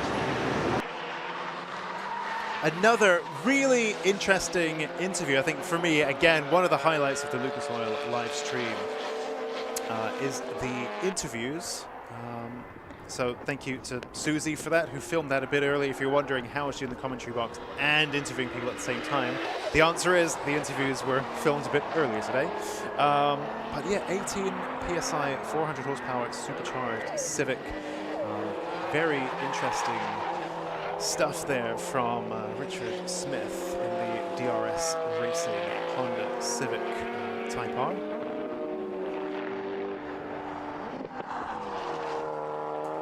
And also I thought it was very interesting what he was saying about him not wanting to do wheel-to-wheel competition, going door banging with other people and so on. And this is, it was last year where Jamie Biss, a Time Attack competitor, was giving me a hand in the commentary box. We were joined by Maz, one of the Time Attack staffers, Motorsport UK Drift Pro judge, and he just happened to be hovering around, and he knows a lot about the history of Time Attack in Japan and so on. And we asked him, you know, if Time Attack was conceived as the ultimate test of driver and machine, why are we just looking at lap time? Why don't we race them wheel to wheel? You know, historically. And what he said, and you know, the penny really dropped when he explained that, was that so much work goes into these cars, so much money, so much effort, so much custom stuff, custom bodywork, custom aero. You know, there are cars with very little parts off the shelf. You know, you look at let's even say Racing Honda's Championship, a lot of these cars are, you know, Honda EP3 shells with coilovers and a cage, and off you go. Not to say that all of them are, but you know, a lot of them are. Whereas Time Attack cars have so much one-off custom stuff that you don't want to risk them racing wheel to wheel, because if you need to replace something, you probably will need to build that part yourself, go and build that door yourself. You know, back in the day, it might have been fiberglass. These days, carbon fiber. You've got to sit there and do all of that yourself again. So a lot of Time Attack drivers don't want to race wheel to wheel because of the one-off nature of a lot of their car. Yeah. So yeah, very interesting stuff there from Richard Smith, who put into words exactly, it brought me back to that conversation we had with Maz, where he said exactly that. Like, he's sat there laying up all this carbon, he's put so much work into this. Oh. Luke Capehorn has stopped on track. He's waving out of the window. I'm not sure what that means. But he is in a very precarious position. He's not really managed to make it far off the track, perhaps through no fault of his own. So unsure what's going on with his car there. Anyway, let's take a look on our start-finish straight. We have David Dyson in the GC4 RS, who ended, I think, Club 2-wheel drive Attack 1 at the top of the leaderboard. Yeah, I think this car is very well suited to this track. It's a perfect balance of, it's got the power, it's got the amazing handling, and it's, you know, David's a fantastic driver, and it's just very, very well suited to it. So I think we will see that reflected in the times. I mean, we've got Johnny Fletcher at the beginning now, and Johnny was just telling me he has no idea where he's going. So yeah, he said the middle of the circuit, the infield, is just a complete mystery to him, and it's just a new surprise every corner. Is how he describes it. So, but yeah, and I think David possibly a little bit more familiar with this track as well. Ah, interesting. I mean, this is very, there we go, red flags come out for Luke's car. There's no way the session could have continued with that car parked where it is. That's a very bad spot to put a car, because it's so close to the track. So, you know, there is a risk of something else coming off in the same point and clobbering into it. So, yep, red flag there. But it's interesting what you were saying, Susie, about the GT4 RS, because that is very much a factory-built car with not really any compromises, right? You look at, let's say, other track factory special. You take a Lotus Elise, and you think, yeah, it's good at handling, but it's a bit down on power. Or you look at, I don't know, a GTR, and you think, yep, it's like very fast in the straights, really strong brakes too, but it's like a bit heavy, a bit chunky. The Cayman GT4 RS ticks a lot of boxes. It does. Really does. Yeah, it really does. Straight out of the factory. But then even David was saying, because I believe he's got a GT3 RS He does, as well, yeah, well, and he was saying there is a difference between the GT4 RS and the GT3 RS. With the GT4 RS, the rear suspension, I think he was saying the rebound isn't as good as on the GT3 RS. So he said you have to be a little bit more careful with it over curbs. So yeah, even then, differences between the cars.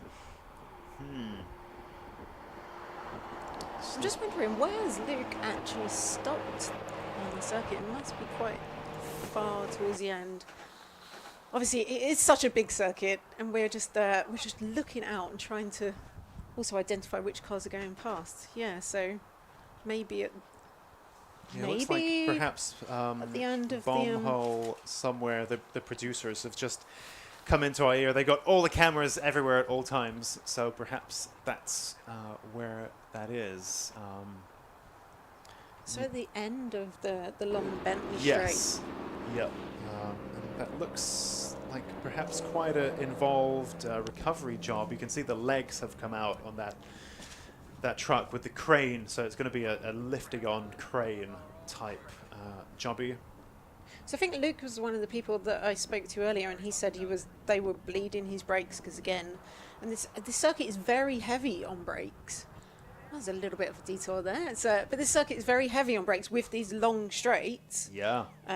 So obviously big speeds that you're getting up to on the straights, and then you have to kind of scrub that off for the corners. So I wonder if it's something related to that. Yeah. If it's at the end of the straight, maybe he ended up with no brakes, which would be particularly scary at Snetterton. Yep. And especially like very scary coming down the Bentley straight, because you've got not one but two corners, right? So you've got the left-hander, but then very tight right-hander, and then you come up to bomb hole. So yeah, it'd be interesting to have a catch up with him and see what happened there. But it's a real shame to see him going out, because obviously he's had an eventful season as well. So and we know he's a very, very fast car. It could be really on the pace when he's got no issues going on with the car. So it'd be a shame if he doesn't make it back out for the next round.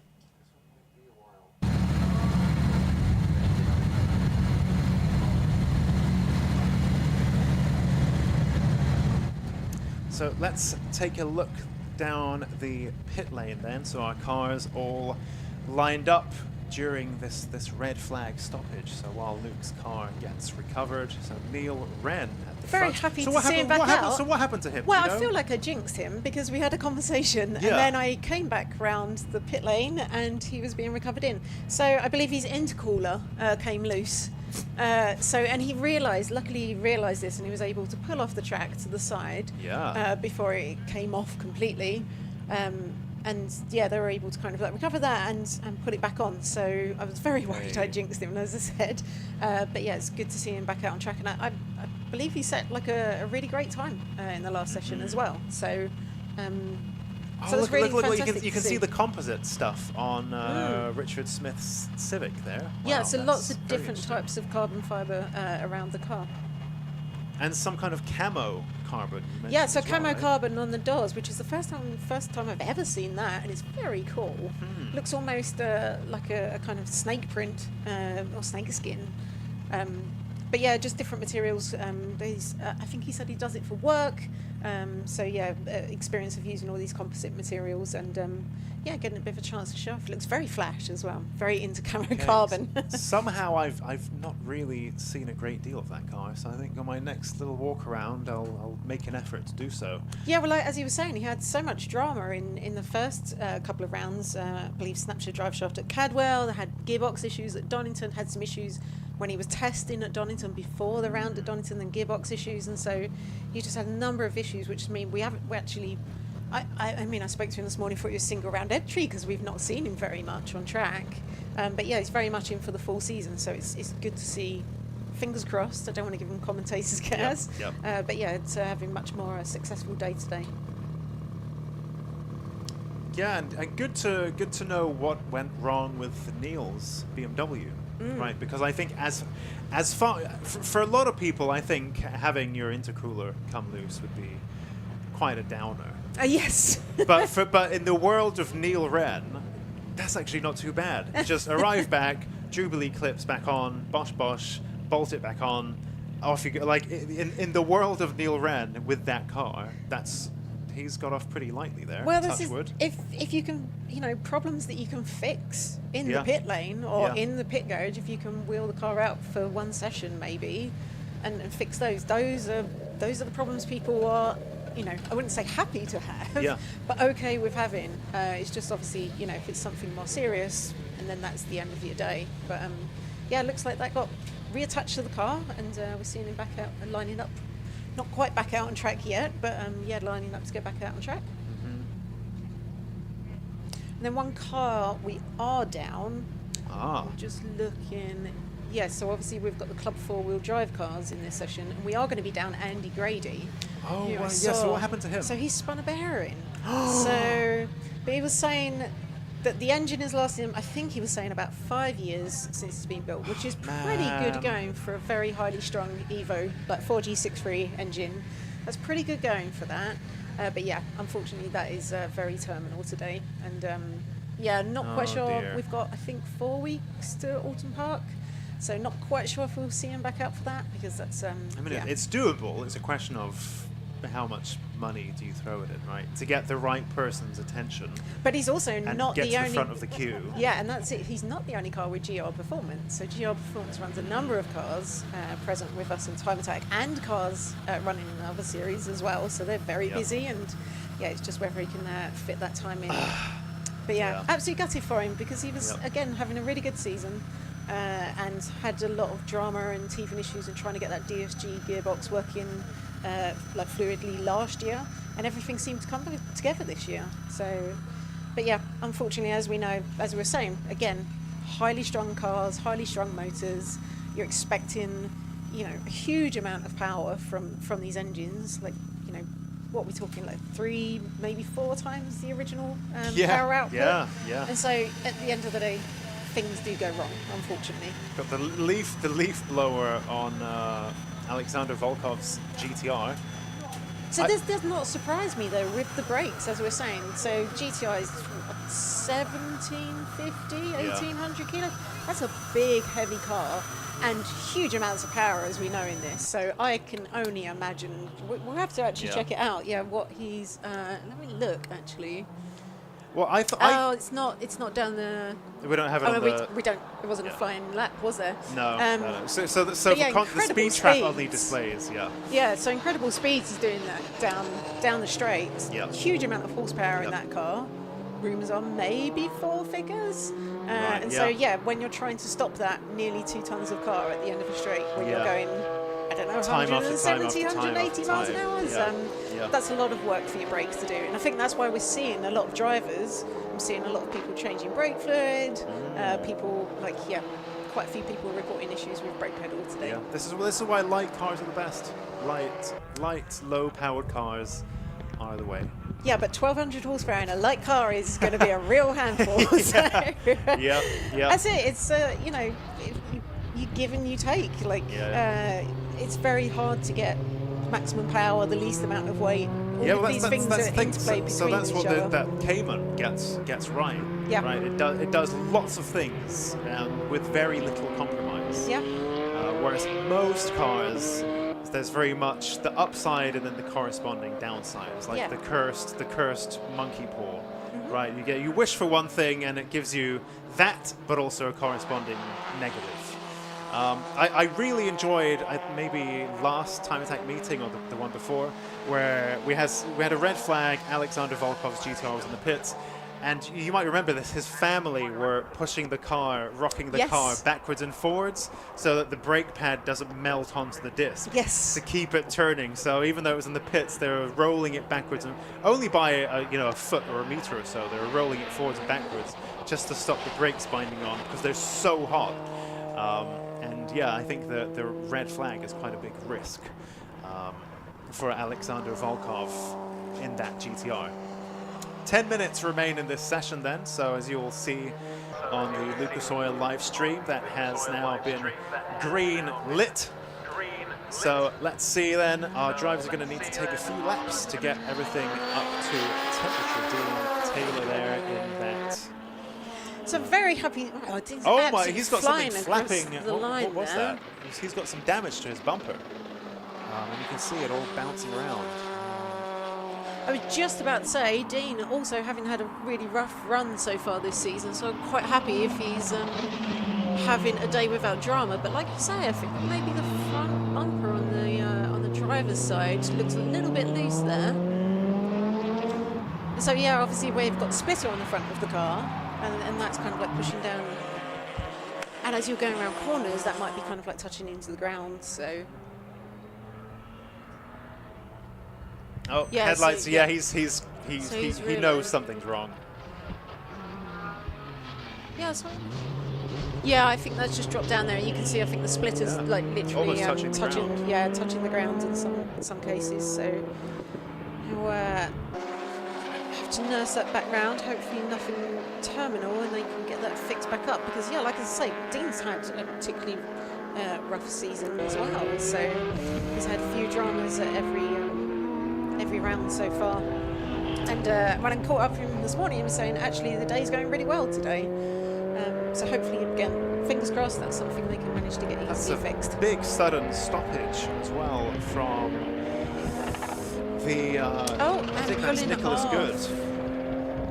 Yeah, pulling off the circuit there. I mean, you end a time attack season, I think, a much bigger person than you start a time attack season. There's so much to go wrong and so much you need to learn to fix and manage. Every year, new things go wrong and you have to learn how to deal with those. But I think Snetterton has been, really quite testing today for all kinds of odd stuff, like this bumper issue on Dean Taylor's car. It's not something that we see very often, but the surprises in time attack never cease. David Dyson in that lovely, balanced, as discussed at length, GT4 RS Cayman. Interesting that he kept the 911 as well. I thought he went from one to the other, but he's got still the 911. I guess this is his cheap little track car compared to the 911 GT3. I don't know if he's still got both. He was just comparing both. Okay. I'm not quite sure. But yeah, obviously, as you say, fantastic track car and doing very well. But like you say, very well suited to just most tracks, just due to the setup of it. It's not ridiculous amounts of horsepower. No, I think it's we've like got some cars in there with way more. But yeah, very neutral chassis, great handling car. Yeah. I mean, it's not necessarily, we're not necessarily hugely biased towards these cars, and it's perhaps not something that you or I would have against time attack. But credit where it's due. This is a factory car that really manages a lot. So I think Porsche have done a really amazing job with that car. I don't think I've heard from anyone negative things about that car. Everyone seems to have a great time of it. Alexander Volkov then. You can see him now coming around, I think, down the Wilson hairpin. Yep, so he's just entered now the new infield section, new to many of our time attack drivers. Comes through Palmer now. Let's perhaps follow him around as he now comes up this kind of straight, but not really straight into Agostini. But it's interesting, when there's a yellow flag out on circuit, then, as we were saying, with the length of the lap, by the time you get round that, And you know, that's an entire lap gone, and you get back round to the same place again. You know, that's a whole kind of like 2 minutes that have gone. Yeah. So actually, the time it will take to actually clear that means at the moment. So Johnny Fletcher is leading Club 2 Wheel Drive. Oh, there's a little little slide there from Alexander Volkov, like really pushing that. You can hear the tyres screeching as well, like really pushing that to the limit around the corners. But yeah, it'll be interesting to see the times and see what can be done now. I believe we've got green all the way around. So. All the way around or not? Yeah, it looks like there were people setting personal. So David Dyson actually just set a personal best to a 4.0. So yeah, we are green all the way around. So we can set personal best. So a little bit of a delay till we see the times start coming in, but yeah, we should see them starting to come free now. Then faster sector 1 than anybody. Alexander Volkov just set. Chris Williams, quite a few people joining the chat, joining the stream, so thank you for joining us. Chris Williams, hi Time Attack and chat. Chris Williams of this parish, Time Attack driver, who I think's taking a bit of time out. James, the Captain Cook, is excited to get a car that might be using retro and classic. Might do single.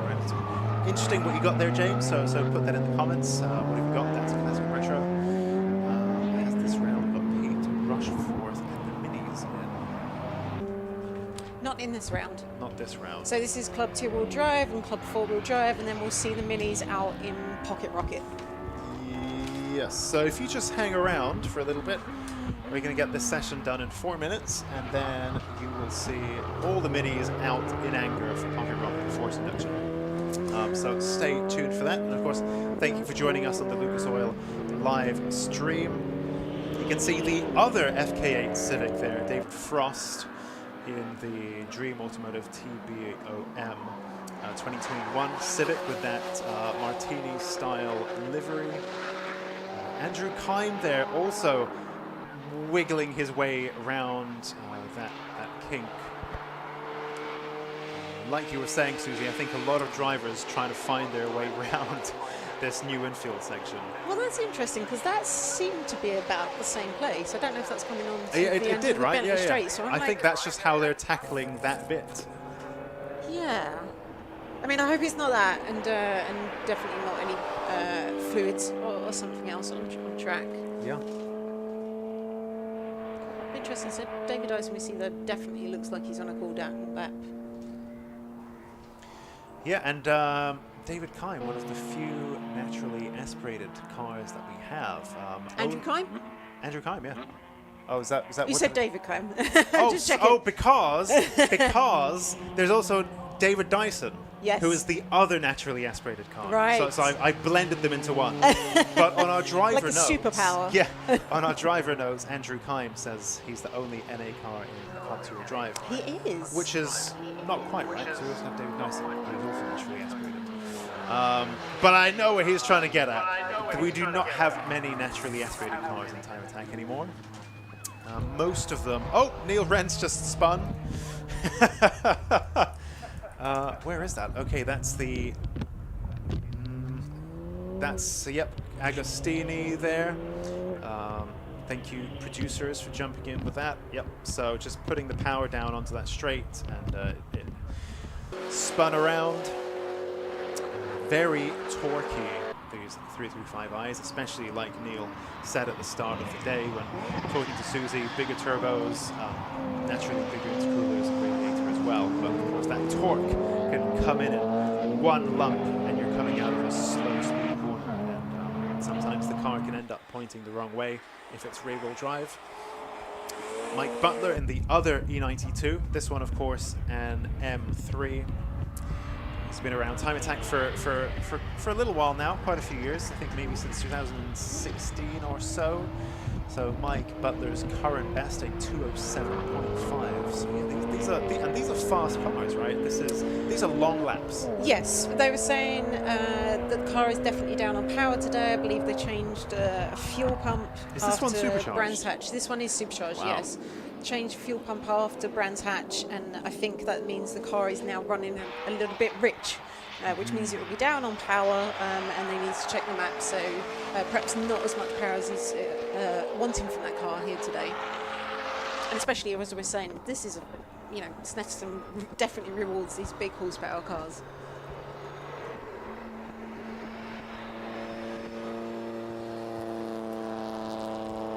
And we're seeing, the 1 series there of Neil Robson as well. So he was saying he's got a new spoiler for this round. So nice. We've seen him out before. So this is Neil, as we were saying, he's building a Corsa.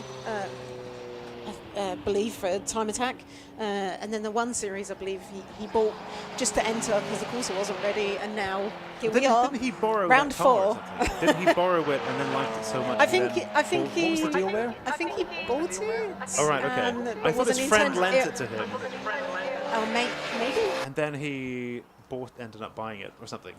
I think it has turned, as many cars stories do, into a slippery slope. Yeah. And here we are in round 4, and we still see him in that. But he's got a new spoiler for this round. So yeah, you can see he was just saying, just trying to get a little bit more downforce over the rear end, because the rear end quite a little bit lively on that. But he was saying really helping with the grip around the infield today. Wow. Yeah, because it's quite a fast. Palmer and Hamilton are actually quite fast. You think infields are always very tight, but because Snetterton's so big, even the infield's quite fast, with the exception of Agostini. And of course you've got Coram as well. It's like a really long corner. It goes on for a long time, so you can carry a lot of speed, but then at the end you've got to scrub it off and turn the other way as well. So it means that the downforce does come into play here, right? Even on the infield section, which you might assume is slow, at Snet it's still fast, and so the downforce there really coming in handy. So that's the checkered flag for our club classes Attack 2. Let's take a look. So I've got some issues with the timing screen, but if we quickly run through the provisional finishers. So it's Volkov at the top of club 4-wheel drive, ahead of Taylor. Well, that's it, just those two. And then David Dyson at the top of club 2-wheel drive with a 204.0, ahead of Fletcher, Capehorn, Wren, Butler, Kime, Smith, Summers, Robson, Frost, and Good. Those are our provisional results, and we will be getting our clubman classes Attack 2 underway in just a few minutes.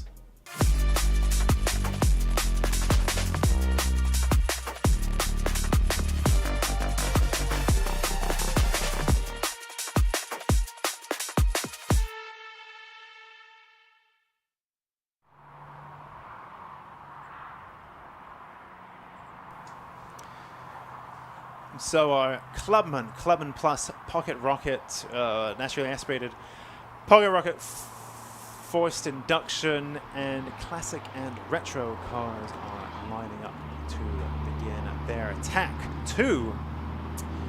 And in the meantime, I believe we have an interview with Dan Buckingham.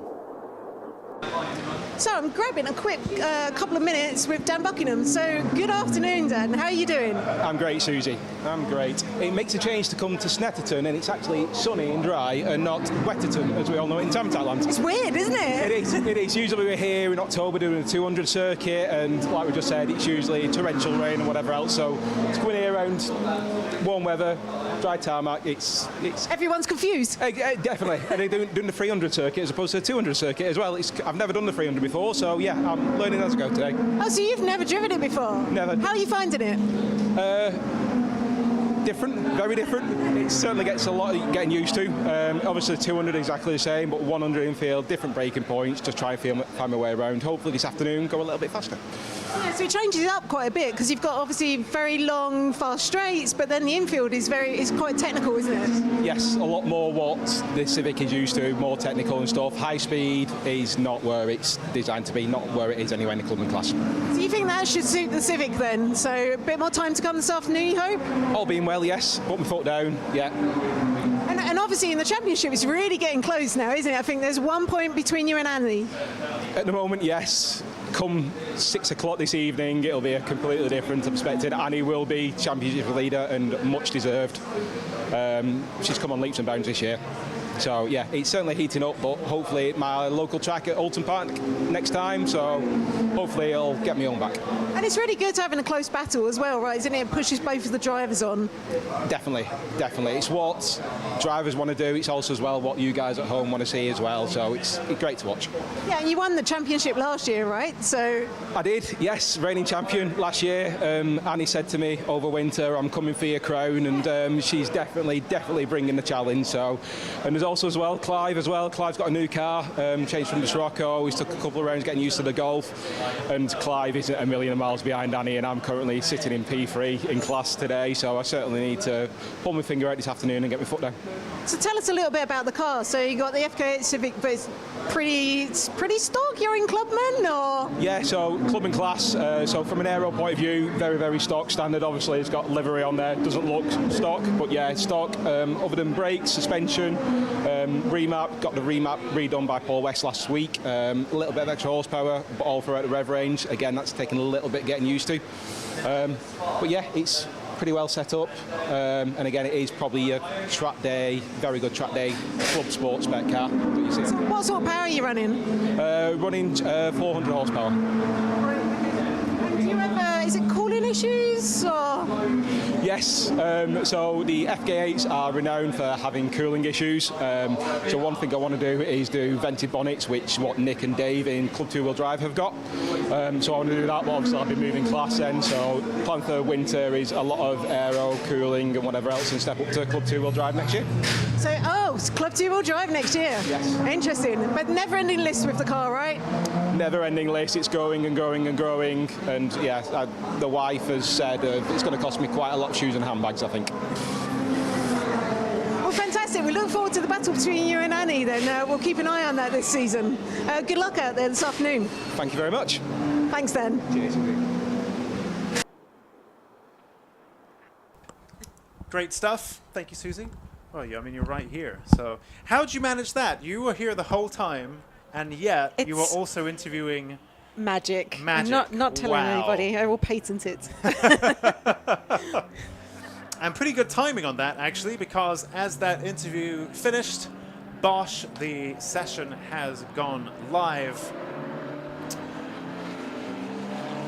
So yeah, obviously just having the chat with Dan there, so I think keep an eye out, definitely in Clubman class. I think, well, as they were saying, actually, the battle is between Dan with Annie, but also with Clive as well. So Dan's not been to the circuit before, so very much kind of like learning the infield, as we're saying, like as half the drivers are. But yeah, I'm going to keep an eye out for them and see how that changes throughout the day. Definitely going to be a battle going on in Clubman. Yeah. And 1 point between them in the championship so far as well. Yes, 1 point coming into today. So, but I think Annie is out for that lap record, and that gives you an extra 5 points, I believe, for the championship. So setting the lap record, and because the lap records was set in 2019, it is quite a while ago. So I do expect to see quite a few of them tumble, and that's an extra 5 points in the championship. Could make all the difference in the championship. Yeah. And you can see immediately. I'm not sure it's all these jets flying around, which is quite fun. Actually, we have an RAF base not too far from here. Maybe it's to do with that. It's the red arrows. The producers have decreed, perhaps. There's It's been a Spitfire and a Lancaster, so treat. something else to keep your eyes on. Yeah. And you can also, on track, you can see how immediate the difference is in terms of traffic, right?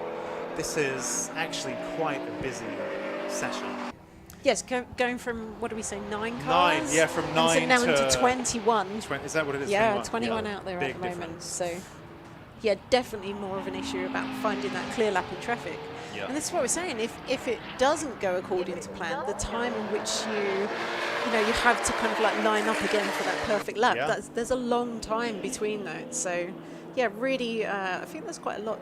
There's a lot of tactics going into getting that clear air and being able to actually, keep your foot in for that perfect lap.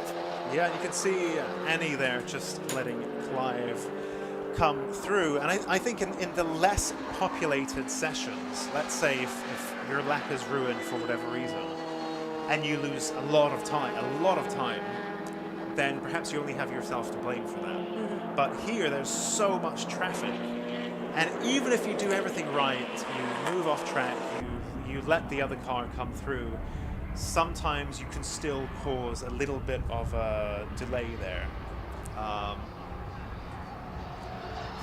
Oh yes, sorry, very distracted. Red arrows, I believe, with some smoke on the edges. So yeah, even if a slower driver, someone on a cool down lap, does everything right, they can still unintentionally impede your lap a little bit, and then suddenly you've lost also a big chunk of time, not really through any fault of your own.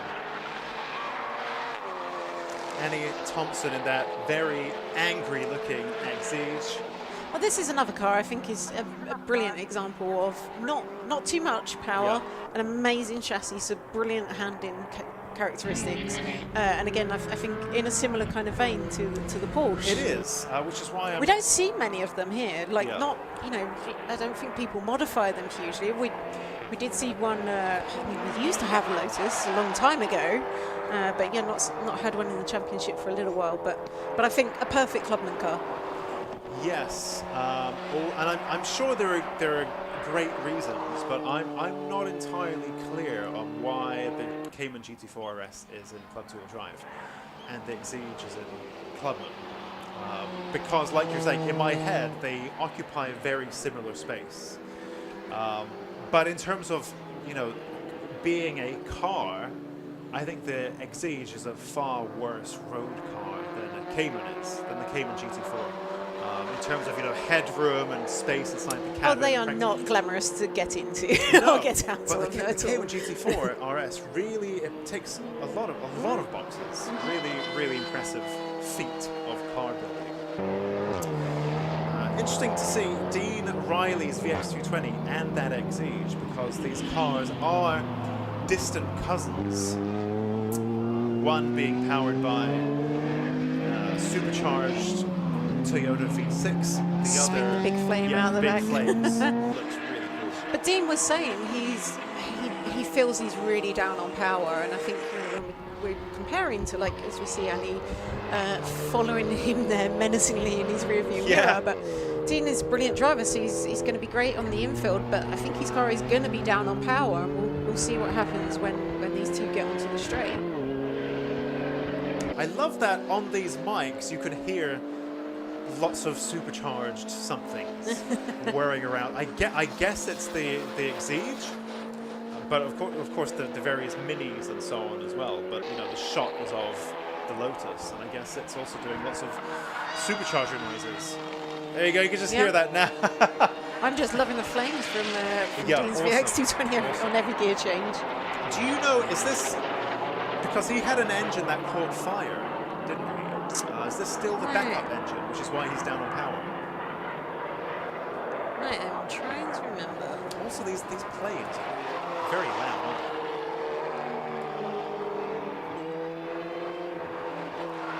I don't recall. I have to check in with him.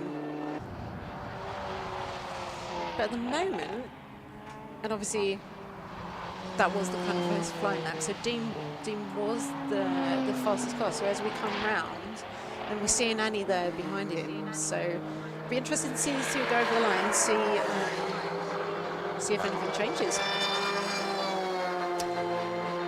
That does sound like Dean. Wow. So supercharged. He's also just put in a faster lap than anybody else, 206.3 there from Dean Riley. Incredible effort in that VX 220. I'm not sure that we've seen this before, and this is attack 2. This is a point scoring session.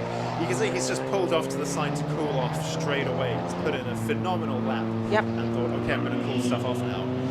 But although it's been close throughout between Eden, Mark and Dean, I don't think I've actually seen Dean lead that battle at any point.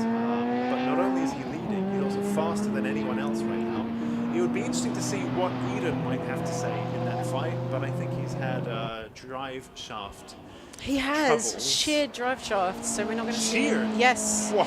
Yeah, Wow. unfortunately, so Wow. just no chance of fixing that today. So yeah, unfortunately, we're not going to see him back out on track. Wow, that's a strong effort. Yeah. Shearing a drive shaft. We also have another single round entry, new name in Clubman, Serene Georgia, 251.2, his current best, which looks like perhaps an outlap or something like that. So I don't think we've seen a great deal of running from him. A great team name, though, not another Civic. I'm also getting a great view of Jay McToldridge's AE6 as well, so it's fantastic to see that back out. Yeah, nice little bit of movement there as well as he came out of the Wilson hairpin. You could just see it squirming a little bit as it was putting the power down. Yeah, absolutely fantastic looking car. He's not actually on our entry list, so I guess it might have been a bit of a late entry. Oh yes, he is. Apparently, I can't read. And you've got your glasses on. You got no excuse. I have got my glasses. Yes, I really do not. But yeah, fantastic to see him back out. I believe he joined us last year for Snetterton. Yeah. So I'm guessing Snetterton might be a bit of a favourite of his. Yeah, I guess it's his local track. Absolutely fantastic looking car. I love this car. I really like the fact that it's quite low key. Actually, for it, there's no stickers, not really much in the way of aero either. It's just a very self-assured, low-key, cool build, which of course makes sense considering who it is and what he does. It makes sense, but it's just a very ice-cold build. Yeah, something I'm quite jealous of. Really, really cool car. So yeah, now going back to Mark Donnelly, so we'll see. Checking in with them, they were having no problems today.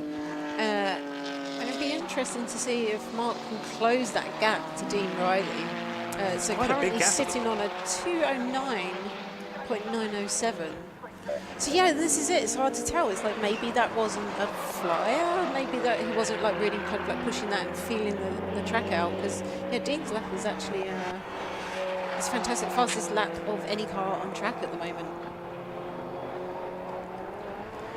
Oh, you can see Mark Donnelly set a fastest than anybody's Sector 2, personal best Sector 1. Is that what you just said?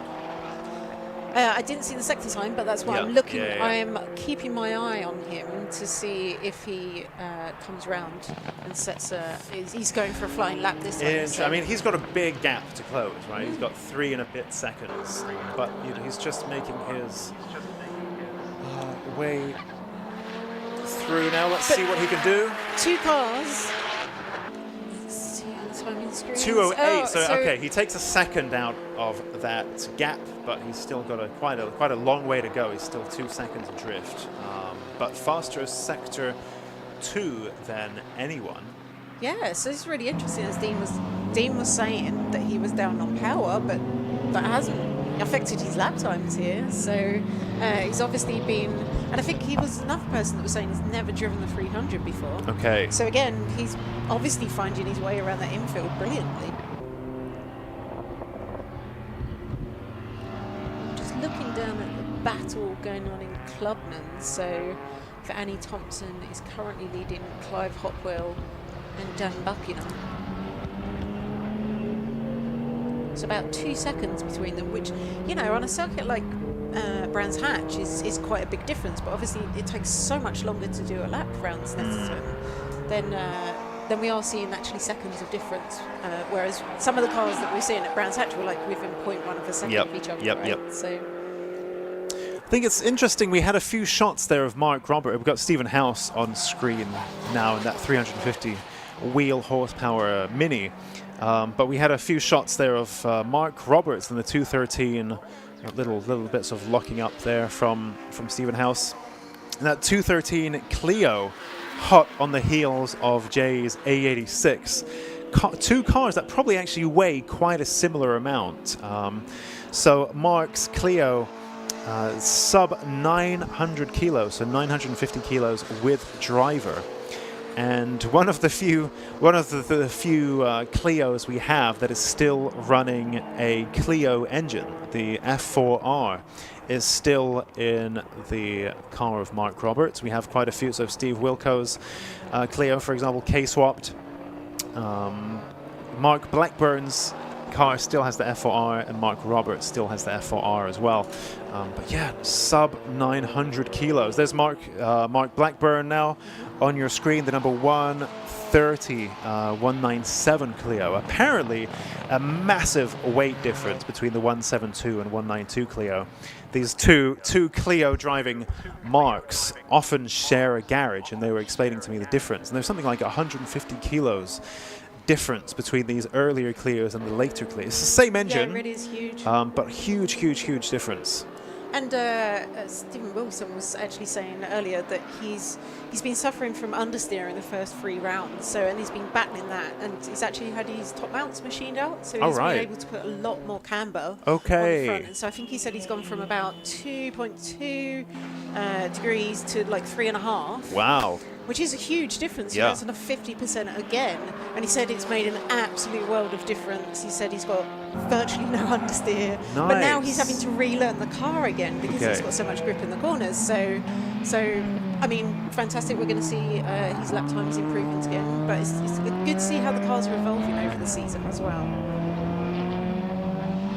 And it just also goes to show the difference, the difference in a good setup, a good Geo setup. I think it surprises people if they're not so familiar with cars, and when they get into cars and driving on track, the difference between, I once had my Geo put on the wrong way round, and I had my settings at the back accidentally put on the front and vice versa, and it was terrifying. So it had no turn in, was very loose, and then was very loose on corner exit and just wanted to kill you. So yeah, I couldn't hit an apex, but then on the exit of a corner, I would lose the back end. So yeah, it makes a huge difference, and even just tiny, but degrees.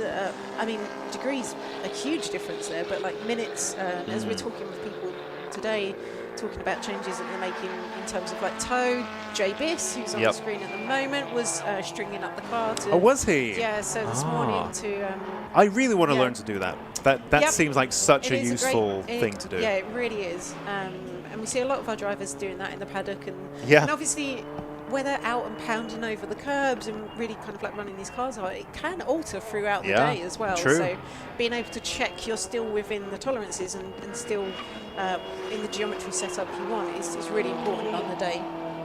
What a great looking car Jamie has. Actually, going back, it was the same Landau track day. Jamie once came to one of them. I think it was last year, track day with the gang. And I managed to, he borrowed his dad's GT86, and I jumped in as a passenger. Jamie is very, very fast. And this light front engine rear wheel drive theme, he's very, very, very good at that. And you can see that MX-5 really moving. Very, very impressive. But, similarly to tire pressures, which is such a simple thing, but so effective, corner weighting in Geo, which again, you don't really get any new bits. You're not adding or buying anything. You're just tweaking what you have. It makes a massive difference. Yeah, massive. Yeah, it really does. And that's why when we're talking about the balance of a car, and getting a car that's got this very kind of like neutral chassis and not too much weight on the front end with the engine, as most front engine cars have. Always bit of a wobble there, yeah. Definitely a little bit lively on the rear end there. But yeah, getting that balance very neutral, and then as you're saying, like corner weighting and trying to get that split evenly is really like a critical part to getting a car that handles well, or as close as possible within the platform that you're using. Yeah. I mean, not everything. A 911 is probably never going to be 50-50. But you want to. But it massively affects the way the car handles, right? And that is the default way that the 911 handles as a result. So it's really fascinating to dig into. Clive Hopwell in that Golf R, the MMT performance machine. Currently second in Clubman behind Annie Thompson. So Annie Thompson with a 208.3, Clive Hopwell 209.6. So just over a second then between our two Clubman front runners. We have the single round entry BMW M2 of Richard Stevens, a few more seconds adrift of that. Oh, what's just happened? Something's moved around on the timing screen. So we have the number 185 machine of Gary Papworth. He's just set a 209.8. New personal best there for him, which puts him to the top of the Pocket Rocket forced induction class. So he'll be pretty happy with that. Dan Buckingham makes up a place. He's now 4th in Clubman. So interesting battle there at the sharp end of Clubman between Annie Thompson and Clive Hopwell, like what Dan was saying to you earlier in that interview. Again, something I really like about the new stream this year is that chance to have those conversations with our driver builders about what they've been up to.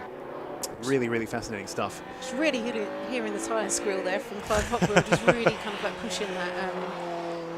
His new car this year, right? So he was in a Scirocco last year, and this year he's in this Golf R. But you can really hear the... Yep, there you go, making full use of the track there, and possibly a little bit more, but yeah, you can really hear pushing the tyres to the limits there with that car. Yeah, a little bit of rally cross there from Clive Hopwell. And he's got, I was just looking on the timing screens, he has got a little bit of time, so 1.3 seconds to make up to Annie. And Dan Buckingham has improved his time as well, so a 2:10.9. So yeah, only a few seconds between them all. Very interesting moment there from Clive Hopwell as he came through that final sequence of corners. So it's out of Coram into Murray's. And of course, you are, so firstly, your car is pitched in one direction because you're coming out of Coram. And then you're also hard on the brakes. So all of your weight does all kinds of funny front biased things and leaning the wrong way. But also, of course, this car does have some of that power going to the rear, from what I understand. And it tried to pivot back round itself. And you can see the brake lights there flashing on that car. I don't know if that's a telltale that it's doing some kind of stability control stuff, or was that Clive thinking, this is a bit unsettled, let's try to get on the brakes and slow things down. But I think that was a very interesting sequence of corners to watch a hypothetical slow-mo replay of, because I think you could see the stability system kicking in there. Yeah, very, very interesting. So we saw Mark Donnelly just turn his lights off there. So after that flyer of a lap, he managed to set a 2:06.8. Yep. So which is very close behind Dean. It's the closest anybody has been able to get to Dean Riley in this session. And now we see the checkered flag is out. I think that is the closest we're going to see. So Dean Riley ended that session faster than anybody else. He did, He'll be very happy with that. But I think Mark Donnelly, as we've seen, I think he had the fastest sector 2 on that last lap, and then really able to kind of like close that distance to just a couple of hundredths of a second. So that's going to be one to watch in the super attack. For now, the provisional results then: Dean Riley of DRS Racing, faster than anybody on track in this session, 2:06.6. And he finished ahead of Mark Donnelly, and then McToldridge, Greenhue, and Georgia. Bogger Rocket forced induction then. Papworth on top, ahead of House, Langley, Tataris, Biss, and Rushforth. Clubman, Thompson ahead of Hopwell, Stevens, Buckingham, and I think I've just done that one. Apologies. There's so many classes and so little time. Bogger Rocket naturally aspirated then. It's Barker ahead of Wilkinson, ahead of Batchkovich, Roberts, Emmett, and Blackburn. Those are your provisional results for Attack 2. Just to mention, I think for Classic and Retro, this is a lap record. I'm just looking down for Clubman. This is a lap record. For Pocket Rocket lap record. So again, I think it's been a while since the game's come we were on here, so much since then. Lots of lap records being set today. Lovely. So next up then, we have the Racing Hondas Championship Race 1, after which we'll be back for the Time Attack Super Attack. But for now, after a little break in just a few minutes, it's the Racing Hondas Championship.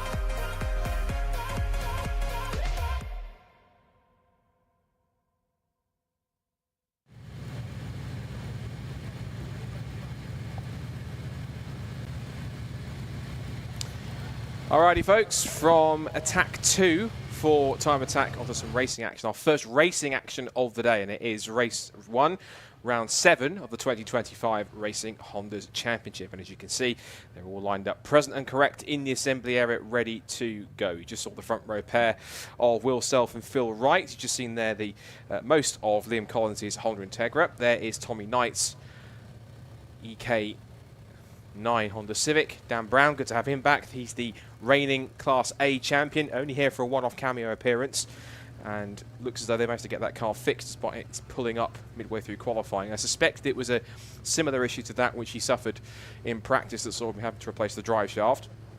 There's the man that leads Class A in the championship. Kevin Talbot comes into this weekend. Looking at the standings, he came in with 82 points over Phil Wright with 68 points and Will Self on 62. Another car welcome to see back as part of the Garage 24 stable is James Allen in his Fast and Furious inspired EG Civic sedan.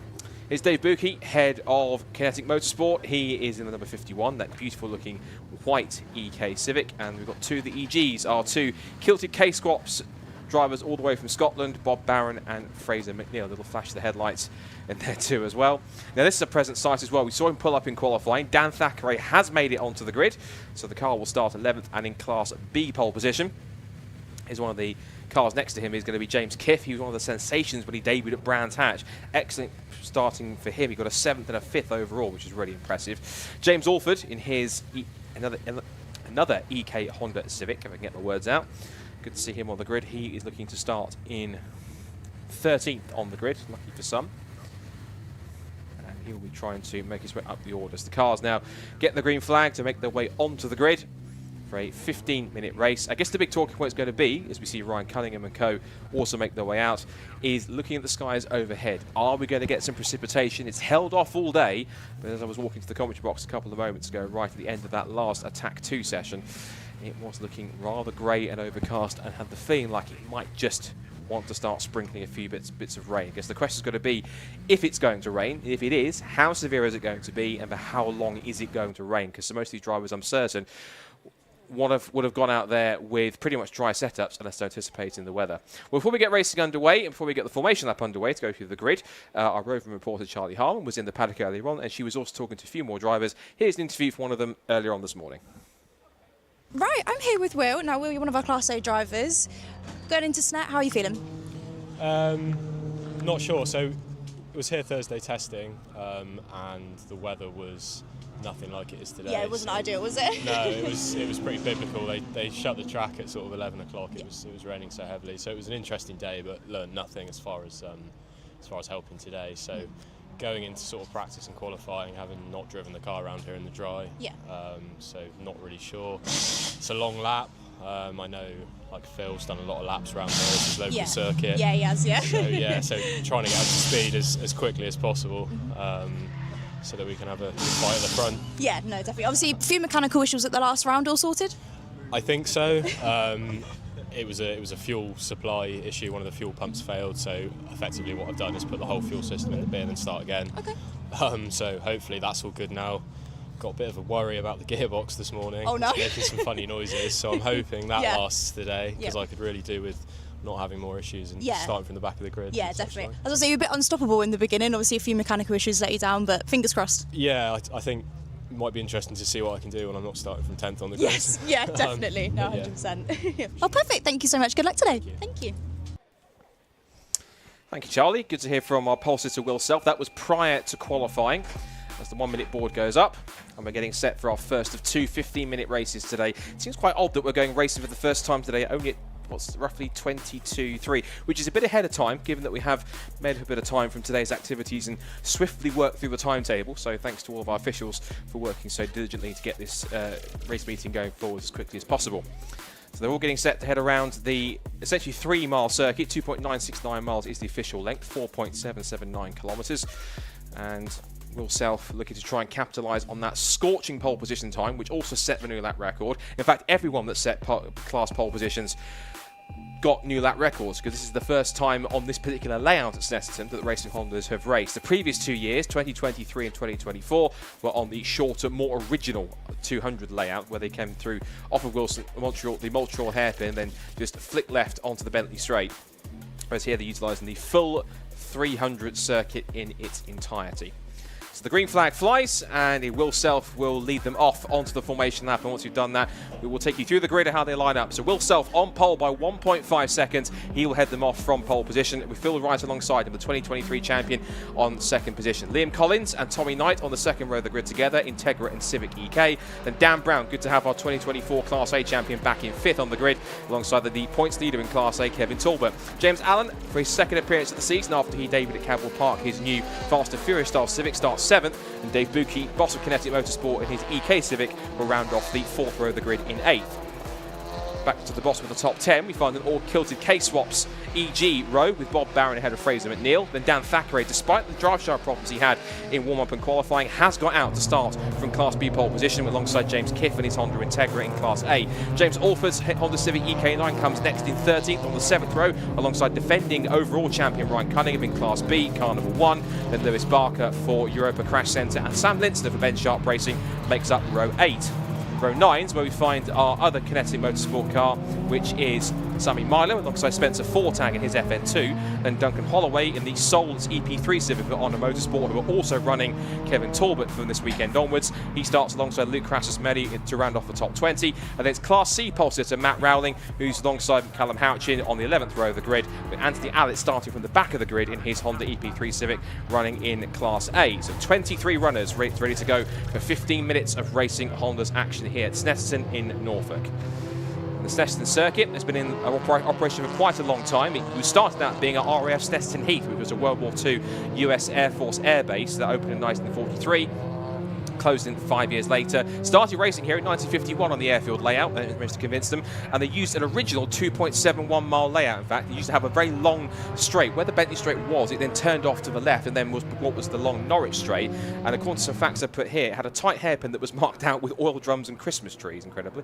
1965, they put in the first chicane, which is what we used to know as Russell, which is now Coram and Murray section.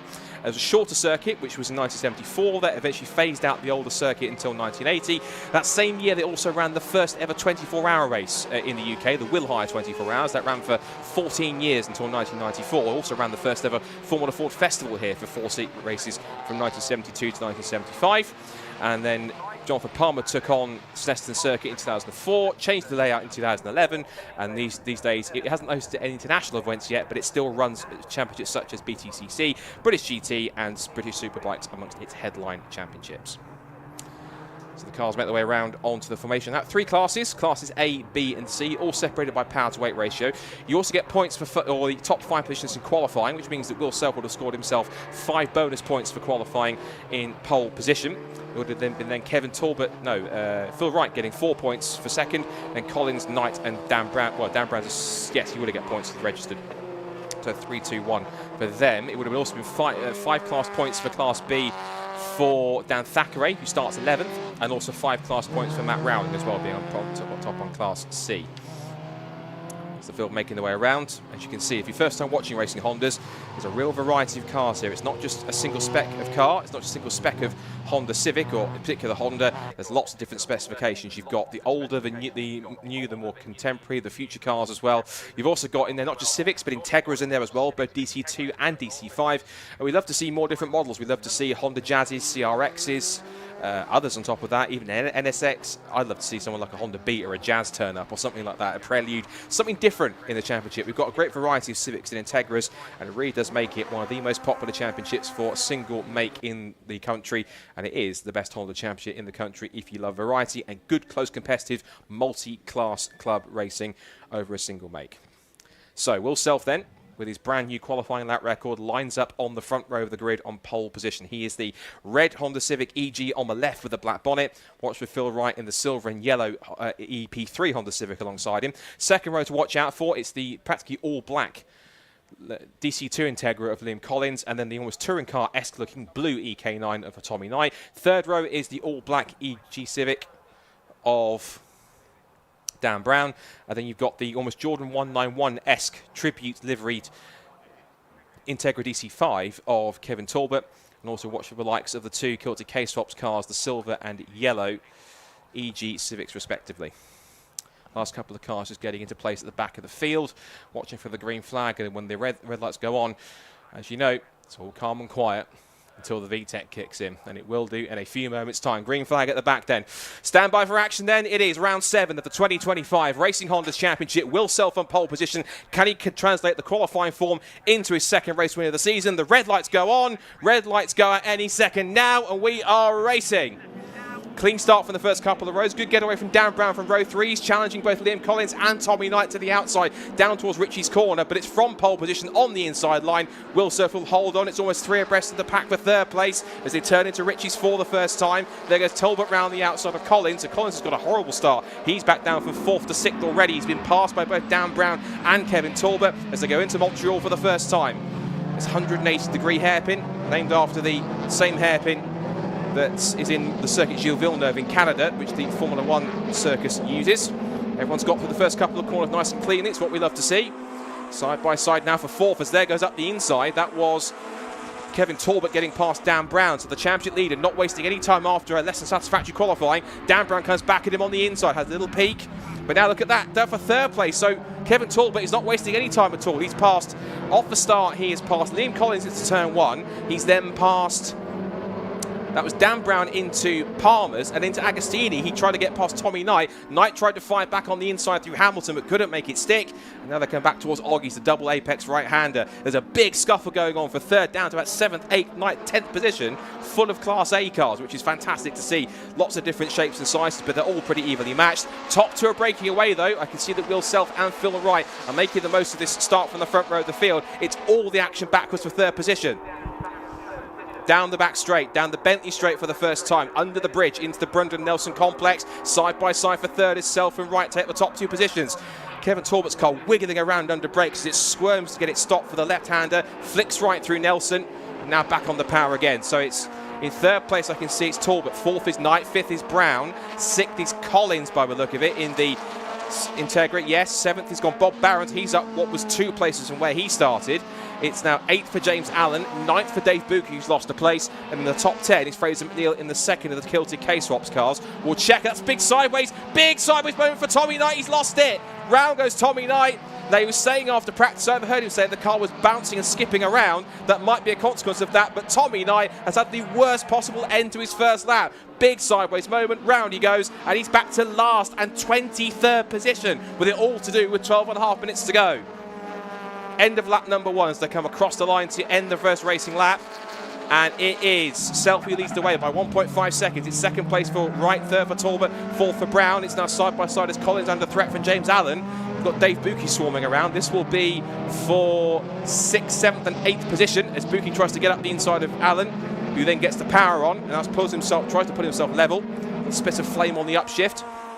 Rest of the order will check in for Class B as they go through Palmer for the second time. Class B, it's Thackeray who leads by half a second from Ryan Cunningham. Spencer Fortag is up 4 places from where he started already in class. He's up to 3rd in class and 14th overall. Lewis Barker 4th and Sammy Milam is in P5. And in the Class C battle, Callum Houchin has beaten Rowling off the line and he leads the way in category from his compatriot who's in the same awning as him. So Thackeray there, you can see the Class B battle closing up. It's a nice 6-car collective battling over position. Thackeray trying to get away. Cunningham in second place, leading Fortag and Barker. Also watch for Sammy Milam there, just wiggling around in white and blue. That is the number 9 machine. He's under threat from Sammy Lintzner. I think that's one of the Ben Sharp racing cars behind, if I'm correct, for Sammy Lintzner. I'll kick myself if I get that one wrong. He's in Class B. Yes, Ben Sharp Racing is part of that collective.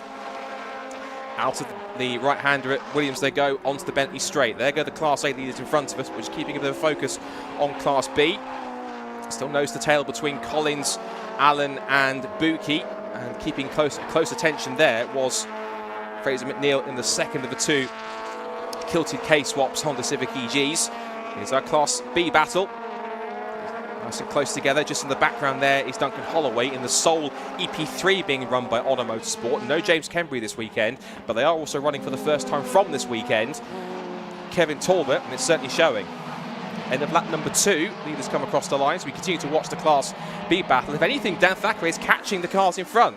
Now what's happened here, because it looks as though James Alford has... Oh, this is a different battle. This is James Alford who's getting alongside Fraser McNeil, and they're both chasing James Kiff in the Honda Integra. They go side by side for position, and they're being chased by the Class B leaders. So these Class A cars might have been a different battle of their own as they turn in through Ritchie's to complete the 3rd lap of the race. So 3 laps, the 2 laps in the books for the leaders.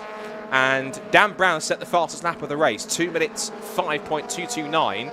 And the only car that's matched that really is Will Self and another of the EG Civics. So the EG Civics certainly are working today. And Phil Wright was saying pre-race that he felt that the lighter, more agile cars would benefit here because of the tighter turns and the sort of long technical section that the 300 circuit offers, whereas the 200 layout, it's all about power, it's all about the straights, where the faster cars would certainly benefit. And even though Phil said that, he's doing quite well in second place at this point in time as Dan Brown just cocks the inside wheel through Hamilton and into Oggies, being chased hard by Kevin Talbot in the DC5 Integra. This is over... I get confused with the timing screen. So Dan Brown's got past Kevin Talbot since they came across the line. It was 1.5 tenths between them. So only as Dan Brown set the fastest lap of the race, he's also now past Talbot. He's up into 3rd place and trying to chase after Phil Wright in 2nd place. There go the leaders. A little puff of smoke from Will Self as he went into Brundle.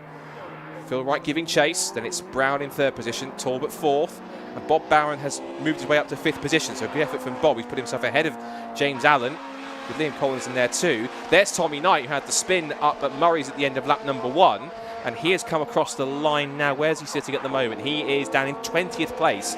He's only just got past Anthony Allett in another of the Class A cars, down in 21st position. Big forecast scrap going on here between Barron, Collins, Allen and Dave Bucke. And Bucke, who's being ambitious, going round the outside, and he's going for it, round the outside to Coram. That is I was about to say mental from Dave Buki, but he's got the inside line. Collins gives him the room, but they will be side by side, and Collins holds the outside line and the position as they sprint back down the centre straight. So whilst that's going on, it allows both Barron and Allen to get away. And they now are nose to tail down towards Ritchie's corner to start lap 4. As Full Surf continues on, 2.5 seconds in the lead. Up the inside goes Allen, and that is a nice, neat pass to pick up the final top 5 place, and through he goes. So Barron down to 6th, as Collins now defends from Buki. Buki's one of those drivers where he won't give up. He's like a persistent sort of terrier. He'll keep on sort of fighting and battling until he gets the position. So come out of the Montreal hairpin. Quick checking with the Class B runners whilst we watch our Class A just to make sure we check in with them. Thackeray still leads Class B by 1.5 seconds from Cunningham. Fortag is in 3rd place, then Barker, Milam and Lindsay. That's the top 6 all together in their own fight for position. Lots of personal bests coming on that 3rd lap. So a little wide on the exit of Agostini hairpin. Then comes that scrap between Collins and Buki. I wonder if there's a temporary truce there between them. They're going to try and catch up again. Here come the Class B runners behind that last little trio of Class A machines. There's Thackeray and Cunningham. Got Spencer Fortag chased down by Barker. And that's Tommy Knight, who's tearing his way through the field. He's got past Duncan Holloway. He's now up to 18th place. He now has a 6-pack of Class B cars that he wants to try and get himself much closer to and pick off one by one. Now back at the front, this is Dan Brown, who has really got the afterburners on at the moment, because he's now pulled himself right onto the back of Phil Wright. So we've got Phil Wright, who is the 2023 champion in Racing Hondas, now up against the class champion in Class A in 2024, and both of them battling pretty hard. Here's our Class C battle, which is actually closer than I thought it would be, because Matt Rowley's got past Callum Houchin. His last lap was 0.8 of a second quicker. It's good to see our Class C runners. They've got the lowest power to weight ratio range, but good to see we've got them both battling amongst each other together on track. Good to see. Matt Rowley trying to extend his championship lead. Now, leaders back down the straight towards Ritchie's. Will Self has got this one now by 2.7 seconds. If I look at his lap times, how's he lapping compared to the cars behind? His last lap was a 2 minute 6.474, 206.7 for Wright. Dan Brown is absolutely lit up the timing speed. He's gone to 2nd place. He's done a 2 minute 4.368. That's qualifying pace he's going for Dan Brown. He might only be here for one round, but he wants to make an impact here and remind everybody, I'm the Class A champion from last year, and this is exactly why. Through the left-hander at Palmer's. Now then, what pace has he got to catch after Will Selfie? Could this be a real duel of the EG Civics? Of course, they're both in the same stable. They're both from Garage 24. This will be literally an inter-team, inter-EG Civic battle between them. Phil Wright has slipped back to 3rd place, but he's quite comfortable in P3. He's got some, 5.5 seconds over Kevin Talbot in 4th place. And Kevin himself is in no man's land too. He's got, that is roughly, 7 seconds. There he is in the background, just in the green DC5 Honda Integra going through the shot. 4th for him, and quite a distance ahead of, basically 7 seconds ahead of James Allen, who is now pulled away from the battle for 6th between Bob Barron and Liam Collins, with Dave Buki also giving close attention. There's about 7/10 between that scrap, so maybe we can keep tabs on the scrap for 6th going backwards, as well as the battles in the other classes. That's the thing with multi-class racing, you tend to be a little bit tricky. There's a yellow flag in the background, notice, and that's the reason why Spencer Fortag has come to a stop, and that looks like it's on the approach to Palmer, and it's stationary in the middle of the road. Now, if that car can't get going, do I dare mention the word safety car? Because if it can't get going again under its own steam, we may well have to possibly neutralise this race, and the only person that's going to benefit really is Will Self and the rest of the class leaders, because Dan Thackeray still leads Class B by, at the line it was 2 seconds from Cunningham, with Milam in 3rd place and Lindsay in 4th, and Tommy Knight carving through them. This is still the fight going on for 6th, with Bob Barron having to fend off from Liam Collins, who's all over the back of him, trying to prise the door open up the inside at Cormier. They'll put him on the outside for the next corner, which is the left-hander at Murray's. Buki's in close attention as well. Bob Barron locking up that rear wheel again. He did that at Brands Hatch. Don't do that again, Bob. Otherwise, that could be a world of trouble. And for actually, is that the red flag going out? Yeah, red flag. Red flag has gone out. I'm afraid, fortunately, race has been stopped. And that's simply the reason why, is because we have Spencer Fortag's FN2 Civic is stationary in the middle of the road on the approach to Palmer's, and not unable to get going under its own steam again means that, unfortunately, that won't be the case. Now then, in terms of the race length, now, typically when the race goes beyond 75% distance, that is when they usually declare a result. Now, I would say that 3/4 distance is with 3 minutes 45 seconds left to go, because half distance is 7.5 minutes. And they haven't reached that yet. It's 4 minutes and 8. So I wonder if we're going to get possibly a dash for the cash, maybe 2-lap shootout for a restart in proper F1 style when they red flag it with 2 or 3 laps to go. That would be quite fascinating. So race has been red flagged. Race is stopped because of the fact that we have had the Spencer Fortag Civic has come to a stop on the approach to Palmer's. The race order at the stoppage at the red flag is as follows. You can see it's gone off the screen on the left-hand side, but I'll at least take a picture of it on my timing screen to remind myself what the race order was at the red flag. So let's just quickly run through the running order as they were then. So at the time of the red flag, it was Will Self who was in the lead. It was Dan Brown in second place and Phil Wright in third. Then Kevin Talbot was fourth, followed by James Allen in 5th position. Bob Barron was 6th, battling with Liam Collins. And Dave Buki, James Kith and James Alford rounded up the top 10. It was Class A cars in the top 11, because it was then Fraser McNeil in 11th place. Dan Thackeray was leading Class B, and he's ahead. He was ahead by 2 seconds the last time they completed a lap of Ryan Cunningham. But it was Sammy Milam in 3rd position, Sam Linsner in 4th in class, and then in 16th overall it was the recovering Tommy Knight, who might get a bit of a reprieve if we do a restart here with 4 minutes to go. Then we had Lewis Barker, who was in 17th place, 5th in Class B, followed by Spencer Fortag, who was in 18th and 6th in class, but he dropped backwards, so maybe that was the initial stages of a problem that saw him eventually have to stop on track. And then we go backwards to Duncan Holloway, who was 19th, Luke Crassus-Menu, who was 20th, Anthony Elliott, who was 21st, and then right at the back we had our 2 Class C runners, where we had Matt Rowling, who was in the lead by about half a second from Callum Houchin. So that's the running order at the time of the red flag.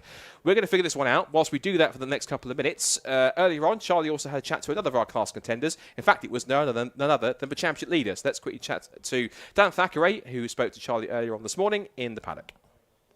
Right, I'm here with Dan. Now, Dan, unstoppable Dan in Class B, leading our championship. How are we feeling going into Snet? Yeah, good. I mean, as good as you can do, really. I mean, it's my favourite track as well, which is always nice when you turn up to your favourite. We haven't been doing any testing, as you can see the cars in there. Yeah, we're doing a bit of change up at the moment. Doing a bit of changes right now. We're drastically changing the car every time we go out at the moment to try and find a sweet spot, because we're new to these tyres. But if I'm going to get on the top of it anywhere, I'll probably be here, hopefully. Yeah. So, yeah, I'm looking forward to it. Perfect. Obviously, a bit of mechanical failure issues at the last round. Are we on top of those? Yeah, that was a bit unfortunate, wasn't it? Yeah. Yeah, from the lead of the race, it's never nice to give up that way. But luckily, it was repairable and made a men's race too. And it was a good race too, actually, coming back through the pack. So, yeah, touch wood, none of that today. No, definitely. Yeah. Obviously, it's closed that championship lead ever so slightly. Hoping to reopen that back up today? Yeah, hopefully, yeah. I mean, like you see, Ryan's always right behind me, and the other guys as well. So he was there to capitalise, as he should be, and so it means that any mistakes I make or any mechanical failures we have, he's going to take advantage. So absolutely. Head down always. Yeah, always. He's not making it easy for you. No. So it should be, though. No, definitely. Obviously, well, good luck today. Hopefully, fingers crossed, nothing goes wrong. Thank you very much. Thank you. Oh, the foreboding, because after that interview, he had 2 drive shaft problems, or so, at least 1 drive shaft problem and something else, which eventually led him to get himself to that point. He currently is still leading Class B, of course, at the time of this red flag. So they have managed to pull up the leading cars on the pit straight. I think they're just trying to decide exactly what to do, because officially they haven't reached 75% distance, because by my mind 75% distance would be with 3 minutes and 45 seconds left to go. But I'm not the clerk of the course or the steward, and I'm not the one to make the decision. Just based on what I understand and my logic is that that's how far they've gone, so therefore they haven't reached distance. Therefore, in my head, that would call a restart, but we'll wait and see what the officials decide that they want to do. We've got plenty of time to work with, because we are a little bit quite far ahead, given that this race was due to scheduled start at around about, I think it was 4:15, so we are quite far ahead of time if that's the case. So underneath the red flag then, because of Spencer Fortag's car being stationary and grinding to a halt on the approach to Palmer corner, the left-hander, and so because of that, and the car unable to remove itself again or get moving again with its own steam, means they had to throw the red flag because the car was practically in the middle of the road. And of course Spencer would have tried to pull it as far to the left-hand side off the road, off the racing line as much as possible, but the car is still present on the road, therefore it needs to be moved back into position.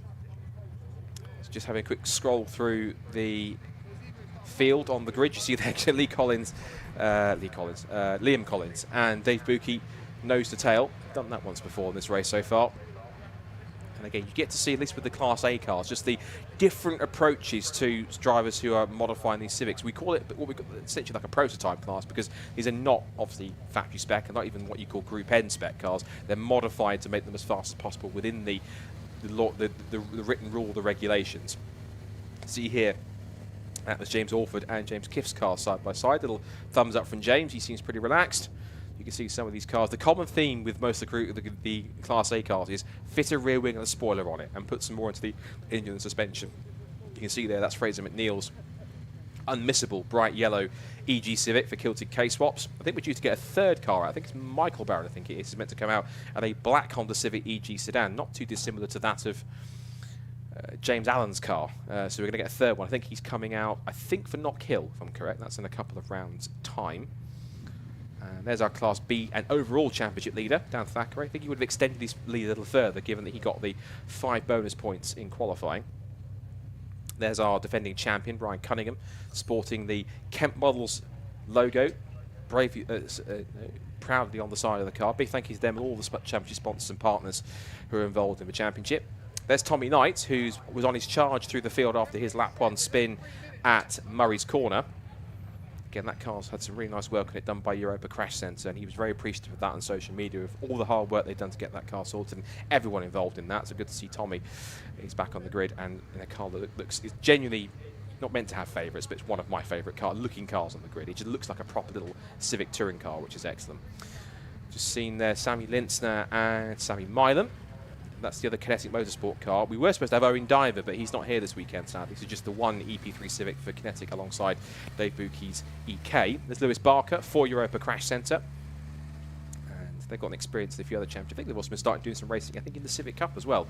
I need to remember the actual name of the driver they're actually running in that one, but I should know that, given my extensive motorsport knowledge.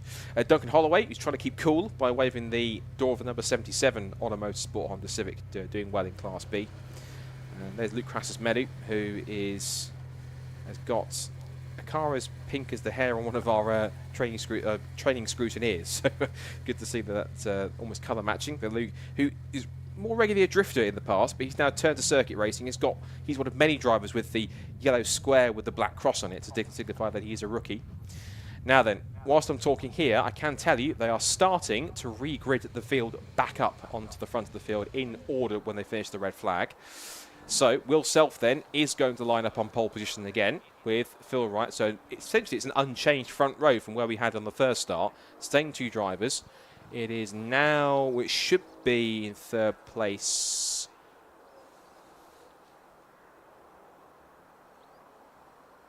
I think it should be Dan Brown, which says it should be Dan Brown. Although the time screen just told me they'll probably take it to the last complete lap. And because of that, I think Wright was ahead of Brown at the last complete lap, which was lap 4, when everyone had finished a lap, whereas only the top 5 cars had finished lap 5, so they're taking it back, I think, to the last lap that everyone completed, which was lap 4. And on that lap, Dan Brown was behind Phil Wright, so I imagine that Dan Brown's car, which I can't see on the front of the grid, it's missing for some reason. It should be sitting in 3rd on the grid, in front of Kevin Talbot's Integra, but it's not present, so whether it's had an issue somewhere. I was going to have a quick look on the CCTV camera to see if anything's happened or if it's in the pit lane. I'll have a quick look down the pit lane and see if it's down there. I think actually it might actually be at the top of the pit lane. It is, I think. So it's right down the top of the pit lane. It's Dan Brown's Honda Civic, I think. I'm straight craning out the commentary box just through the window to see if I can see if there is a black, I presume it's a Honda Civic, right at the top of the pit lane. Which says, yes, there it is. So thanks to our roving camera reporter down the pit lane for confirming that. So Dan Brown, who was set to start in 3rd, looks like his car's not due to make the start. So I hope that's not a recurrence of the problem that he had earlier on in qualifying, which saw him pull up, even though he'd set the 5th fastest time to start from row 3 for this first beginning. So there's going to be a gap there on the 2nd row of the grid. That will give a free run for James Allen, who's going to have quite a large gap in the black Civic just to the left in shot of the pole sitter Will Self, that black Civic EG sedan. is just there in 5th position, and he'll want to try and make the most of that basically free space. But so too also will Kevin Talbot, because he might see that space on the right-hand side and thinking, that's a free pass for me too. But he'll be wary of the fact that James Allen is right behind him on his right rear corner on the opposite side of the grid, trying to pick his way through. I'll be intrigued to see what both Bob Barron and Liam Collins can do from 6th and 7th on the grid. Now, Bob is a couple of places up from where he was. He started 9th alongside his teammate Fraser McNeil on the opening start, but he now gets a chance to redeem himself from P6. Liam Collins, meanwhile, he was up a little further, I think it was 3rd or 4th on the grid, but he now drops to 7th, so not quite the same race pace as he had as the pace he showed in qualifying. So he'll have some work to do to pick his way through if he can. And then we have Dave Buki, James Kiff and James Alford, who rounds up the top 10. Confirmation that it will be a 4-minute restart, so we're going to get a proper dash for the cash here when it comes to getting a result here. And Will Self will be hoping that he can show the same pace that he did against Phil Wright. Now, what will be a shame, of course, is that Dan Brown was pressing on so well and had such a great run of pace to get up to 2nd place and pass Phil Wright. And I'm certain if the race had carried on, he would have put himself into contention to be battling for the lead and the victory in those last couple of laps. But as it is, Will Self now gets to do it all again from pole position. And Phil Wright will be hoping he can get a better start from the front row of the grid to keep with Will a little bit closer off the line. As for the rest of the classes, of course, we've got Dan Thackeray, who is back in Class B pole. He'll be trying to hold off Ryan Cunningham in the early laps, as well as the likes of Sam Linster and Sammy Milam. And in Class C, we've had that battle that was going on between Matt Rowling and Callum Houchin. And Callum did get the better start in the initial laps on the first start, but then towards the end, towards the last part of that first segment, before the red flag, Matt Rowling had caught and repassed Callum Houchin and got himself in front to be able to lead the class once again and hopefully try and retain his lead even further. So around the Snetterton 300 circuit they go. There was a line of quick dry or cement dust that was laid down right on the outside of Montreal. Something obviously went bang on Spencer Fortag's car and laid down some fluid, whether it was fuel, oil, coolant, water, whatever it might have been. Something's been laid down on the outside, thankfully, of the Montreal hairpin, so it's not on the racing line, but it looks like it was a trail that started going into Montreal hairpin all the way around and on the exit where he eventually pulled up. So it's pretty much, apart from the exit of, aside from the exit of Montreal hairpin, it's mostly off the racing line, so it shouldn't be too much of an issue, and the quick dry will have done its work too to drive it up once more. So we'll have to call the grid as we see it then. So Will Self will start on pole position. It will be then Phil Wright in 2nd, Kevin Talbot 3rd, James Allen, Kevin Talbot will start from the 4th place because Dan Brown's not going to be there. It will then be 5th position on the grid for Dan Brown, 6th for Bob Barron, 7th for Liam Collins, 8th for Dave Buki, 9th for James Kiff, 10th for James Alford, and 11th for Fraser McNeil. Then we get to the Class B pole sitter, which is Dan Thackeray. He'll be ahead of Ryan Cunningham, and I think it's Sammy Milam and Sam Lintzner. And then I think it's Lewis Barker and somebody else. Remembering the rest of the grid goes as far back, I think, as that. Also in there somewhere, of course, is Tommy Knight, who was about 12th on his comeback at that point when the red flag came through. So watch for the blue Civic in the middle of the pack. He's just weaving around towards the rear of the shot, but he'll be on the 6th row of the grid, keen to make up as many places as he can from the start, because he knows he's got a faster car than the cars around him immediately. In fact, even some of the Class A cars, you want to take advantage of one or two cars being a little bit sluggish off the line and getting through as quickly as possible. So there is Dan Thackeray, there's Ryan Cunningham, then Milam, Lintzner. The rest of the pack will come through around to the grid. A few cars skipping around as the cars weave from side to side to rebuild the tyre temperatures and pressures and brake pressures back in to make them work as hard as possible. There goes our Class B runners, Thackeray, Cunningham, and Milam and Lintzner, and the rest of the order come through.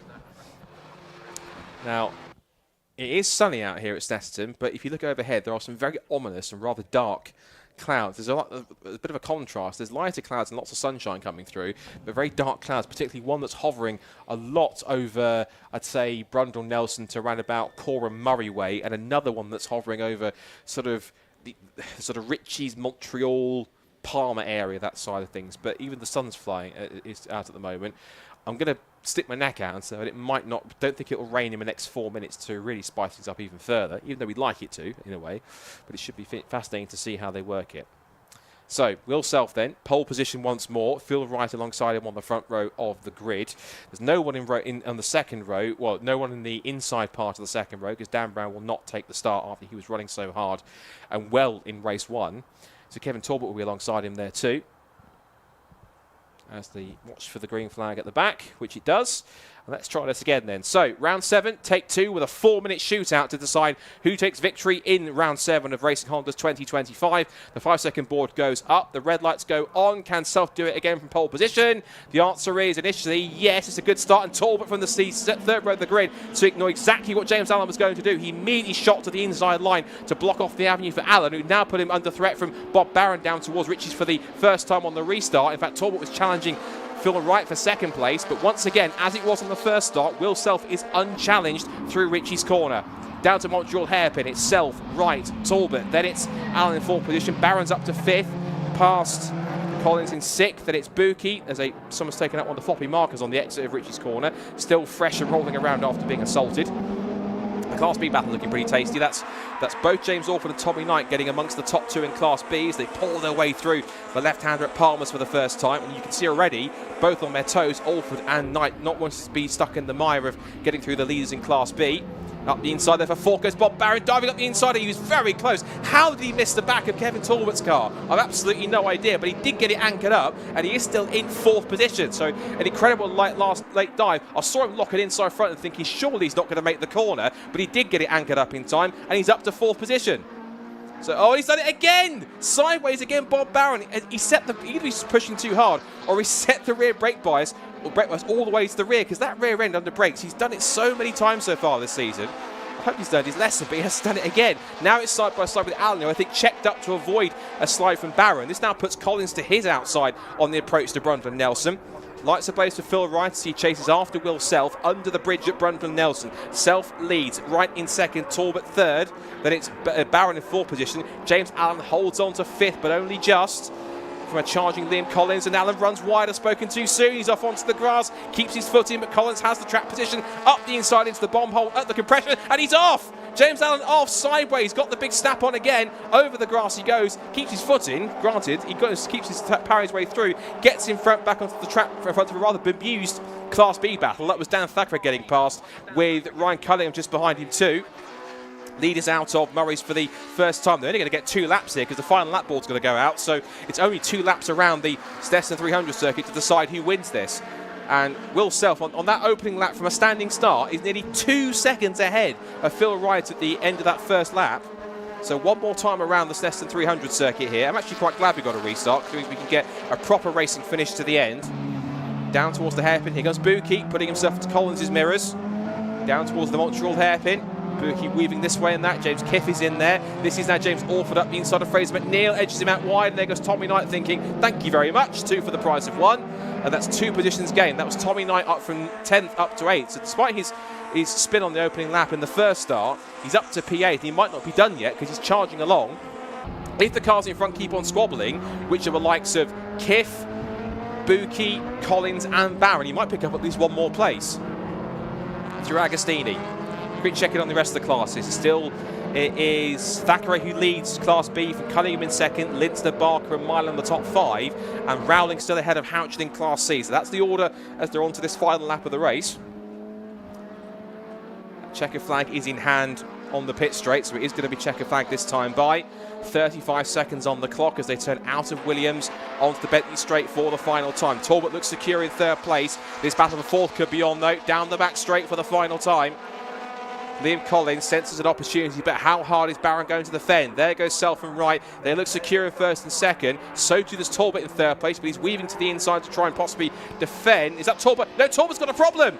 Talbot's got a problem and he's off. He pulls up at Brundle and Nelson. The Class A Championship leader is off and with a problem on the final lap. So this is for the podium. This is for the final step on the podium. Is Bob Barron actually going to finally get his first podium? Or is Liam Collins going to take it away from him? In through Coram for the final time. Don't open the door up too much, Bob. through the right-hander, up towards Murray's. Can he hold on? He's got one big braking zone to hold on, gets on the brakes early, holds the position, goes into the final corner. He might just hold on to a line. As for the checkered flag, Will Self will take his second win of the season. It's Phil Wright in second place. Now the drag race for third. Who's going to get it? Bob Barron to a line. He's done it! Finally, Bob Barron takes his first podium. Third place after holding off Liam Collins in the end.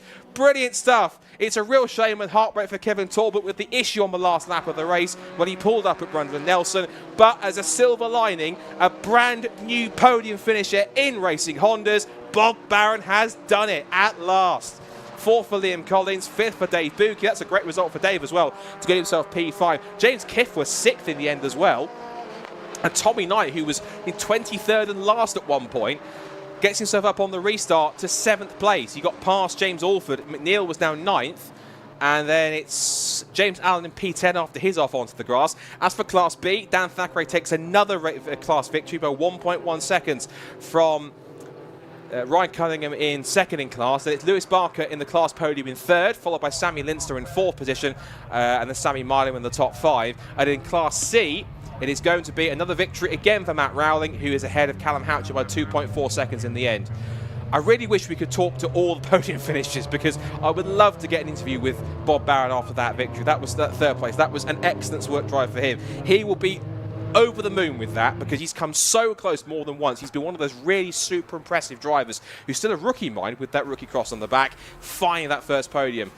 Well, it took 2 starts, but we got there at the end, and Will Self takes his second win of the season in Racing Hondas in round 7 at Snetterton. He wins by 2.3 seconds on the restarted race with Phil Wright, and Bob Barron, after Kevin Talbot pulled off the road with an issue, gets his first podium finally in Racing Hondas, and that will make him and the Kilted K-Swaps team absolutely delighted. 4th for Liam Collins, 5th for Dave Buki in his EK Civic, 6th for James Kiff, another good result for him in the top 6 and only his second event, and Tommy Knight, who was spinning at Murray's on the first lap, back up to 7th after the restart, then James Alford, Fraser McNeil and James Allen in the top 10. Dan Thackeray takes another class win in Class B. He wins by 1.2 seconds from Ryan Cunningham in second place. Lewis Barker on the Class B podium in third, with Sam Linster in fourth, and Sammy Milam rounding up the top 5 in class to take 15th overall. 16th went to Duncan Holloway from Luke Crassus Menu.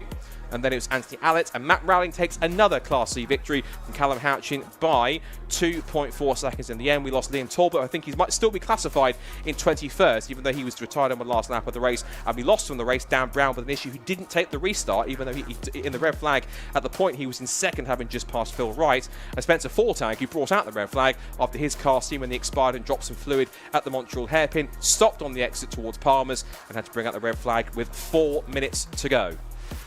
And breathe. That was quite an intense race. Even though it took 2 starts, there was so much going on in that race and so many great stories. But the key headlines are, of course, Will Self takes his second win of the season, Phil Knight into second place, and Bob Barron, he's been waiting for that since the start of the year. He's been one of the standout drivers since the start of the season, and his form has really finally come good with a first podium in the championship. Excellent stuff. They haven't even made the pit lane yet. They're not using the cut through at the exit of Palmer's onto Agostini. They're using a full lap around, so they won't have reached our roving reporter Charlie Harmon down in pit lane in Parc Fermé just yet, but there's going to be some celebrations, I'm sure. Don't be surprised if the biggest celebration is going to be from Kilted K-Swaps, because they've been waiting for that. We've even sort of joking with them before the start of the weekend, saying, is it now? Is it the time he's going to get that first podium, and think he's going to have to not throw it off the road and make a spin? Now he's finally done it, and that is going to be, that will open the floodgates, hopefully. That's the first of many. You never forget your first. So congratulations to all the top 3 drivers and all the class winners, of course, too. Dan Thackeray, another important Class B victory. Of course, remember, you score points not towards your own class, but those points that you score within class go towards an overall total. So the more points you can score within your class, the better chance you have of placing higher in the overall standings and even taking the championship. Case in point, Ryan Cunningham was champion last year in Class C. He's now moved up to Class B and has car number 1. So congratulations to him. So just looking down in Parc Fermé, I don't think Bob Barron realises he's third, or if he does, you can't quite believe it.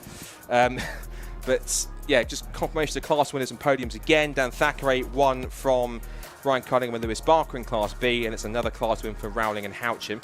Now, we are a bit ahead of time because of the fact that we are ahead in the schedule and moving so swiftly. We are going into our super attack very soon, which will be the real big bucks when it comes to points between our 3 categories or 3 groups that will go out to collectives that will go out together. And we'll be looking forward to that. You'll have Alexi and Susie back on the microphone for that one too. And just looking at some of the animated conversations for several reasons down in Parc Fermé. As we said, lots of people are having a chat down there and talking. That's one thing I've noticed about racing drivers. They do like to talk. It's usually, particularly when they kind of talk first and forget they have a trophy to pick up. I've been in club racing for about 10 years, and one thing you always notice, they tend to like to talk for a decade first and then realise they've got a trophy and go and pick it up. So it's quite funny to see. So we're just waiting for our people down there to drag through our class winners. Again, I really wish you could talk to all the class top threes, but we just don't have the pure amount of time for that yet. So, because we have got the Super Attack coming up very, very shortly. I'm going to hand the microphones back over to Alexi and Susie. But before we do that, when they're ready, we will quickly hand down to Charlie Harmon, who will be having to have a chat with our 3 class winners after a very dramatic 2-part first race of the day for the Racing Hondas Championship. Race 2 coming up shortly. Don't worry, Time Attack fans, we will get to Super Attack for our fastest classes shortly once we get our drivers all together. We'll be there as soon as possible. This is the one for Club Pro, Pro and Pro Extreme. There's Super Attack, will be coming up shortly. And still waiting for our drivers to be ready. See Lexi down there with the third place board down there. It was in front of Bob Barron. I don't think no, the result hasn't changed as far as I can see. We're just moving it out of position to make it a lot more tidier, I think, maybe. Lots of conversation going on, as there tends to be post-race. Again, those who are tuning in for the Super Attack, we will get to it very, very shortly. We just waited to get all our drivers together so we can have a chat to them. It's taking a little longer than usual, so do bear with us. And of course, we've still got to make the draw as well to decide how much we reverse the each class by, the positions by, and of course then what they'll then do is separate classes A, B and C into their classes together for race 2 after they've also made the draw on top of that as well. So that's going to be quite interesting to see how that changes the grid and who benefits from that the most. I see Kevin Talbot's car's made it back to the paddock. What the issue is, I'm not 100%. He did have a suspension issue, but the car looks like he either just had a small puff of smoke or something broke, and it just went straight on, which was very odd, very strange. But hopefully that car's okay, and of course that's crucial for him, because of course it might well end up being a drop score for him, given the fact that there are drop scores in the championship. But if you DNF, you have to count that as one of your drop scores, because it's your worst result because you haven't scored anything. So the only points he's scored so far are in there too. So I think there's been a bit of delay in trying to get the podiums together, so I think we're possibly going to record them offline or have to skip them for this point in time, so apologies for that. But stay with us very shortly. We're going to quickly transition to Alexi and Susie, who will take you through our 3 Super Attacks here at Time Attack here at Snetterton. Stay tuned, we'll be back in a couple of moments on the other side of this message.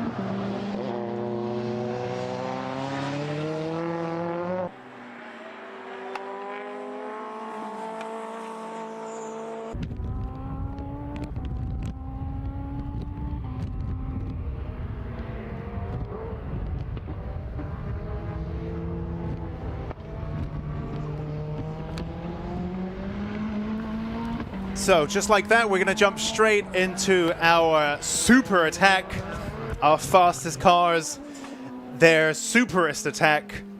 Now let's see how it goes. There's Josh Barrett in the 620R Caterham.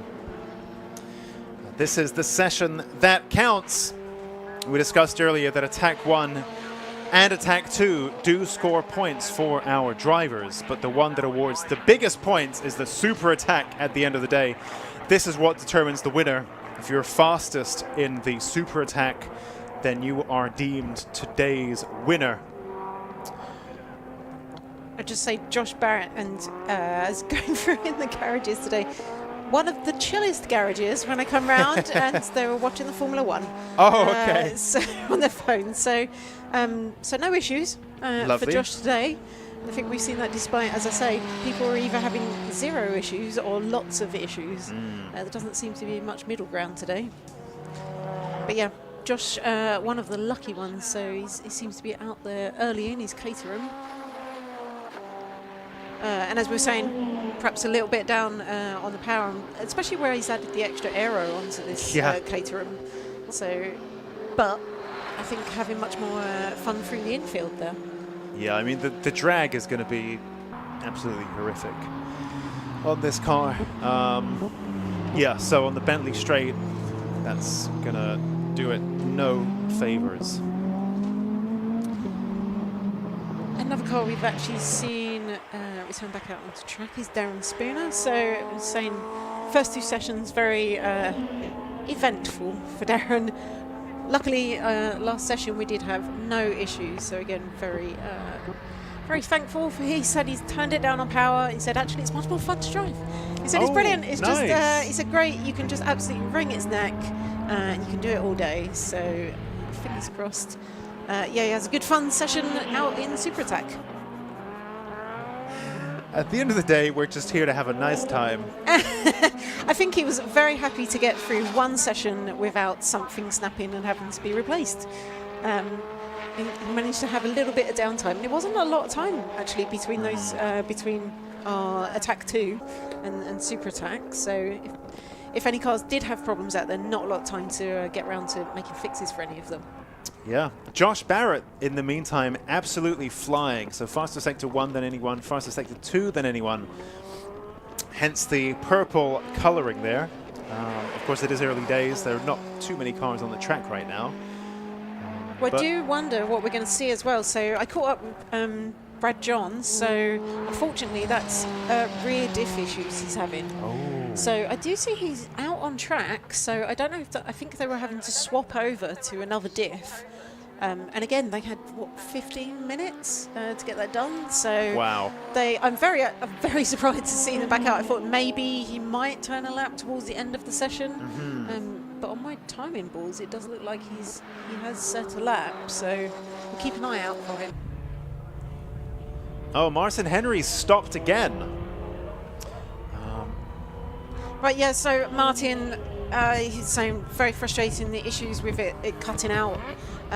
He was still having those in the Attack 2 in the last session, and it looks like they're, something's, maybe that's continuing, or maybe that's got worse. So, yeah, unfortunate for Martin. It looks like his day's come to an end.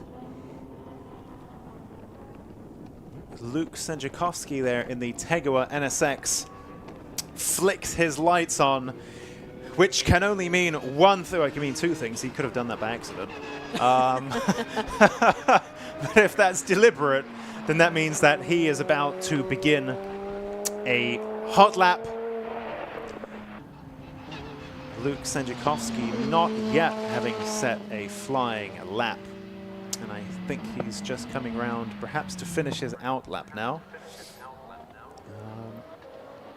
Yep, so I think he will be finishing his out lap and now begins his flying lap. And you can see right off the board, right off the ball, I should say, his headlights are on to signal that he is on the attack straight away. He took that out lap to warm his tires up.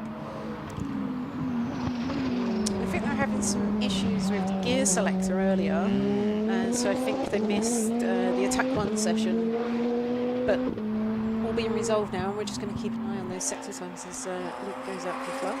Yeah, interestingly, on that out lap, he did a faster sector 3 than anybody, so he was already presumably gearing up for his next hot lap. And he's set fastest sector 1 as well, okay. So he really is, he's going out there and we'll keep an eye on whether this may be the fastest lap. I'm just looking around actually, but I have not seen Simon Norris. True. He's not, oh, I've just seen actually on the timing balls, he's just come out on his out lap. So he has just joined there he the is, circuit. yeah, Yes. you can just see he's just popped up at the end of the pit lane.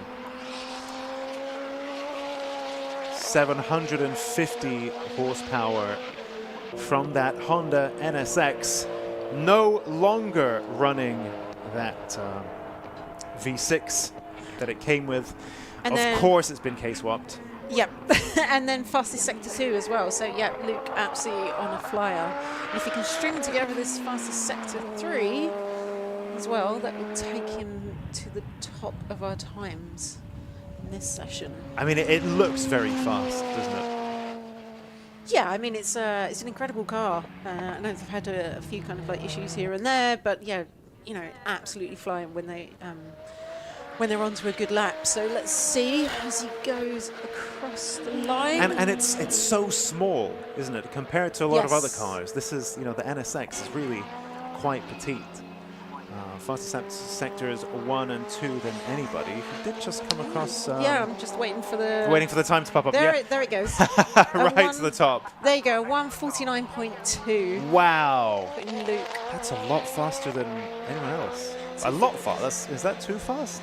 Is there a too fast? Is there something? Is that something to do with the timing or something? That's really fast.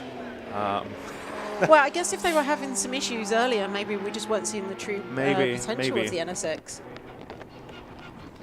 Just looking back through some of the previous session times. Simon Norris there in that Andrew Brilliant designed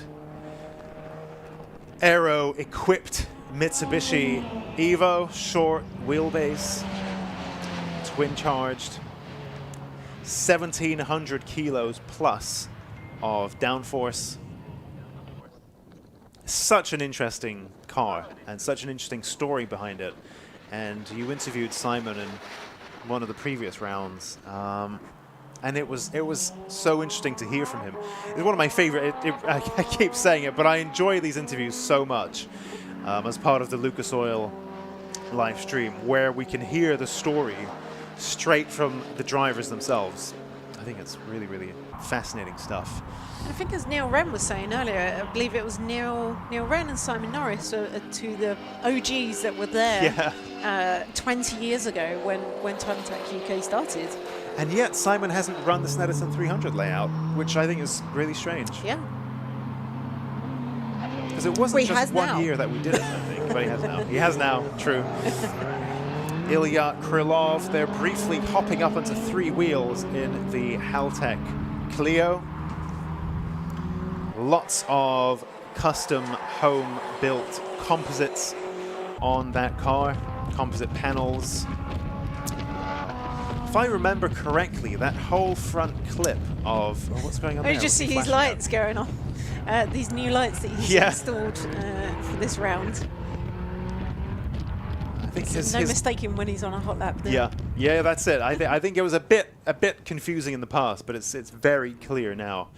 But that whole front clip of bonnet and front wings, I think weighing 4 kilos, which is nothing. And yeah, Ilya here making a real business actually out of his. He's become so good at this composite panel side of things. And it's not only his own car that he's applied the golden touch to, it's also Eden Young's and a few other. I think Jimmy Broadbent might have some of Ilya's carbon parts on his machine, his Time Attack car. So quite a few drivers in Time Attack and beyond benefiting from Ilya's know-how. And that's quite, I think, quite a new theme that we've seen in the Time Attack world, is drivers really getting involved in the composites, the DIY composite panels, because yes, there is some cost associated with that, of course, actually quite a lot of cost, but not as much as necessarily trying to chase loads of power. And of course, there isn't really any real downside to reducing weight from your car. You become better at acceleration, you become better at cornering, you become better at braking. So you become better at lots of things. You know, the car might get a bit noisier or rattlier the more weight you take out. But if you're not worried about that, if it isn't a road car, then there's not really any downside to taking weight out of your car. And this is the beautiful thing about Time Attack. And I think Eden actually summed this up really well earlier on in his interview with Susie, is your hands aren't really tied in like they are in other motorsports. So, you know, if you want to try to experiment with composites and take loads of weight out of your car, then off you go. Go and give it a try. So I was just watching Simon Norris's car, and we've seen him come across a line with, I think, the fastest speed across the start-finish straight. But if you watch the front end of that car as he comes into each corner and he brakes, you see it bouncing around a lot. And I think he was talking about the car porpoising before. Of course, yeah, he was. So I wonder if that's what we're seeing again there. Although I believe that tends to be more at higher speeds. So, and I don't know if maybe that's kind of like the braking. And then again, you brake and maybe the weight goes onto the front, cuts off the airflow, and then again, yeah, you can really see it, and you can hear it actually through the audio as well. So yeah, I also wonder whether it's just really stiff. It's really stiff. It's really bouncy. You know, it's being that suspension's being compressed so much with that aero load. But yeah, you can hear it scraping along the ground, can't you? Yeah, and it does seem to be particularly under braking. I mean, but he is on for fastest sector 1, sector 2, so do you expect him to set the fastest lap as he comes up to the start-finish straight and cross the line? Yes, so he does with a 146.4. But yeah, you can actually hear the splitter bouncing off the track there. There's a great audio from trackside. It's so tricky to work that out, isn't it? When you're dealing with 1,700 kilos of downforce, how do you work? And you know the car is just there in your workshop. How do you know how the suspension is going to behave when it's got? Do you go and load 1,700 kilos of ballast on the car and see what happens? You know, I guess of course, this and that's only when you're at max downforce as well. So it's like in the slower corners when you've not. You're not going to be having that, And it's interesting to see them stock these big aero cars because they almost look like rally cars. They've got like so much clearance again when they're stationary. Because they need that amount of travel on the suspension to cope with all this downforce at high speeds. Yeah, it's. I guess this is where people like Andrew Brilliant or other aerodynamicists will come into the picture, right? Because how do you know how that's going to behave, right? Just looking at it, trying to eyeball it, you know, that's a very difficult challenge. You've got to sit there and work this stuff out, and you need some real brains to be able to do that. And a lot of it is testing, right? You change the aero and then you take it to track, and the car behaves in a very different way, and you have a new set of problems that you need to deal with when you're going at faster speeds. So yeah, really, the big aero cars are playing a completely different game, really. Yeah. And a lot of different challenges that they have to contend with. So I was just looking down the times, and we did see Bradley John. We did see him out, but it says he's done 2 laps, which I guess is an out lap, and then he's done a lap and come back in. But only at a 2:26, so I'm guessing, although they got the car back out, still having problems with that rear diff, and has not been out again since.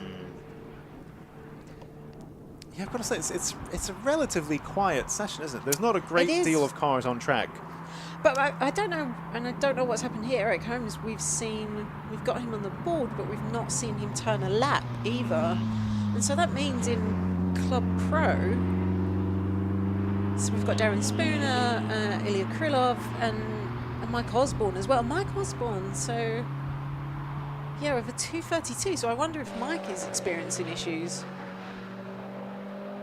Because again, Mike, very fast car, very fast driver. I would expect to see a bit of a lower time from him. So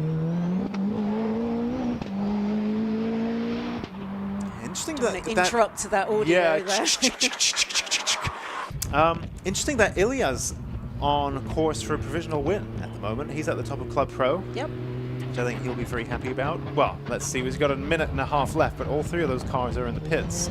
So I can't really see anything changing in Club Pro, and Ilya's very much on course to win the Super Attack in Club Pro, which means that he would be the winner of today's round. In the Club Pro class. But of course, these results are provisional. You've got to go through Parc Ferme and get things confirmed and so on. But Ilya's looking like he's in a very comfortable place at the moment. So, interesting. Well, who do we actually still have out on track? So Simon, Luke, Josh, and Martin. Well, Martin's stopped. He is on track technically, but he's not running. Which is why the timing screen doesn't have him up as in the pits. So we have Josh Barrett, Luke, and Simon. We have 3 cars.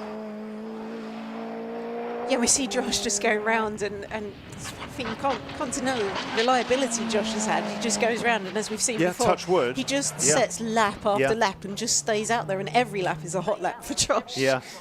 It's very impressive, actually. Again, we're talking about these higher power cars, and in these top classes, you expect them to not be able to do just lap after lap constantly. Yeah. Well, I don't think there's a great deal of build to the engine of the Caterham, right? I mean, it sounds cammy. You know, I guess it's got some kind of spicy cams, but I think that's kind of the extent of it. You know, he's not trying to squeeze 1,000 horsepower out of something that came from the factory with 200. You know, it's quite different. The speed of that car comes from its lightweight. I mean, it is powerful, of course, but it's not quite as highly strung, I'd imagine, as some of the other stuff that we have. So you can just go out and really attack all day, and touch wood, things seem to keep working. So yeah, great stuff there from Josh Barrett. Checkered flag is out, so let's take a look at our provisional results. So Simon Norris faster than anybody with a 146.3. Luke Sandziakowski at the top of the pro class with 149.2, ahead of Josh Barrett, 159.4. So 10-second gap there. Luke Sandziakowski really flying here.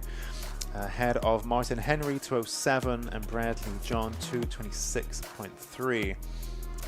And then in Club Pro, our provisional winner is Ilya Krylov in that Haltech RWF Clio with a 201.6. Ahead of Darren Spooner in the Spooks Racing Developments Peugeot 205. And then Michael Osborne in the Osborne Motorsport Mitsubishi Evo. And Eric Holmes in the ENS Motorsport Mitsubishi Evo 6 RS, although Eric Holmes actually failing to set a flying lap there. So that concludes our relatively quiet, I think, super attack in our pro classes.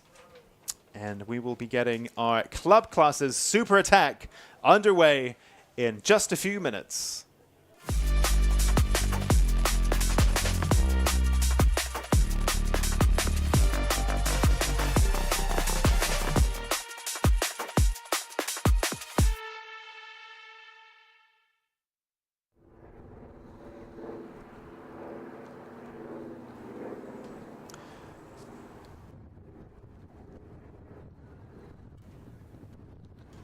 So while we are getting the track ready for our Club 2-wheel drive and Club 4-wheel drive super attack, we do have an interview ready, this time with Eric Holmes. So I'm down here having a quick chat with Eric Holmes. So good morning. Morning, Susie. How are you? Yeah, I'm not bad. Yourself? Yes, good. Yep. Recovered after the long drive. Yeah, I mean, these are all quite a long haul for you, right? Even Knock Hill's 3 hours. So, 12 hours I think I was in the van. Well, that's some dedication. So, yeah. Brands Hatch is the worst. The traffic's always the worst getting to Brands. But, yeah, I enjoy it. I make a weekend of it, so, yeah. And it's not you've got quite a history with Time Attack as well, haven't you? Yes, I kind of started in 2011, I think it was. Had a year or two, 2011, 2012. Then work commitments, I had to lay off for a bit. And then I came back, done SLS in Scotland for a few years. And in 23, I think, I went into the pro class. And the only reason for that was because I had a set of slicks that was the right slicks to have Pirellis. So I went into pro class and I ended up third. I was quite pleased with myself getting third against some of the big cars that the guys are running here. So and then missed out last year. The car was a bit sick. Gearbox issues and electrical issues and stuff. So and my health wasn't up to best either. But anyway, got through all that.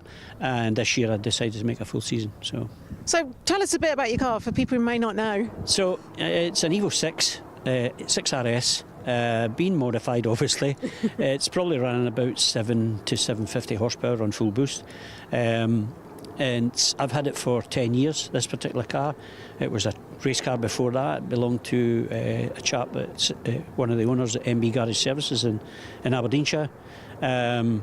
And yeah, it's an unbelievable car. I've obviously modified it since then, put a new turbo. It was a front-facing turbo before because it was a drag car, used as a drag car. I've changed that, put in an Exona turbo, which is excellent turbo. And done a few other bits and pieces. I've put paddles in there. I haven't got them fixed up yet, but we've got ability to go to paddles. I've just recently bought, as you probably hear in the pit lane, it's ABS is the thing to have. And I thought, well, it's a lot of money to pay, but if it's getting you a second or plus. So I went and purchased that. I probably won't fit it this season, but I'll try to make sure I have it fitted for next season. And of course, that's a motorsport ABS, right? So quite a bit different from the standard ABS. Yes. I've got a Delta, I think it's called Delta SCS, and some of the first ones that was out were Bosch.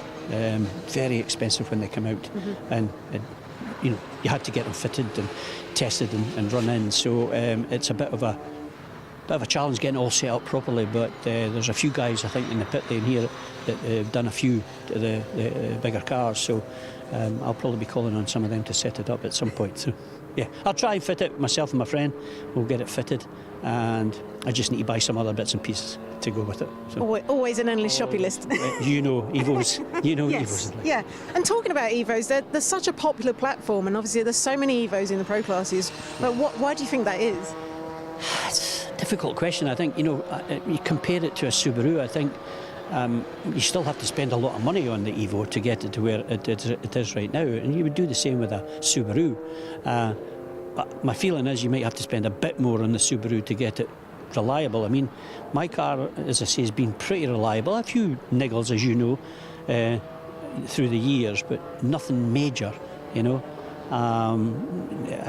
Radley built the engine 6 years ago, I think it was, and I've checked out a couple of times, but absolutely nothing, and it sings, when it's running properly. But it's all the wee electrical things, that give you a calm sensor. You get small things like that. Today, an exhaust blowing off, and right. yeah. So yeah, I can't put my finger on why the Evos are so popular at the top end of the motorsport. Why do you like them? Just the fact that I've had it for a silver one I've had for 22 years, 23 years, and it's that Jap, cars are just, well, to me they were way above anything else at the time. Four-wheel drive's immense. It started as a road car. You could drive it to the shops and back, and it still had 300 horsepower. It just. And then now it's obviously had a few more mods and it's running a lot more. So yeah, just a few. Just a few more horses. Yeah. And the championship is really close at the moment. So you're leading the championship at the moment. Yes, leading the championship. As I said, I've tried to keep the car steady so I don't have failures. And maybe I've had one first in a couple of seconds. Michael's joined. Michael Osborne he's running an Evo as well. Very, very quick car, very, very good driver as well. So he's pushing me, and I'll try my best to catch him through the. That's the way we like it, right? When the drivers are pushing each other. Yeah, absolutely. He's running about the same horsepower, I think, and he's fitted ABS this season, so he's got a few other mods that I don't. But yeah, I enjoy that. He's young guy, so I wind him up a bit, and as you do as an older guy, so with a wee bit of experience. So. Oh, fantastic. Well, we look forward to seeing the battle between and Club Pro. We'll keep an eye out. Yeah. Hopefully I can get a bit closer to him today. As I say, it's a fast track, and I'm sure he'll be on it, and I'll do my best to catch him. Excellent. Well, good luck out there today. Thank you very much. Thanks. Cheers. Great stuff. Well, another excellent interview, Susie. Thank you for that. That was a really good watch. I think he likes. It's always a pleasure to chat with anyone. I think he likes Evos. I mean, I think both of us are possibly a little bit I think biased. you like Evos too. I just a hunch. In the meantime, oh my goodness, all of that chit chat, and we've had one lap so far. Such a long track. And the faster driver at the moment is Alexander Volkov in that GTR, 152 miles an hour at the end of, at Speed Trap 2. which is a fair chunk faster than anybody else. Even David Dyson in the Cayman GT4 RS, 144 miles an hour there from him, 152 miles an hour there from Alexander Volkov. And then that's faster still than many other cars further down the leaderboard. That said, okay, we have David Dyson and Alexander Volkov actually trading lap times at the sharp end of the timing screen, so a little bit of jumping around just then, which is pretty good fun. David Dyson leaped to the top very briefly, but now Alexander Volkov sets a 158.5, which puts him back at the top of club four-wheel drive. Of course, David Dyson and Alexander Volkov in different classes, respectively. Volkov in the four-wheel drive, Dyson in the two-wheel drive. And, you know, we've said all year that Snetterton would suit both of these cars, actually. And it's interesting to see that come to fruition, and both of these drivers in quite different cars swapping place at the top of the overall leaderboard. And of course, we're only a few minutes into this session, but let's see how that battle develops. Johnny Fletcher also in the mix there. Johnny Fletcher at 204.2. Very close to David Dyson, has a 203.9, so just 0.3 of a second there between our Club 2-wheel drive front runners. The fact I got from Johnny Fletcher earlier is that he managed to change a drive shaft in 3 minutes 40. So he said, wow, compare that to the lap times. Yeah.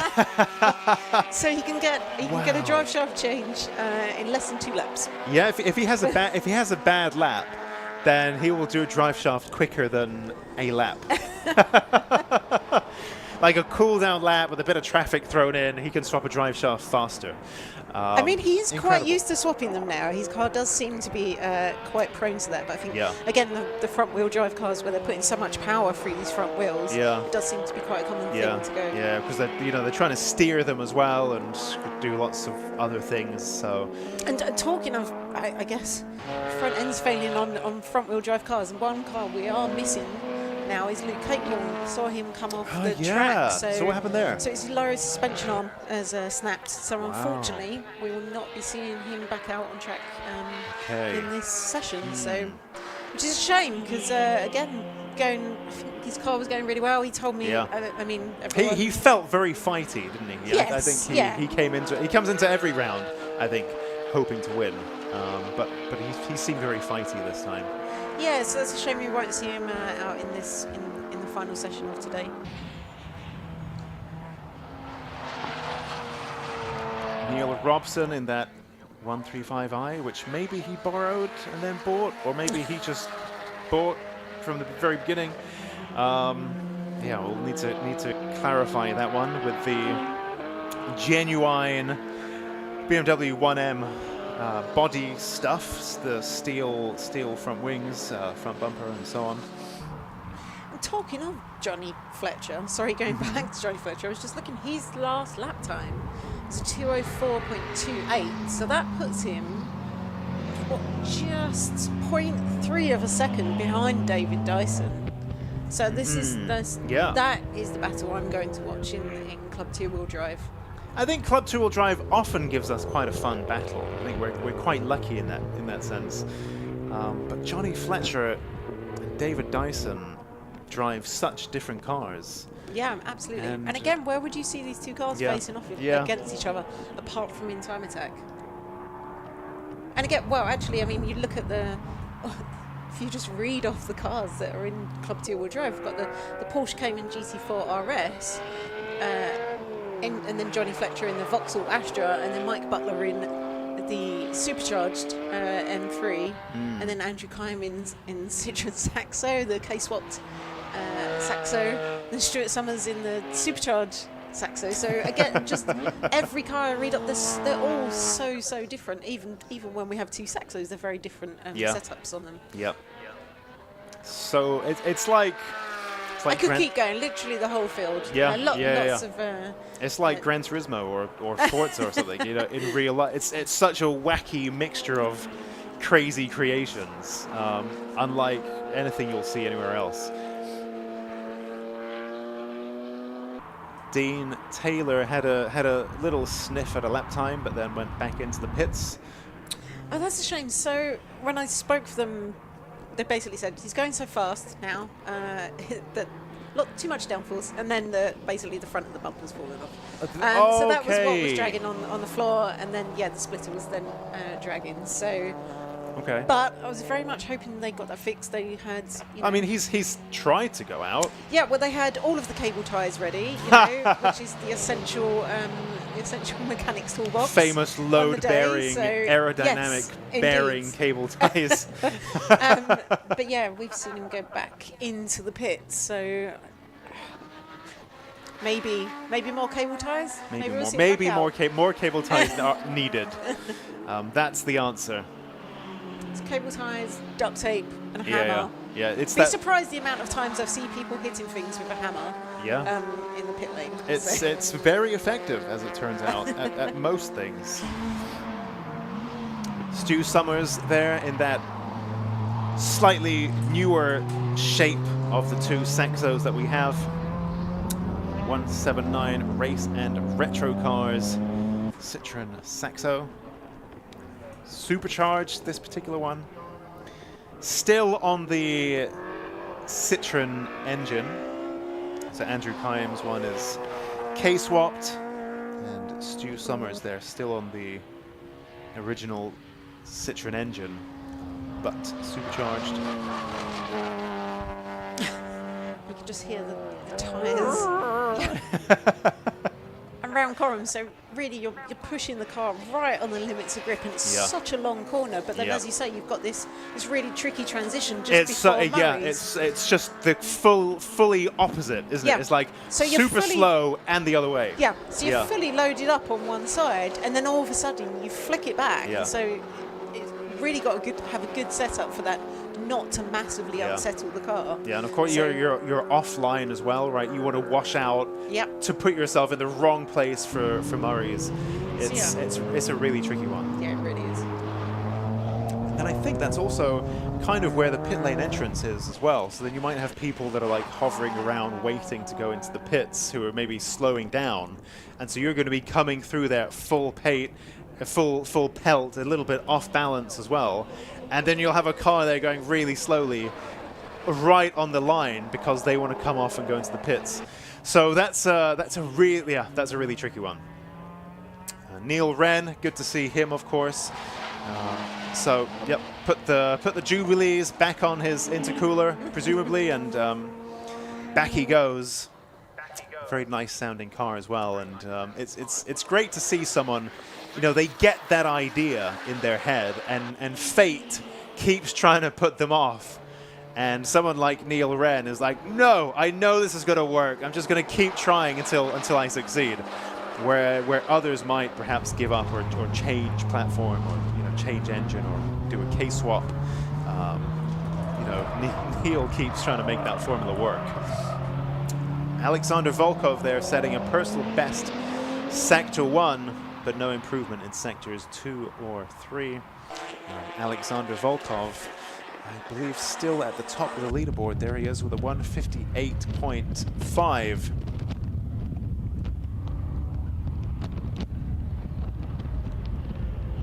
So that's a 5 second advantage over the next car in the overall leaderboard, David Dyson, but they are in different classes. So it's just again, Andrew Kime has set a 205.676, so, and that puts him just 0.2 of a second off Mike Butler. And again, such very different cars that you're comparing here. Supercharged M3. And this is over naturally aspirated Citroen Saxo. And over a long track as well. I just looked it up. It's just under 3 miles. So it's to be within 200ths of a second over such a distance. Massively different cars. And it's just it's incredible, really. There's not a lot of time separating. Again, I mean more time than we'd be talking at Brands Hatch, where it's a much shorter track. But obviously David Dyson, Johnny Fletcher, Mike Butler, Andrew Kime. Do you know something that's just jumped out at me looking at Alexander Volkov's car? When he had the little incident, I think it was at Brands last year, and they rebuilt the front end of that car and put the tiger on the bonnet. Because it symbolized something to Alexander. It looked kind of, I don't know, the tiger stood out to me a little bit as like it doesn't quite fit with the rest of the car. And what I've just realized now is how they've reworked the livery and put the tiger on the side, and it's kind of blended in with all the stickers and stuff. That actually, it works. It kind of works, actually. It does. Yeah, I think that's a cool look. It took me a few rounds to, I think, get on board and really understand the work that's gone into that, but I think that's quite a cool looking car. Another driver I wanted to call out as well is Rich Smith, I was talking to earlier on the interview. So he's at a 206.24. So actually, I just ran down quickly after the last session, just checking with all of the drivers, and was very much hoping to see him, sitting back and chilling. He was not. He was replacing a snapped drive shaft. Again, this common theme that we're seeing. But he's got back out there on track. Do you know what? So the only time I've broken a drive shaft on track was at Snet.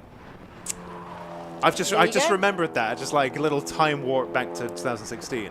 But I did the same thing. So we've had quite a few cars today. This must be that kind of track, right? For whatever reason. It was also the 300 layout.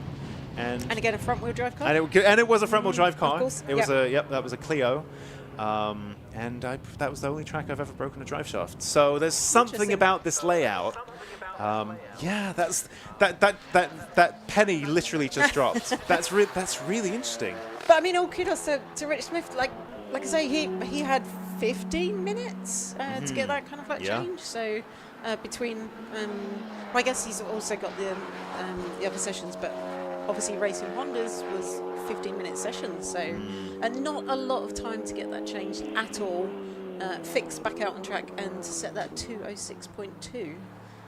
It's a great time. Yeah, I really enjoyed his story of how as it turns out, Rich and Dean are buddies, and they got into motorsport by doing sim racing during COVID. I thought that's a really nice story, and they it's just like two pals, two bros, were doing some sim racing, and then thought, you know what, let's try this in real life. And here they are, under the same team banner, DRS Racing. So I guess the D and the R stand for Dean and Richard. Well, actually, so DR, I see what they've done here. So DR is Dean Riley, and RS is Richard Smith. So they have that R in common. So so DRS is like both of their initials. That's really cute. That's really cute. That is a great bromance. I love that. Just looking at Neil Wren there on camera at the moment. So Neil, I was looking because earlier he set like a really great time, and his times are a little bit down, but he's actually gone across the line and set a 2:05.3. So we've got we've got 3 drivers in the 2:05s, and again over such a long track, it's quite remarkable. And again, very different cars. So, well, two BMWs though. Yeah. Do you know, I've just noticed, I've been looking at this all day, but I couldn't quite work it out. But it looks like it's not a big deal, I guess, but his under tray is flapping around, I think, at the higher speed. I couldn't quite, because it's not always doing it, but then from some angles, at some speed, there you go, you can catch little glimpses of it, bouncing around. And in fact, you can see some gubbins from poking out around it, and it's all, I think his splitter might be vibrating as well, so that all of that area under the car is all buzzing and vibrating around. Not hugely interesting, and hopefully that's all securely fixed in, and the plastic's just a bit bendy. But yeah, I was trying to look at that all day, and I've only just there you go. You can definitely see it there. Just so happy for him to be turning some clean laps. Yeah. Well, personal best sector 1. And that's better this time with 2:05.277. So really fantastic. We were saying he's had such a rotten season. Every round he's had some kind of issues. And at Brands Hatch, the accident that saw him making contact with the wall. But we've seen him back this morning, battling the issues with his intercooler coming loose, and then going back out there, and he is currently fastest car on track. And that is fast enough for third in Club 2-wheel drive as well. Yeah, I think he'll be very happy with that. And this is one of those classes where there are quite a lot of cars in this class, right? Because you know, I've definitely leaned on this too when I've taken podium. I've been quite happy with a podium when in fact there are only 3 cars in the class, which is. Sorry, I've just seen Andrew Kime has set 2:05.423. So now there is only 0.02 of a second separating him and Mike Butler, and he's just pipped Mike Butler. So, and just as the checker flag goes out, so yeah, again, the differences over such a long distance are like. Yeah, I mean my screen's got that as a as 1/100th of a second. 1/100th exactly. Yes. Wow. Yeah. Wow. Mega going. I think it might have been 10th before, now it's 100th. Yeah, no, I think we've got the checkered flag out. Yeah. So unless anyone is on a flyer. Well, Andrew Kimes just turned his headlights off, so I guess he's gonna cool things down. We have Neil Robson in the 135i, who still has his headlights on, so perhaps then he's still in a hot lap, which he is entitled to be until he takes that checkered flag. So we may see an improvement there from him, although his sectors 1 and 2, no improvement, so I don't think we'll see a better performance from him. David Frost in the Honda Civic, the FK, set a 2:13.8 in the closing moments, which for him is a personal best. So nice job there as well to David Frost. Mike Butler in the supercharged M3, just coming, I think, round. Oh, no, I think I missaw that. Nope, that was the final corner there, Murray's. Let's see what he can do. Looking very fast indeed. 2:06, so just about a second adrift of his previous personal best. I think Neil Wren is the only driver still on a hot lap, and in fact you can see him now coming up at the back of the shot towards the checkered flag. Neil Wren, nope, quite a slow one there from him, so perhaps running into some traffic or just cooling down because it's the end of the session. So all of our drivers now will be heading into Parc Fermé, but assuming that is all fine, the provisional results then of our club classes super attack. Alexander Volkov, the winner in club 4-wheel drive, faster than anybody on track by quite some margin, 158.5. And that's ahead of Dean Taylor, second in club 4-wheel drive. Didn't really set a flying lap, but that is the result. David Dyson ends the session as the Club 2-wheel drive winner for today, with 2:03.9, ahead of Fletcher, Wren, Kime, Butler, Smith, Summers, Good, Robson, and Frost. So those are your provisional results. Again, you can get all the times, all the sector times, and past results, and all of that data right at your fingertips if you go on the TSL timing website. In the meantime then, the timing screen is cleared in preparation for the Clubman classes Super Attack, which we will be getting underway in just a few minutes.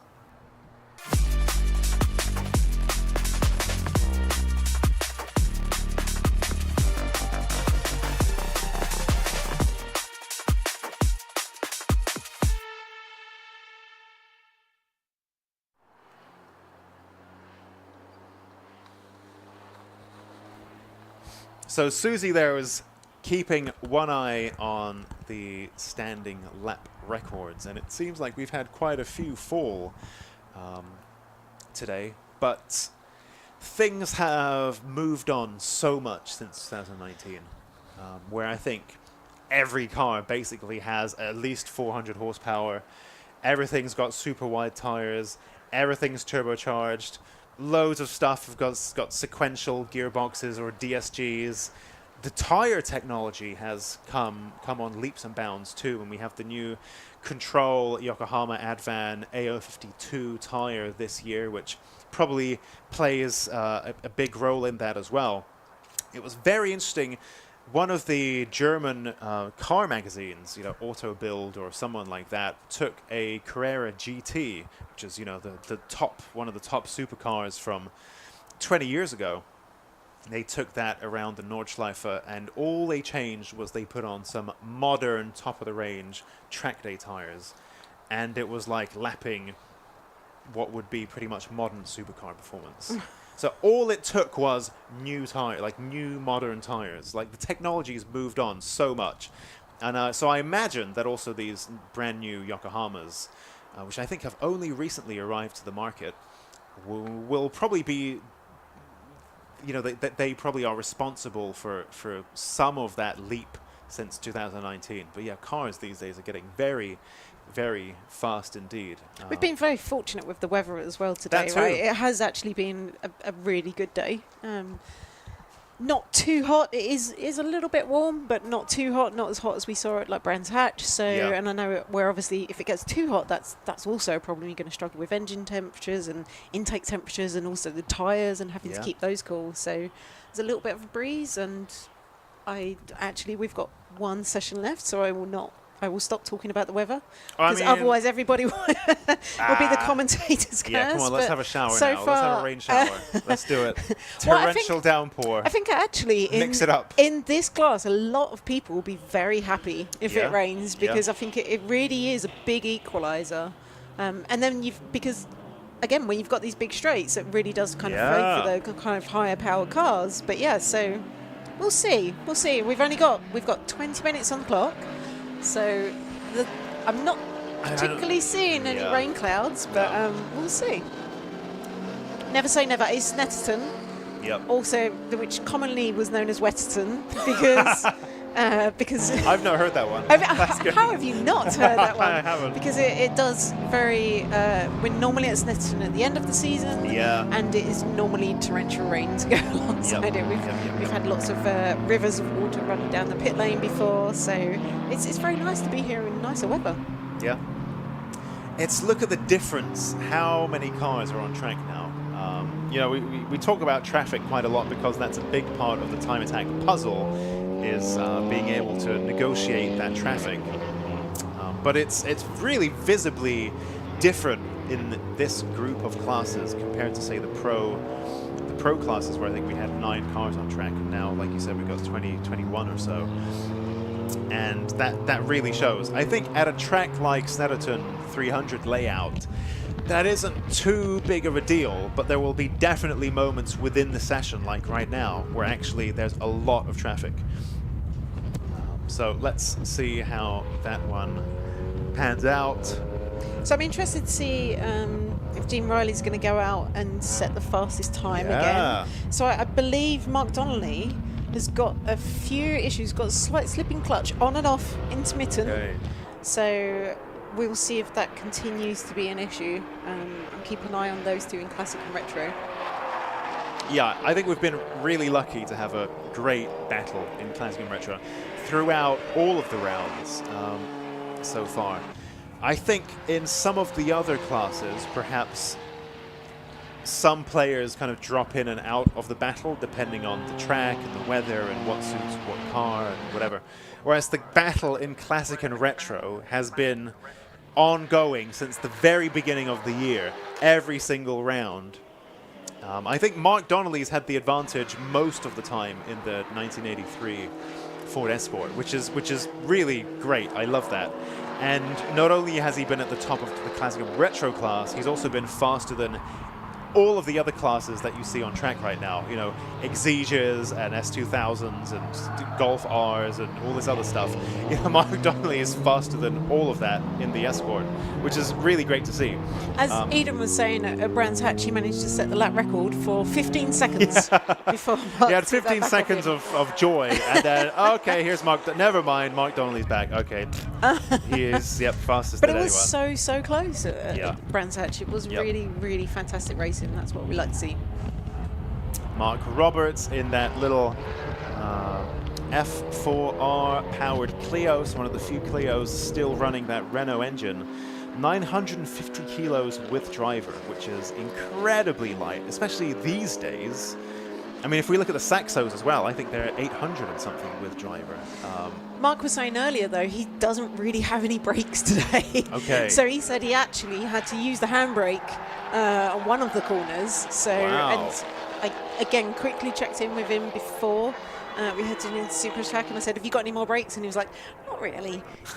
So being very brave going out there. Okay. So as we know, there's big braking zones coming into turn one, and then again at the end of the Bentley Straight. Clive Hopwell there had briefly set what was for a moment the faster sector 2 of anyone. That has now turned green, which means that's because someone else has claimed the purple sector. But watching this Golf R as he just completes his laps throughout the day, I've been actually really impressed and surprised by, even now, you can just see how much that car is moving around. And I have to say, I've been guilty of falling into the trap so many times, especially when it comes to Volkswagen Audi group cars, of thinking, they're really boring, they've got all the grip in the world, DSG gearbox, yawn. But actually, this car is moving around a lot, and it looks like a real handful. And it looks a lot. I've not really looked at it that closely, I think, until today, but the amount that car is moving around, it looks like great fun, actually.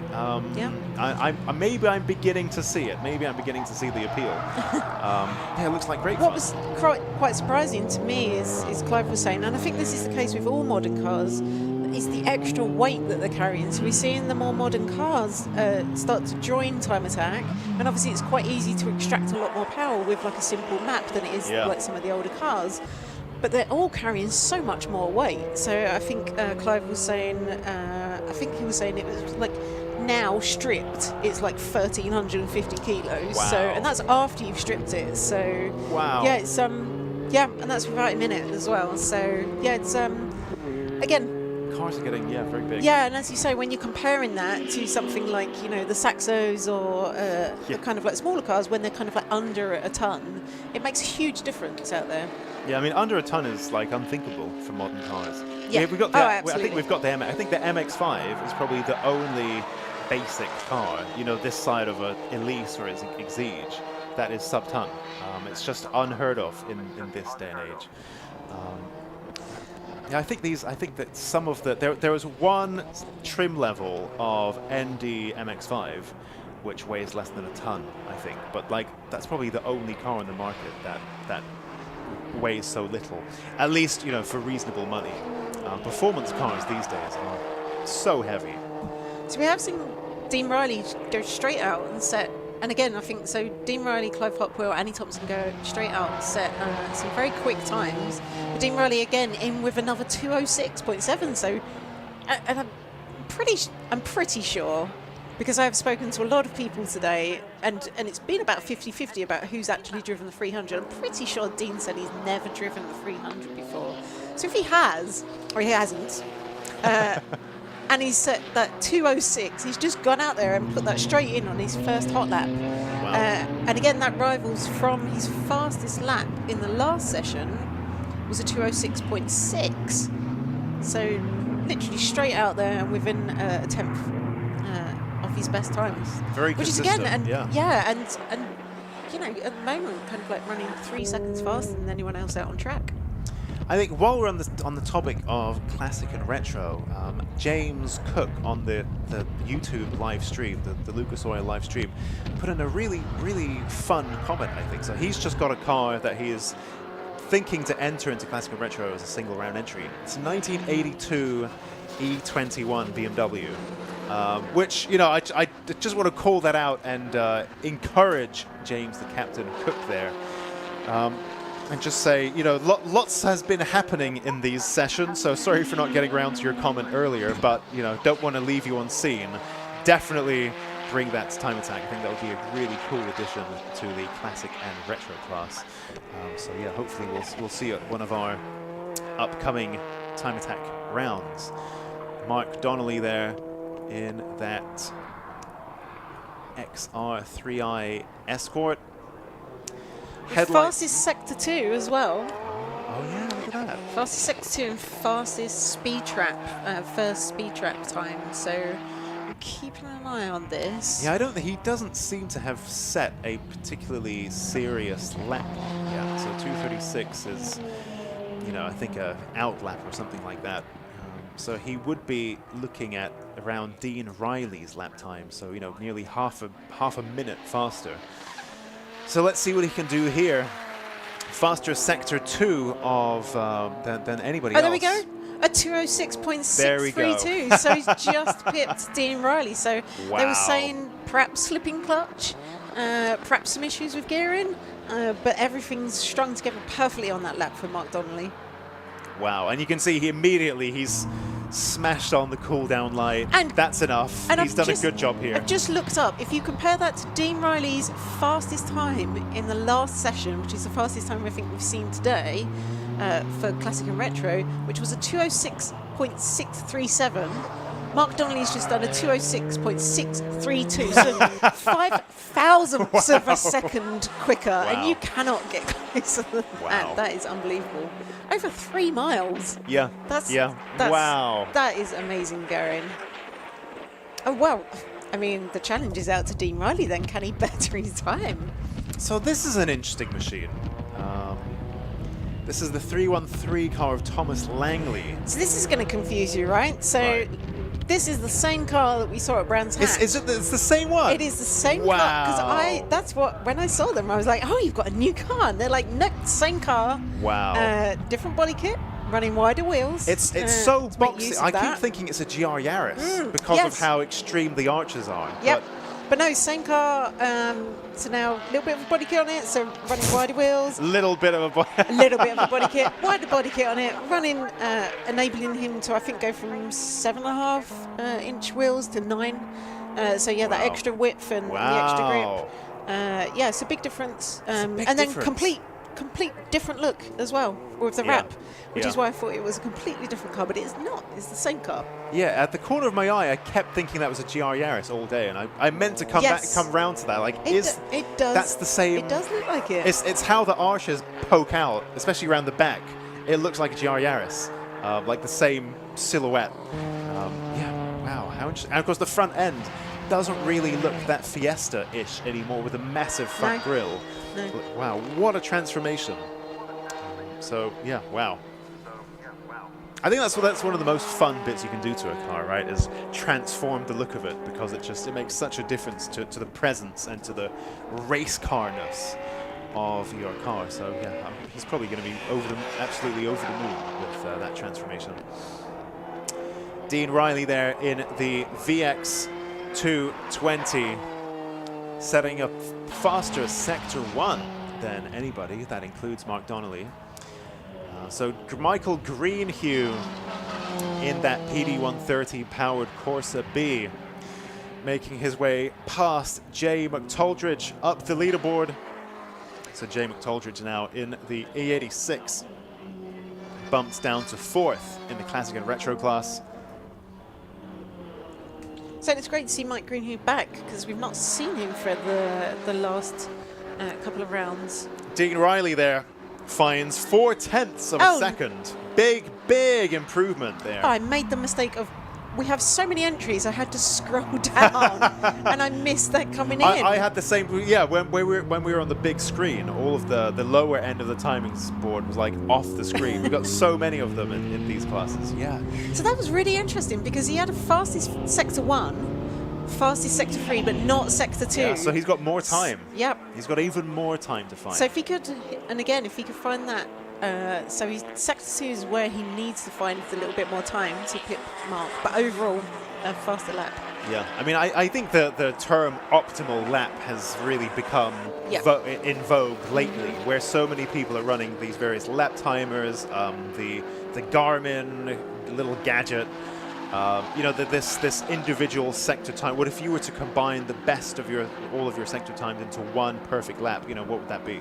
That's what your optimal lap is. And of course, it's a little bit of a make-believe kind of nonsense, because unless you set that lap, you haven't set that lap. But a lot of people talk about their optimal lap, as if, you know, that's a thing that's become a new metric, is what your optimal lap is. And so what we know for a fact is that Dean Riley's fastest sector 1, fastest sector 2 and fastest sector 3 have not yet been strung together yet, and if he could do so, then he would improve his lap time even more. We know he's got that time in his pocket from the individual sector times.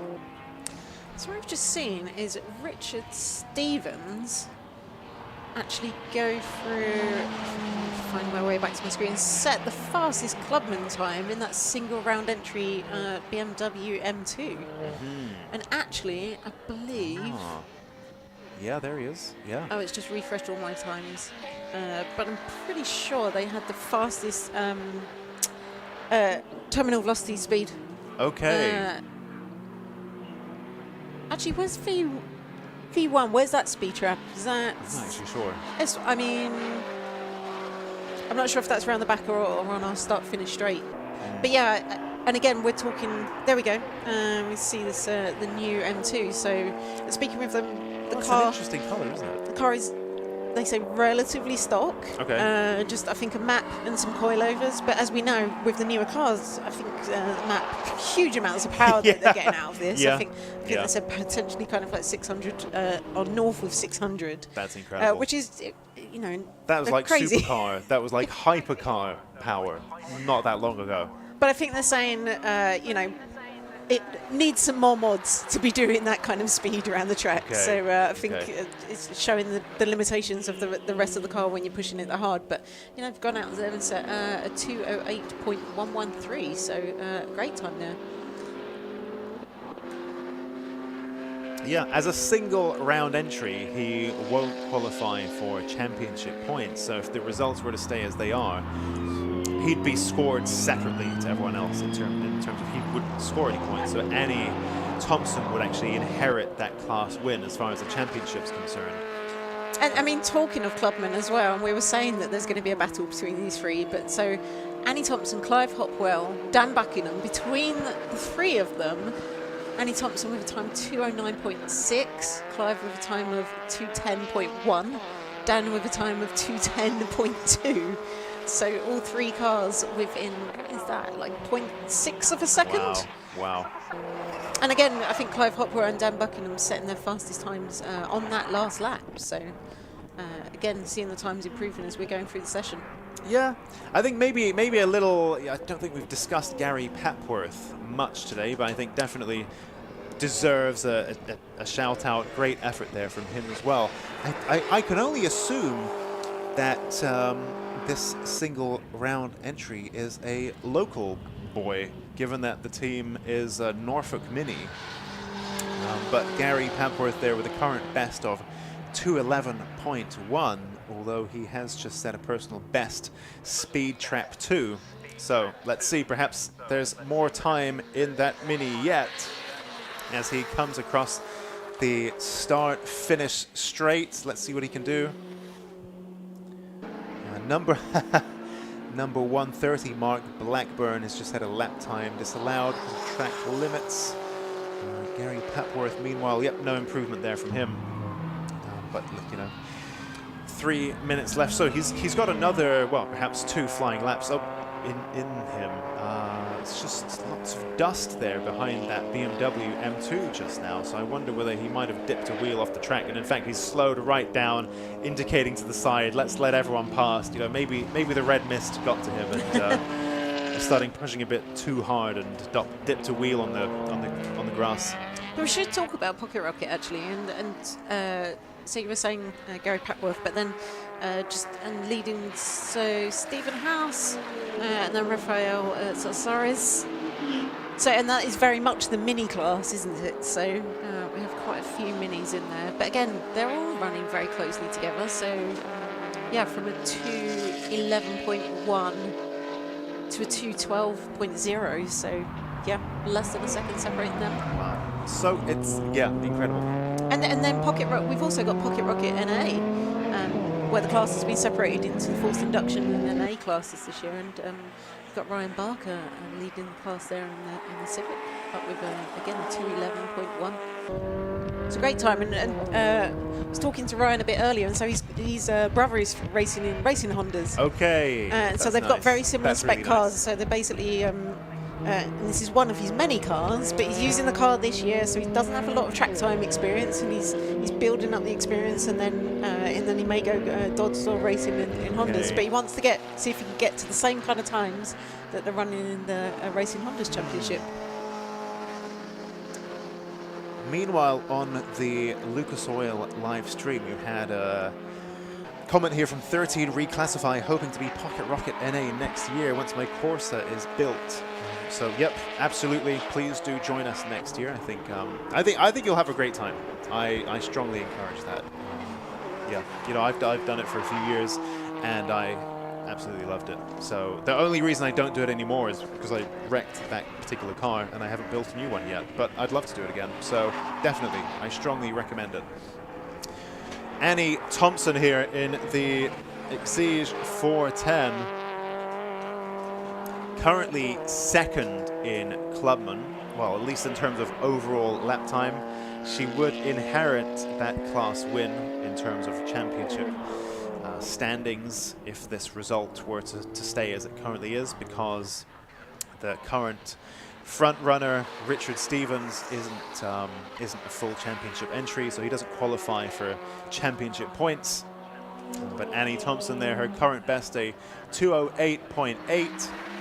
Right, I'm just looking at the clock. We've got 15 seconds left on the clock, but we've seen Mark Donnelly set fastest Sector 1 and fastest Sector 2.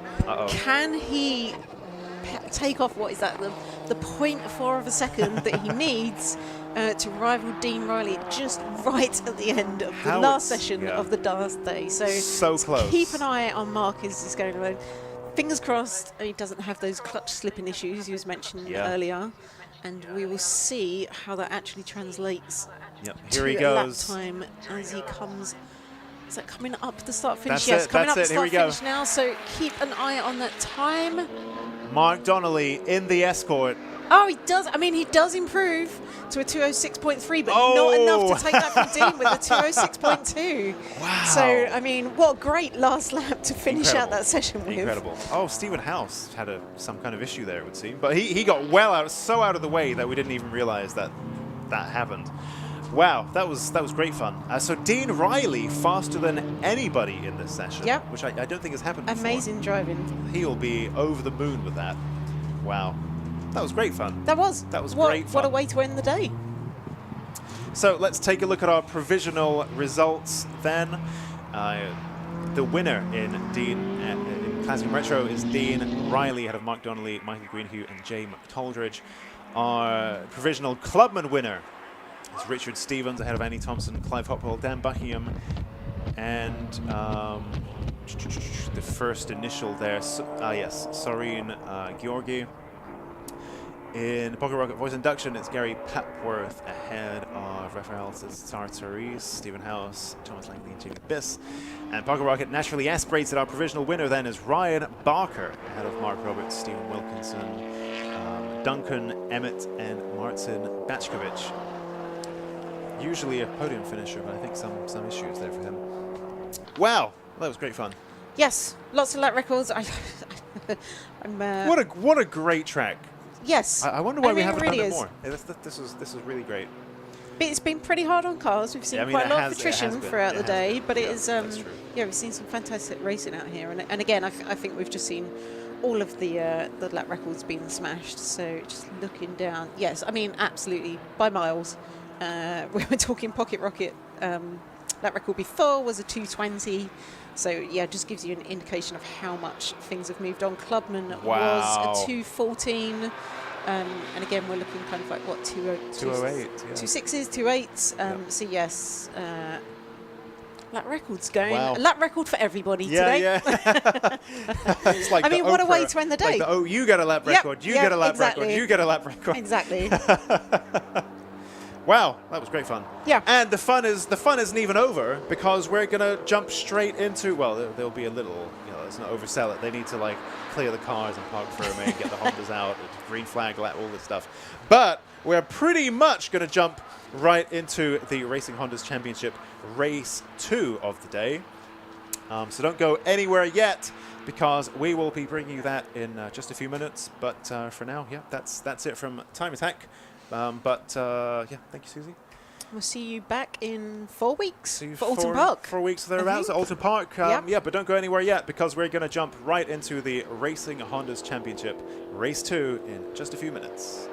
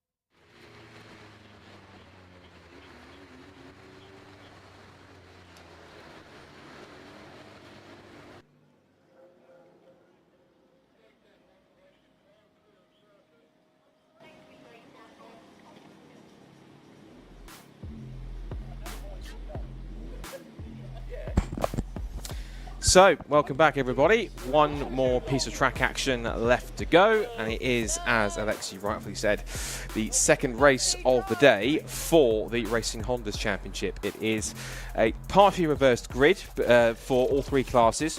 So the ball draw that we saw, which we sadly couldn't bring you live, but was made after the podium interviews were done for our three class winners, drew number 4, which means that the top 4 in each class gets partially reversed, if I'm right in saying so.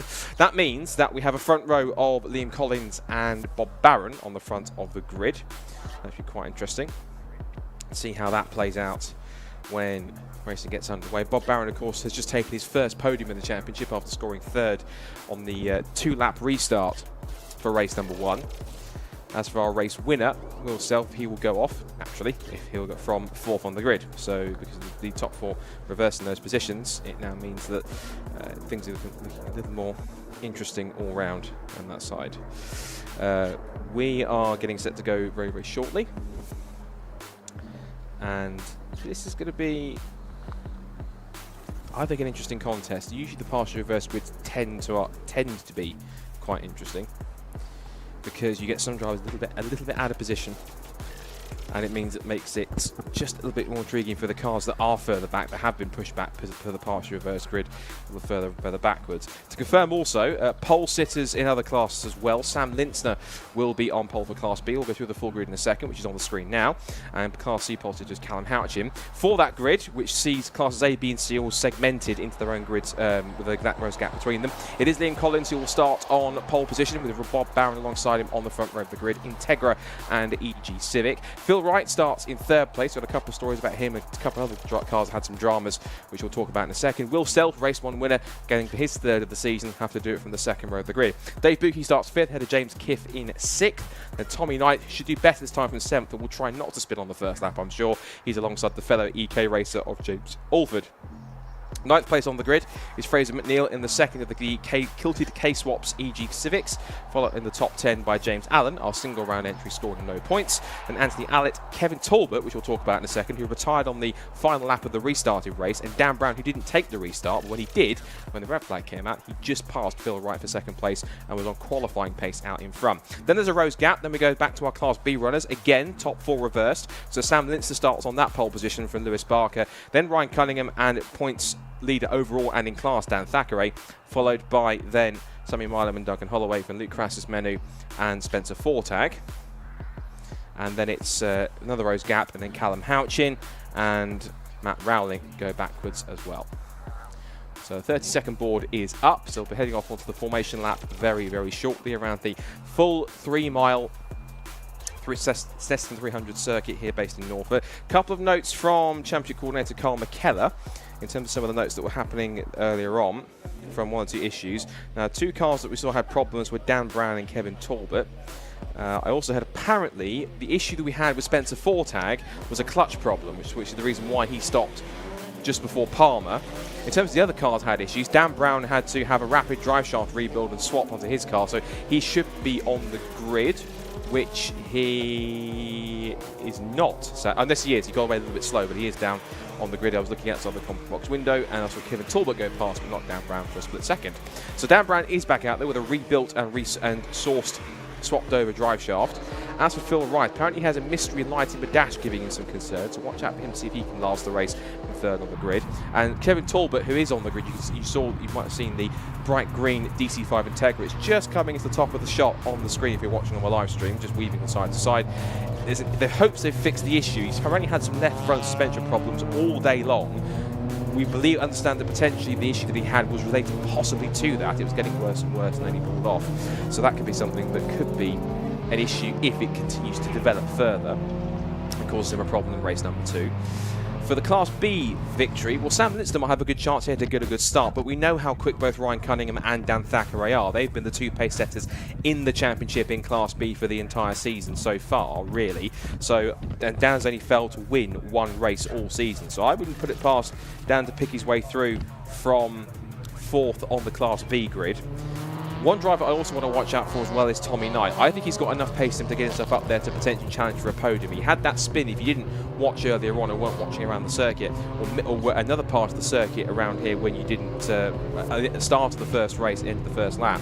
Tommy Knight went into Murray's, locked the rears and spun the car at Murray's corner, dropped right down to the back of the field, 23rd and last position. He was one of the cars to benefit from the red flag that we had, because he got a chance to really pick his way through and got himself quickly up from, I think it was 12th on the grid on the restart to 7th. So he now gets himself a bit of redemption to try and get through from row number 4. This is also a great opportunity for Bob Barron because he has been on the front row before in a reverse grid race. At the very least, he was on pole for the first reverse grid race. That was race 2 at Cadwell Park, and he led for half the race until he made a mistake, just lofted the rears right at the top of the circuit halfway into the race, and then from there he just lost positions and dropped down to the top 3. Now he has his first podium. That certainly will start to unlock the potential that he might well have to score more and more throughout the season, because they do say once you get you first, it almost tends to open the floodgates in theory. So Bob's going to try and get a good start. Now, he was put under pressure by Liam Collins throughout the entire race, the entirety of the restart. So what was becoming a battle for 4th place turned into a battle for the podium when Talbot pulled off with his mechanical issue right here at Brunton Nelson on the escape road when he went straight on.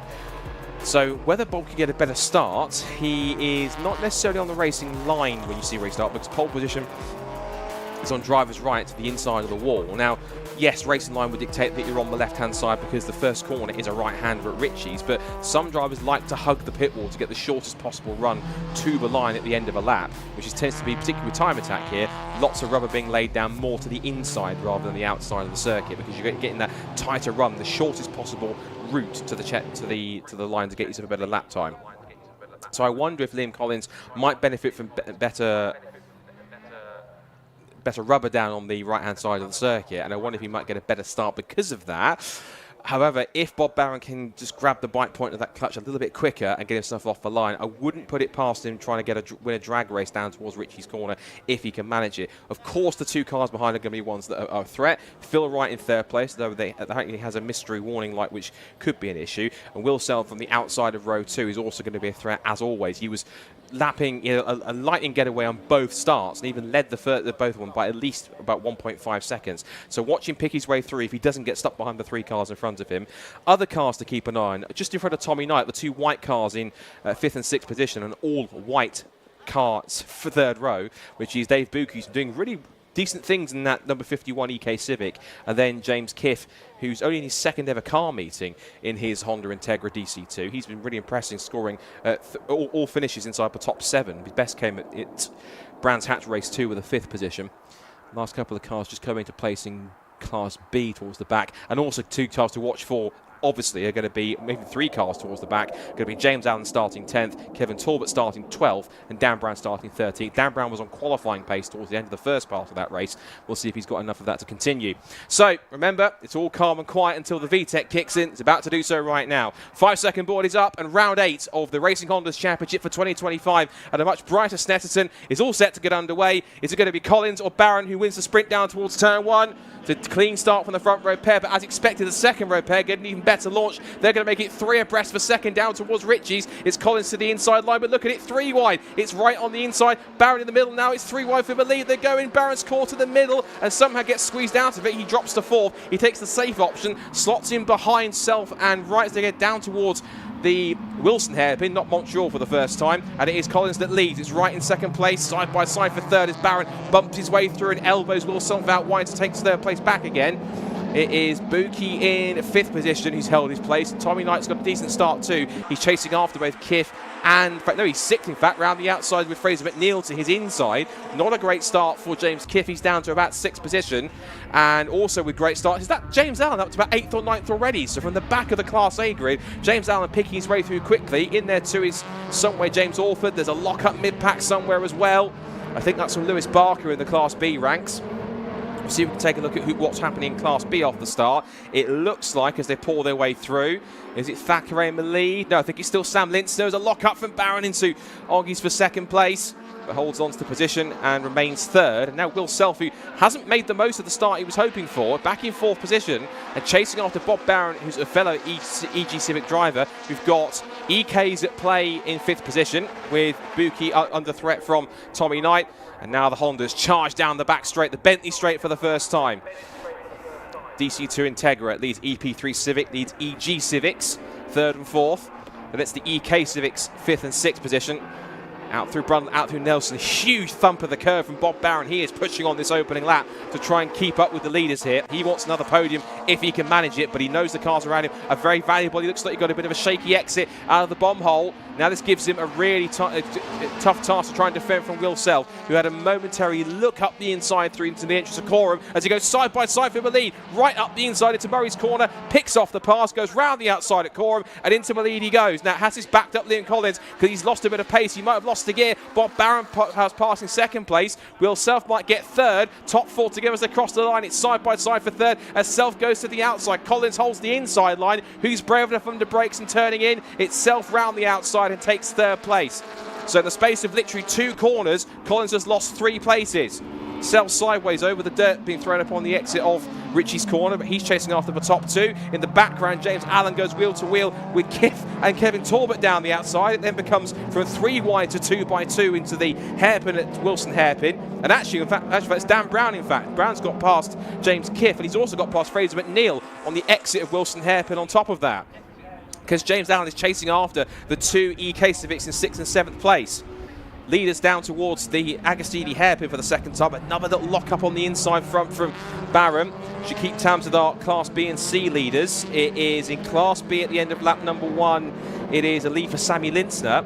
Then it's Ryan Cunningham in second place. Thackeray not in the lead yet. He's up to third. And then it's Barker fourth, Milan fifth, Holloway in sixth, Crassus Menu, and Callum Houchin staying ahead of Matt Rowling at the end of lap number 1.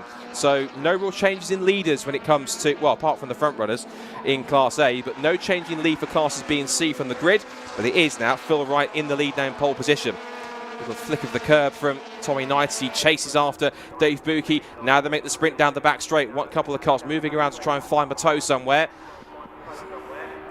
Just Phil Wright now becoming under pressure from these 2 EG Civics, and that is Fraser McNeil pulling up on the back straight. Fraser McNeil with an issue, and his car pulling up onto the edge of the road. I think he's parked it conveniently where it can be pushed back behind the barriers, so it might not be a yellow flag or a safety, or even a safety car. I don't think. They should be able to clear that pretty quickly, I hope. Looking up the inside for second place. Will Self is pushed in the issue. Barron gives him the space. He doesn't want to brave it out around the outside. He might get him back later on. And Barron slots back in behind him now. Self is up to second place. This is almost a repeat of race 1, but it's now roles reversed. It was Wright doing the chasing of Self. Now it's Self chasing Wright for the victory. Just over 10.5 minutes to go. 2 laps in the books now. So Wright, Self and Barron. Top 3 covered by 1.1 seconds. Self is going defensive. He's not comfortable being on the racing line to defend from Barron. He knew that Barron might get him in the tow and come back at him in the slipstream. Still 4th place for Collins, 5th place for Buki, still been chased down by Knight, and he's got 2 very feisty black Civics behind him. That's James Allen and Dan Brown, with Kevin Talbot going with them. He's only 7/10 back as Aaron runs wide on the exit over the AstroTurf at Wilson Hairpin. For Class B, still Sammy Linston leading the way, Cunningham second, then it's Thackeray, Barker and Milan the top 5. And in Class C, it is still Houchin versus ahead of Rowling. Gap between them 0.2 of a second. So that might have changed by the next time we see it, or the next time they cross the line. Down to Agostini, challenge on for 5th. This is now Buki defending from Tommy Knight, who are frustrated trying to get past, but they're stacking up behind them as they go wheel to wheel. Tommy Knight was right there on Buki's right rear wheel, but he's not close enough to pull alongside. Tries to get better traction, forces Buki to try to go to the inside to defend. And here comes Dan Brown thinking, excuse me, you two battling, but can I come through, please? And I think we see a bit more preoccupied to try and get through. And I think Brown thought about making a move to try and just prise the door open, but he had to take 2 bites at the apex to turn in and hold the place. Out of Williams onto the back straight, little bounce around from Knight. That car still bouncing around a bit. He mentioned after practice that the car was hopping around quite a lot. I think, not sure if there's yellow flags or not down the back straight, because the yellow EG Civic of Fraser McNeil that pulled up a lap ago is still there. So they haven't pulled it back, but I wonder if they think it's in a safe enough position on the pits on the back straight. Couldn't see yellow flags, I'm not sure. I'm trying to see if there's anything on the cameras here that might give me an idea. Nothing that I can see, obviously. Battle for is on. There's been a change as Dan Brown's got past Tommy Knight, so that must have been down the back straight. A little wiggle from Knight exiting Williams certainly favoured Brown's momentum, and now Brown's attacking to try and take a top 5 place from Dave Buki. But Dave won't give it up that easy. He's quite a character, but he's also a very feisty racer on top of that too. He will not let go of that 5th position unless Dan Brown prizes it prizes his hands off the steering wheel and takes it from him by force. End of lap number 3. Gap is now top 3 as Self is on the back end of Phil Wright. There's also no Sotell for 3rd between Barron and Collins. Now this this five-way dance between Dave Buki and Dave Brown. Brown had to look up the inside and thought about it. But Buki now going back to the inside to defend, and Knight's also not comfortable either. He's now got attack from both sides, from both James Allen and from Kevin Talbot. As down the inside, look at that. 3 of them getting past Buki in one go. That's incredible. Dan Brown opened the door into the hairpin. Tommy Knight followed him through. James Allen went to the outside to make it 3 cars passing in one corner. He might want to achieve it now up the inside into Palmer's. But again, Buki holds the outside line, doesn't give it up that easy. They're wheel to wheel on the exit of the corner. Looking on the cameras, we're looking at that fight for third. Another small puff of smoke from Barron and Collins. Huge fight going on behind, thanks for the camera caught it. There goes Allen up the inside. Buki might have to capitulate and have no choice but to give him the place. And another place lost to Buki. It could be another one if he's not careful, because here comes Kevin Talbot looking back up the inside into Williams. And Hamilton, excuse me, and he almost makes it. Buki's on the grass. He puts 2 wheels on the grass, breaks the splitter on the EG Civic, the EK Civic. That'll hurt his downforce. But across the Dave, and what did I say? He doesn't give up a place that easy. He's a very feisty racer, is Dave Buki, and he doesn't let a position go unless he absolutely has to. And he defended that right one to the end, but he started a lap in 5th. He's down to 9th. So he's got all sorts to try and make up that, and the damage to the splitter as well, after running wide over the curb and the grass, won't be helping the handling either. Less than 7 minutes to go. Challenge on from a lead. I think that was also having a little peek up the inside into the bomb hole on this lap. He tried it as they come through Coram. This car just moving around a little bit as he turns into the first pot. This almost never-ending right-hander. And this is a repeat of what we had in race 1, because Collins was on the back of Barron at the end of race 1, and it turned into the fight for third position after Talbot retired on the final lap. Now Self is lining up right, I'm imagining, for a possible move here down the pit straight to try and challenge him for position. And these 2 here fighting for third have got to be careful, because Dan Brown's coming along nicely in 5th position. Look at lap times. Last lap for Brown was a 2 minute 6.151, and he's lapping faster than everyone else in front. He was actually the personal best for him. The closest lap times are the cars in the lead in 2nd place. They did a 2 minutes 5 for Wright and a 2 minutes 6.3, 2 minutes 6.5 for Wright, 2 minutes 6.3 for Self, and then the 2 cars battling for third did 2 minute 8s. So certainly the cars behind are closing in, and what could be quite a titanic scrap for third if the 3 cars that are charging along get their way.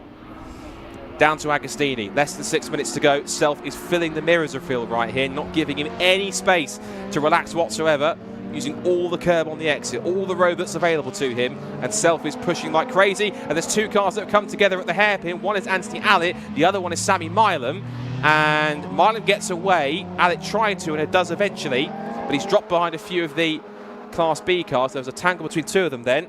Into the pit lane has come James Kiff behind me as well, so problems for the Integra. He won't score well, sadly, for this race, I'm afraid. As the fight for third again turns its way through Williams, and now Collins now's got a real chance to sense a move here, but they've got to be careful, because Dan Brown might get a run on the pair of them if he gets close enough. Watch for that battle in the background for third place. Here come the leaders into Brundle and Nelson. Phil Knight, again, 2023 champion, proving why he's a champion, holding on to that place as much as he can. They sweep through the shot. What about third, fourth and fifth? They're all thumping the curb, but Barron holds on for the time being. And Tommy Knight's charging along as well. He was just flashed through the shot in the background. He's in 6th position. His last lap was a 2:07.536. He wasn't as quick as Dan Brown, but again, he's still quicker than the cars in 3rd and 4th. And now it's side by side. It's Dan Brown. He's interrupting Collins' battle with Barron. Up the inside he goes through Coram. They're wheel to wheel for 4th place. And now the best of forward defence is attack. Up the inside goes Collins. Forces Barron wide. He's over the curb on the exit. Here comes Dan Brown with a straight line drag race. The 2 EG Civics here are going to be wheel to wheel down the pit straight. And even though Barron has the toe on Collins, it's not enough. They're going to go down the pit straight. Collins throws the block. It's going to make it almost 3 abreast down towards Ritchie's. It is almost 3 abreast. Collins on the inside. Barron in the middle. Brown on the outside. Can he get the undercut? The answer is no. And Barron holds on to the place. Meanwhile, for the leader, change down at Wilson Hairpin. Self up the inside. It's all going. Race number 2 here at Snetterton. Fantastic. Fight for lead, fight for 3, or fight for 3rd place. Tommy Knight's charging along. So is Kevin Talbot. The cream rises to the top. We shouldn't forget Class B, though. Shouldn't forget them. Class B, Sammy Linster still leads, but Dan Thackeray just half a second behind him in 2nd place in class. Cunningham is up to 3rd, but it's Barker in 4th position. And Sammy Milam, even though he did have that spin, still holds somehow 5th position in class. Class C, I should mention also, is Houchin still ahead of Rowling, and the gap between them is 1.7 seconds. So the newer FN2 Honda Civic holding off the EP3. There goes James Alford. I think we're looking back for our Class B runners to see where they are. Just coming through the shot any moment now. Watching on the screen, they just came through for a second. They're flicking into shot. There they are. Here's our Class B contingent. Now, Dan Thackeray charging after Sam Lindner, who was on the Class pole since the start of the race. He's helped the race lead since the starting class here. I think for the first proper time he's defending, but Thackeray locking up into Agostini won't help his cause. Tighter exit. Thackeray holds on to the place. Also, as well, I can see that Lewis Barker's giving Ryan Cunningham some headaches here in third place. We'll keep back to that in a second. Now, look at this. You've got practically all 6 or 7 cars battling for position. This is the fight for third only. There go the top two through the shot. It's now Collins back up to third. It's now Brown fourth. Barron's dropped back to fifth. Tommy Knight's right behind him in sixth, and also closing up quickly is Kevin Talbot. Out through the bomb hole. How much would Dan Brown love to seal off the winner? Seal off a very difficult weekend, a tricky weekend of ups and downs with a podium, especially after that quick drive shaft rebuild the team did for him in the last couple of hours. He would love to get a podium. He puts 2 wheels onto the EG Civic, hopping the curb at Murray's. He is pushing like crazy. Down the pit straight they go then. What about the battle for 5th place behind? Because Bob Barron, I think, was under big pressure from both Tommy Knight and Kevin Talbot closing in. Watch for the blue Civic in the background. He's looking for position. There was Dan Brown up the inside. Dan Brown was going for 3rd place up the inside at Ritchie's. When you look, there's so much action to look at. There's so much going on, and Brown has got through. So a big dive up the inside into Ritchie's. Brown makes the move. Now you see Tommy Knight attacking Barron. Barron's also coming back at Collins after he must have got out wide. Little tap in the tail. I'm still here for him. Can I come through, please? And he throws the block on Tommy Knight as well, thinking, come on, Bob, give me some room here. He looks up the inside again into Palmer. Oh, sideways again for Bob Barron. Lots of oversteer in that EG Civic, and it's not helping him at all here. Better momentum off the corner for Knight. Barron doesn't go defensive straight away. Here comes Knight again thinking about it.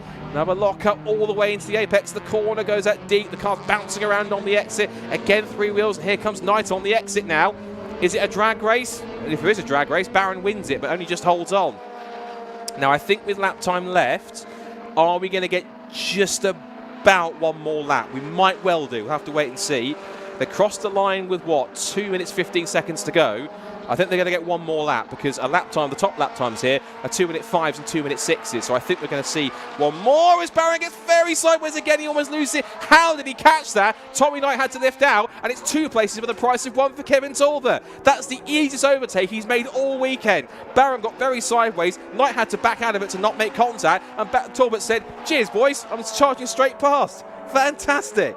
That's 2 for the price of 1, and Kevin Talbot gets a free pass into the top 5. So there he goes, and that's Liam Collins. Liam Collins has got a problem. Maybe that's mechanical or damage, I can't quite see. I don't want to say, has he lost a wheel? Has Liam Collins lost a wheel? He might well have lost a whether he has not, I'm not sure, but the car's pulled up and it didn't look like there was a wheel on the left front. How very bizarre. It's all kicking off in the last couple of minutes here in Racing Honda. This is why it's one of the best championships in the country, because the action is non-stop and guaranteed from start to finish. So whilst the Class A leaders go through, it's now Dan Brown in 3rd place. Talbot's up to 4th. Tommy Knight is now still 6th behind Bob Barron. He still holds 5th position. Back to Class B, we should mention. Dan Thackeray has taken the lead, so he is now in front of Sammy Lindner. He's on course for another class win. Then it's Cunningham 3rd, Barker 4th, and Milam in the top 5. And for Class C, Rowling now ahead of Houchin, and the gap is now just under half a second. Barron really ragged on the exit of Wilson Hairpin, and this gives Knight the opportunity to get through. Meanwhile, the leaders are into Agostini for the final time, and Phil Wright still chasing hard after Will Self. Will Self will take his 3rd victory. Just noting also, seeing out my commentary box window as you watch the battle on screen here, it's tight between, looks like, I think, Cunningham and Barker for, I think it looks like, 3rd in Class B. If we can pick that up on the cameras, that would be pretty decent. Still watching this fight for 5th, though, between Bob Barron and Tommy Knight. As there goes Talbot. There goes, in the foreground, went Dan Brown in 3rd place. He'll be glad of a podium finish. For Will Self, I said to watch for him from the 2nd row of the grid. Both of those cars that were on the 2nd row definitely were the ones to watch after they got the best starts. They managed to almost make it 4 abreast down towards Ritchie's corner for the first time. Just possibly hanging back to see where our Class B cars are on the live stream if you're watching. We're waiting. Something will appear in a second up at Williams' corner. There goes James Allen. Was that James Orford, I think, went through? Yeah, that was Orford in the EK Civic. What about the Class B leaders? They're going to come through shortly, I hope. Yes, there they are. There's Dan Thackeray. So that was worth the wait. Dan Thackeray on course then to pick up another Class B victory. There goes Lintzner. Meanwhile, to the checkered flag. He waits for one victory after his first at Cadwell and two come along at once in one weekend. It's back to victory circle for Will Self, who takes race win number 3 of the season in round 8 of Racing Honda's 2025. It is second place for Phil Wright, and Dan Brown sets the fastest lap of the race and picks up a podium on his cameo appearance back in the championship. For 4th, it goes to Kevin Talbot. That's a bit of a reprieve after retiring. 5th for Bob Barron, 6th for Tommy Knight. And then James Allen, who scores no points, of course, comes home in 7th place. So those points instead will go to James Orford, who's just making his way out of Murray's now. So we'll see him come across the line in a few moments' time. And then we will see our Class B runners come to take the flag. Here comes Orford to pick up the 8th position, but it'll be 7th in terms of point scorers. There's a charge on for second as Cunningham could almost get second place on the run to a line here. It's going to be pretty close. Dan Thackeray will come to the checkered flag, and he will take another Class B victory. To the line for second place. Lintzner, Cunningham to the line. Who got it? It is Lintzner by 0.183 of a second. So Lintzner holds on for a second place finish. And in terms of results, I'm sure that's his best of the season. If I look at his results so far this season for Sammy Lintzner, he has so far, what's his best result? It is his best result. He took a pair of third places so far this season, one at Cadwell and one at Donington Park, but that's his best Class B result of the season. So P2 for Sammy Lintzner, 3rd for Ryan Cunningham. So yes, he has lost some points, but he's still 3rd place. He's got some damage control there. And then it was, in terms of class positions below that, 4th went to Lewis Barker and 5th went to Sammy Milam, despite the contact he had with Nicholas Allett. And for Class C, it's Matt Rowling again victorious, and he comes across the line with a winning margin of 1.9 seconds over Callum Houchin. There are our Class C winners just coming across the line in shot now. Well, talk about entertainment. Racing Honda's delivers yet again, and Will Self is the man on the top step of the podium in Class A and overall, and he wins once again his 3rd win of the season by 1.2 seconds from Phil Wright. And Dan Brown, in his one and only appearance of the season, well, he reminds us all why he's reigning Class A champion. That is 3rd place and a trophy to take home. Kevin Talbot charges through to 4th ahead of Bob Barron, who was all over the place and more in that race, as was Tommy Knight in 6th, and James Allen 7th, but scores no points as a guest entry, and then it's James Orford in 8th. Then Class B saw Dan Thackeray take another win in class to hopefully extend his championship lead. Sam Lintzner with his best Class B result of the season with 2nd. Then it's Ryan Cunningham, Lewis Barker and Sammy Milam after his contact with Anthony Allett in the top 5. And Duncan Holloway takes a top 6 in Class B, 14th overall. Then Luke Crassus-Menu comes next in 15th. Anthony Allett recovered to 16th after the contact with Milam. Then it's Matt Rowling, who wins Class C once again by about 2 seconds or so by Callum Houchin in 18th overall. And the cars we lost in that race with Liam Collins, Dave Buki, who must have pitted or had an issue after he ran wide and broke his front splitter. James Kiff, who came into the pit lane with issues, and Fraser McNeil, who pulled up on the back straight of the Bentley straight early in the race as well. And breathe. That was quite a day's racing for more ways than one, for so many reasons for the Racing Hondas. And that, incredibly, is the first half of the season done. There is still 4 more meetings left to go in the championship. The next one is coming up at Alton Park, and that's coming up next month in August, in just a couple of weeks' time. That is coming up, if we look at the calendar, 25th of August, rounds 9 and 10. Then we have a double header of meetings in September, the first of which is going to be rounds 11 and 12 back at Brands Hatch for a second visit to Kent. Then we go to rounds 13 and 14 on the 27th of September. That's across the border into Knockhill in Fife in Scotland. So certainly there's going to be plenty of home support for the Kilty K-Swaps drivers. And then the final round of the season for rounds 15 and 16 see us back here in October on the 200 layout at Snetterton to settle, if it hasn't been done already, our class and overall champions in the 2025 Racing Hondas Championship. So, plenty of talking points from that race. Will Self, of course, picking his way through from 4th on the grid to take a victory. Phil Wright coming through from 3rd place to take 2nd on the road, but led for half that race after being passed by Self into the Wilson hairpin. Dan Brown will be pleased with that. He came through from quite deep in the field. He came from quite towards the back, if I'm correct. He was 13th in class, right at the back of the Class A field, and came away 10 places higher, 3rd on the podium, which is pretty extraordinary. So amazing driving from the defending Class A champion, again reminding us why he's Class A champion. 4th going to Kevin Talbot. Again, that's a solid drive from the back of the Class A group.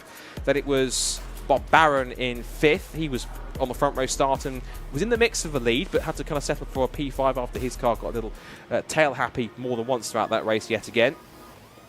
One thing you should also mention, Dan Brown set the new fastest lap of the race. It won't... This will be tricky. I'm not sure if it's going to be the fastest lapper that we've had, because the key thing's going to be is that Dan Brown did set a 2:04 in the first part of race 1. Whether or not that counts as the fastest lap or not to go into the record books, we'll wait and see. We'll let our statisticians and coordinators work out who's got what. For Class B, again, solid job from Dan Thackeray. He's only lost one race all season, and that was when he had a DNF. Every single time he's finished a race, he's finished as class winner. And that's crucial because, of course, remember, you score points towards your class, but how many points you score in class also goes towards where you are in the overall championship. And I'm certain that Dan Thackeray should still be leading by the time, now that we leave Snetterton to go forwards to Alton Park in a few weeks' time, roughly about just over a month's time or so. Sam Lindsay will be delighted with a second place finish. Again, as I mentioned, his best ever finish in Class B. Ryan Cunningham, he might see it as damage limitation. Still third, still a podium, still really good result. Shouldn't be too disappointed with that, I hope. And then Lewis Barker, fourth for Europa Crash Centre, and Sammy Milam, he got away with that one. A little bit of a tangle with Anthony Allett, but managed to still pick up a 5th position and a top 5 place in class. And yet again for Class C, Matt Rowling, once again, getting the best of Callum Houchin, who led early on. But again, the position swapped. He won by almost just about 2 seconds. And in the end, it's another class win for him. So he'll be hoping to keep that momentum up into the second half of the year. Well, of course, for those of you watching, thanks very much for watching. It's not over just yet. We should have the podiums in a little while. We're quite well inside curfew. The curfew is at, we've still got roughly 18 minutes to go. So we should be able to hopefully fit in podiums pretty quickly if we can get them done and round them up down there. I'm sure the coordination teams are going to be hurriedly trying to round up our class winners so that the very lovely Charlie can interview them for post-race interviews for the top class winners in A, B and C. Okay, remember that the next outing that you'll find both Time Attack and Racing Hondas is going to be at Alton Park, and I'm right in saying, I'm sure, unless I'm going to get crucified by this, I'm sure, I believe it's going to be, yes, at Tunafest North. So if you want to be around as part of Tunafest North on Bank Holiday Monday, which is Monday the 25th of August, that's going to be quite fun. Tunafest powered by Lucas Oil. Again, thank you to Lucas Oil for all their support and for making this live stream possible. For those of you who have been watching on the Teguis channel and also the Lucas Oil channels, thank you for watching. Be sure to subscribe to those respective channels also for Teguis and Lucas Oil. Do the same also for Alpha Live, who are our brilliant production partners, and also to the Time Attack channel as well. Be sure to hit subscribe on all 4 of them. Make sure you hit the bell, the notification bell icon, so you get notified in your YouTube inbox when all these live streams go active. And then, of course, on top of that, the rest of the season after that, as we mentioned, we go to Brantatch at the beginning of September, then to Knockhill at the end of September, and then we'll be back here at Snetterton on the 19th of October for the season finale of Racing Hondas. Of course, they'll be on the shorter 200 layout, which means they'll be turning out of the Wilson hairpin, and instead of going down towards Palmer, the left-hander like they have done, they'll quickly flick left, back onto the Bentley Straight, quite unlike the old school Snetterton, where it used to be Ritchie's and Sear, then the Revit Straight, as it used to be called. So that'll be quite fun to watch them battling that one. And of course, being October, you never can tell with the weather. So are we going to get some wet weather? We hope not. It might be cold, but hopefully it'll stay dry for our season finale. And who knows, rain could be the big catalyst. It could be the big game changer when it comes to seeing who's on top in the championship. Thank you to everyone who's been part of the race meeting. Should say thank you, if you haven't already, to all the fantastic Orange Army, the Marshals, of course. Fantastic job for them as well. They all do it voluntarily, mind you, and we can't ever praise Marshals enough because they do it voluntarily for the sport they love, and genuinely, without motorsport, I don't exaggerate when we say this, without Marshals and volunteers and the officials that we have, race events like this genuinely just can't happen full stop. So their efforts are always lauded. Thank you ever so much to every single marshal, volunteer, official, team member of Time Attack and Racing Hondas, everyone that's been part of the event, our production crew, and all of you for watching as well, for supporting Time Attack. If you want to follow everything that happens for Time Attack and Racing Hondas, do follow them on social media. Facebook, I imagine they're all on Facebook, Instagram, X. I'm sure on TikTok are well on top of that as well. And yeah, it should be fun to do. We saw some great action from our hot lappers, if you like, in Time Attack, in all 3 of the collectives that are out there today. Again, some fantastic machinery as always in Time Attack. If you get the chance to come to a Time Attack event in the second half of the season, do come and do it in person, because it's great access. You can see the cars in the paddock, you can see the back of the garages. You get some great access to talk to the drivers, talk to the teams that run the cars, see them up close, and just to learn about the championships, what Time Attack is, what Racing Hondas is, and how you get involved in these championships and how they all work. So do be sure to come down there as well.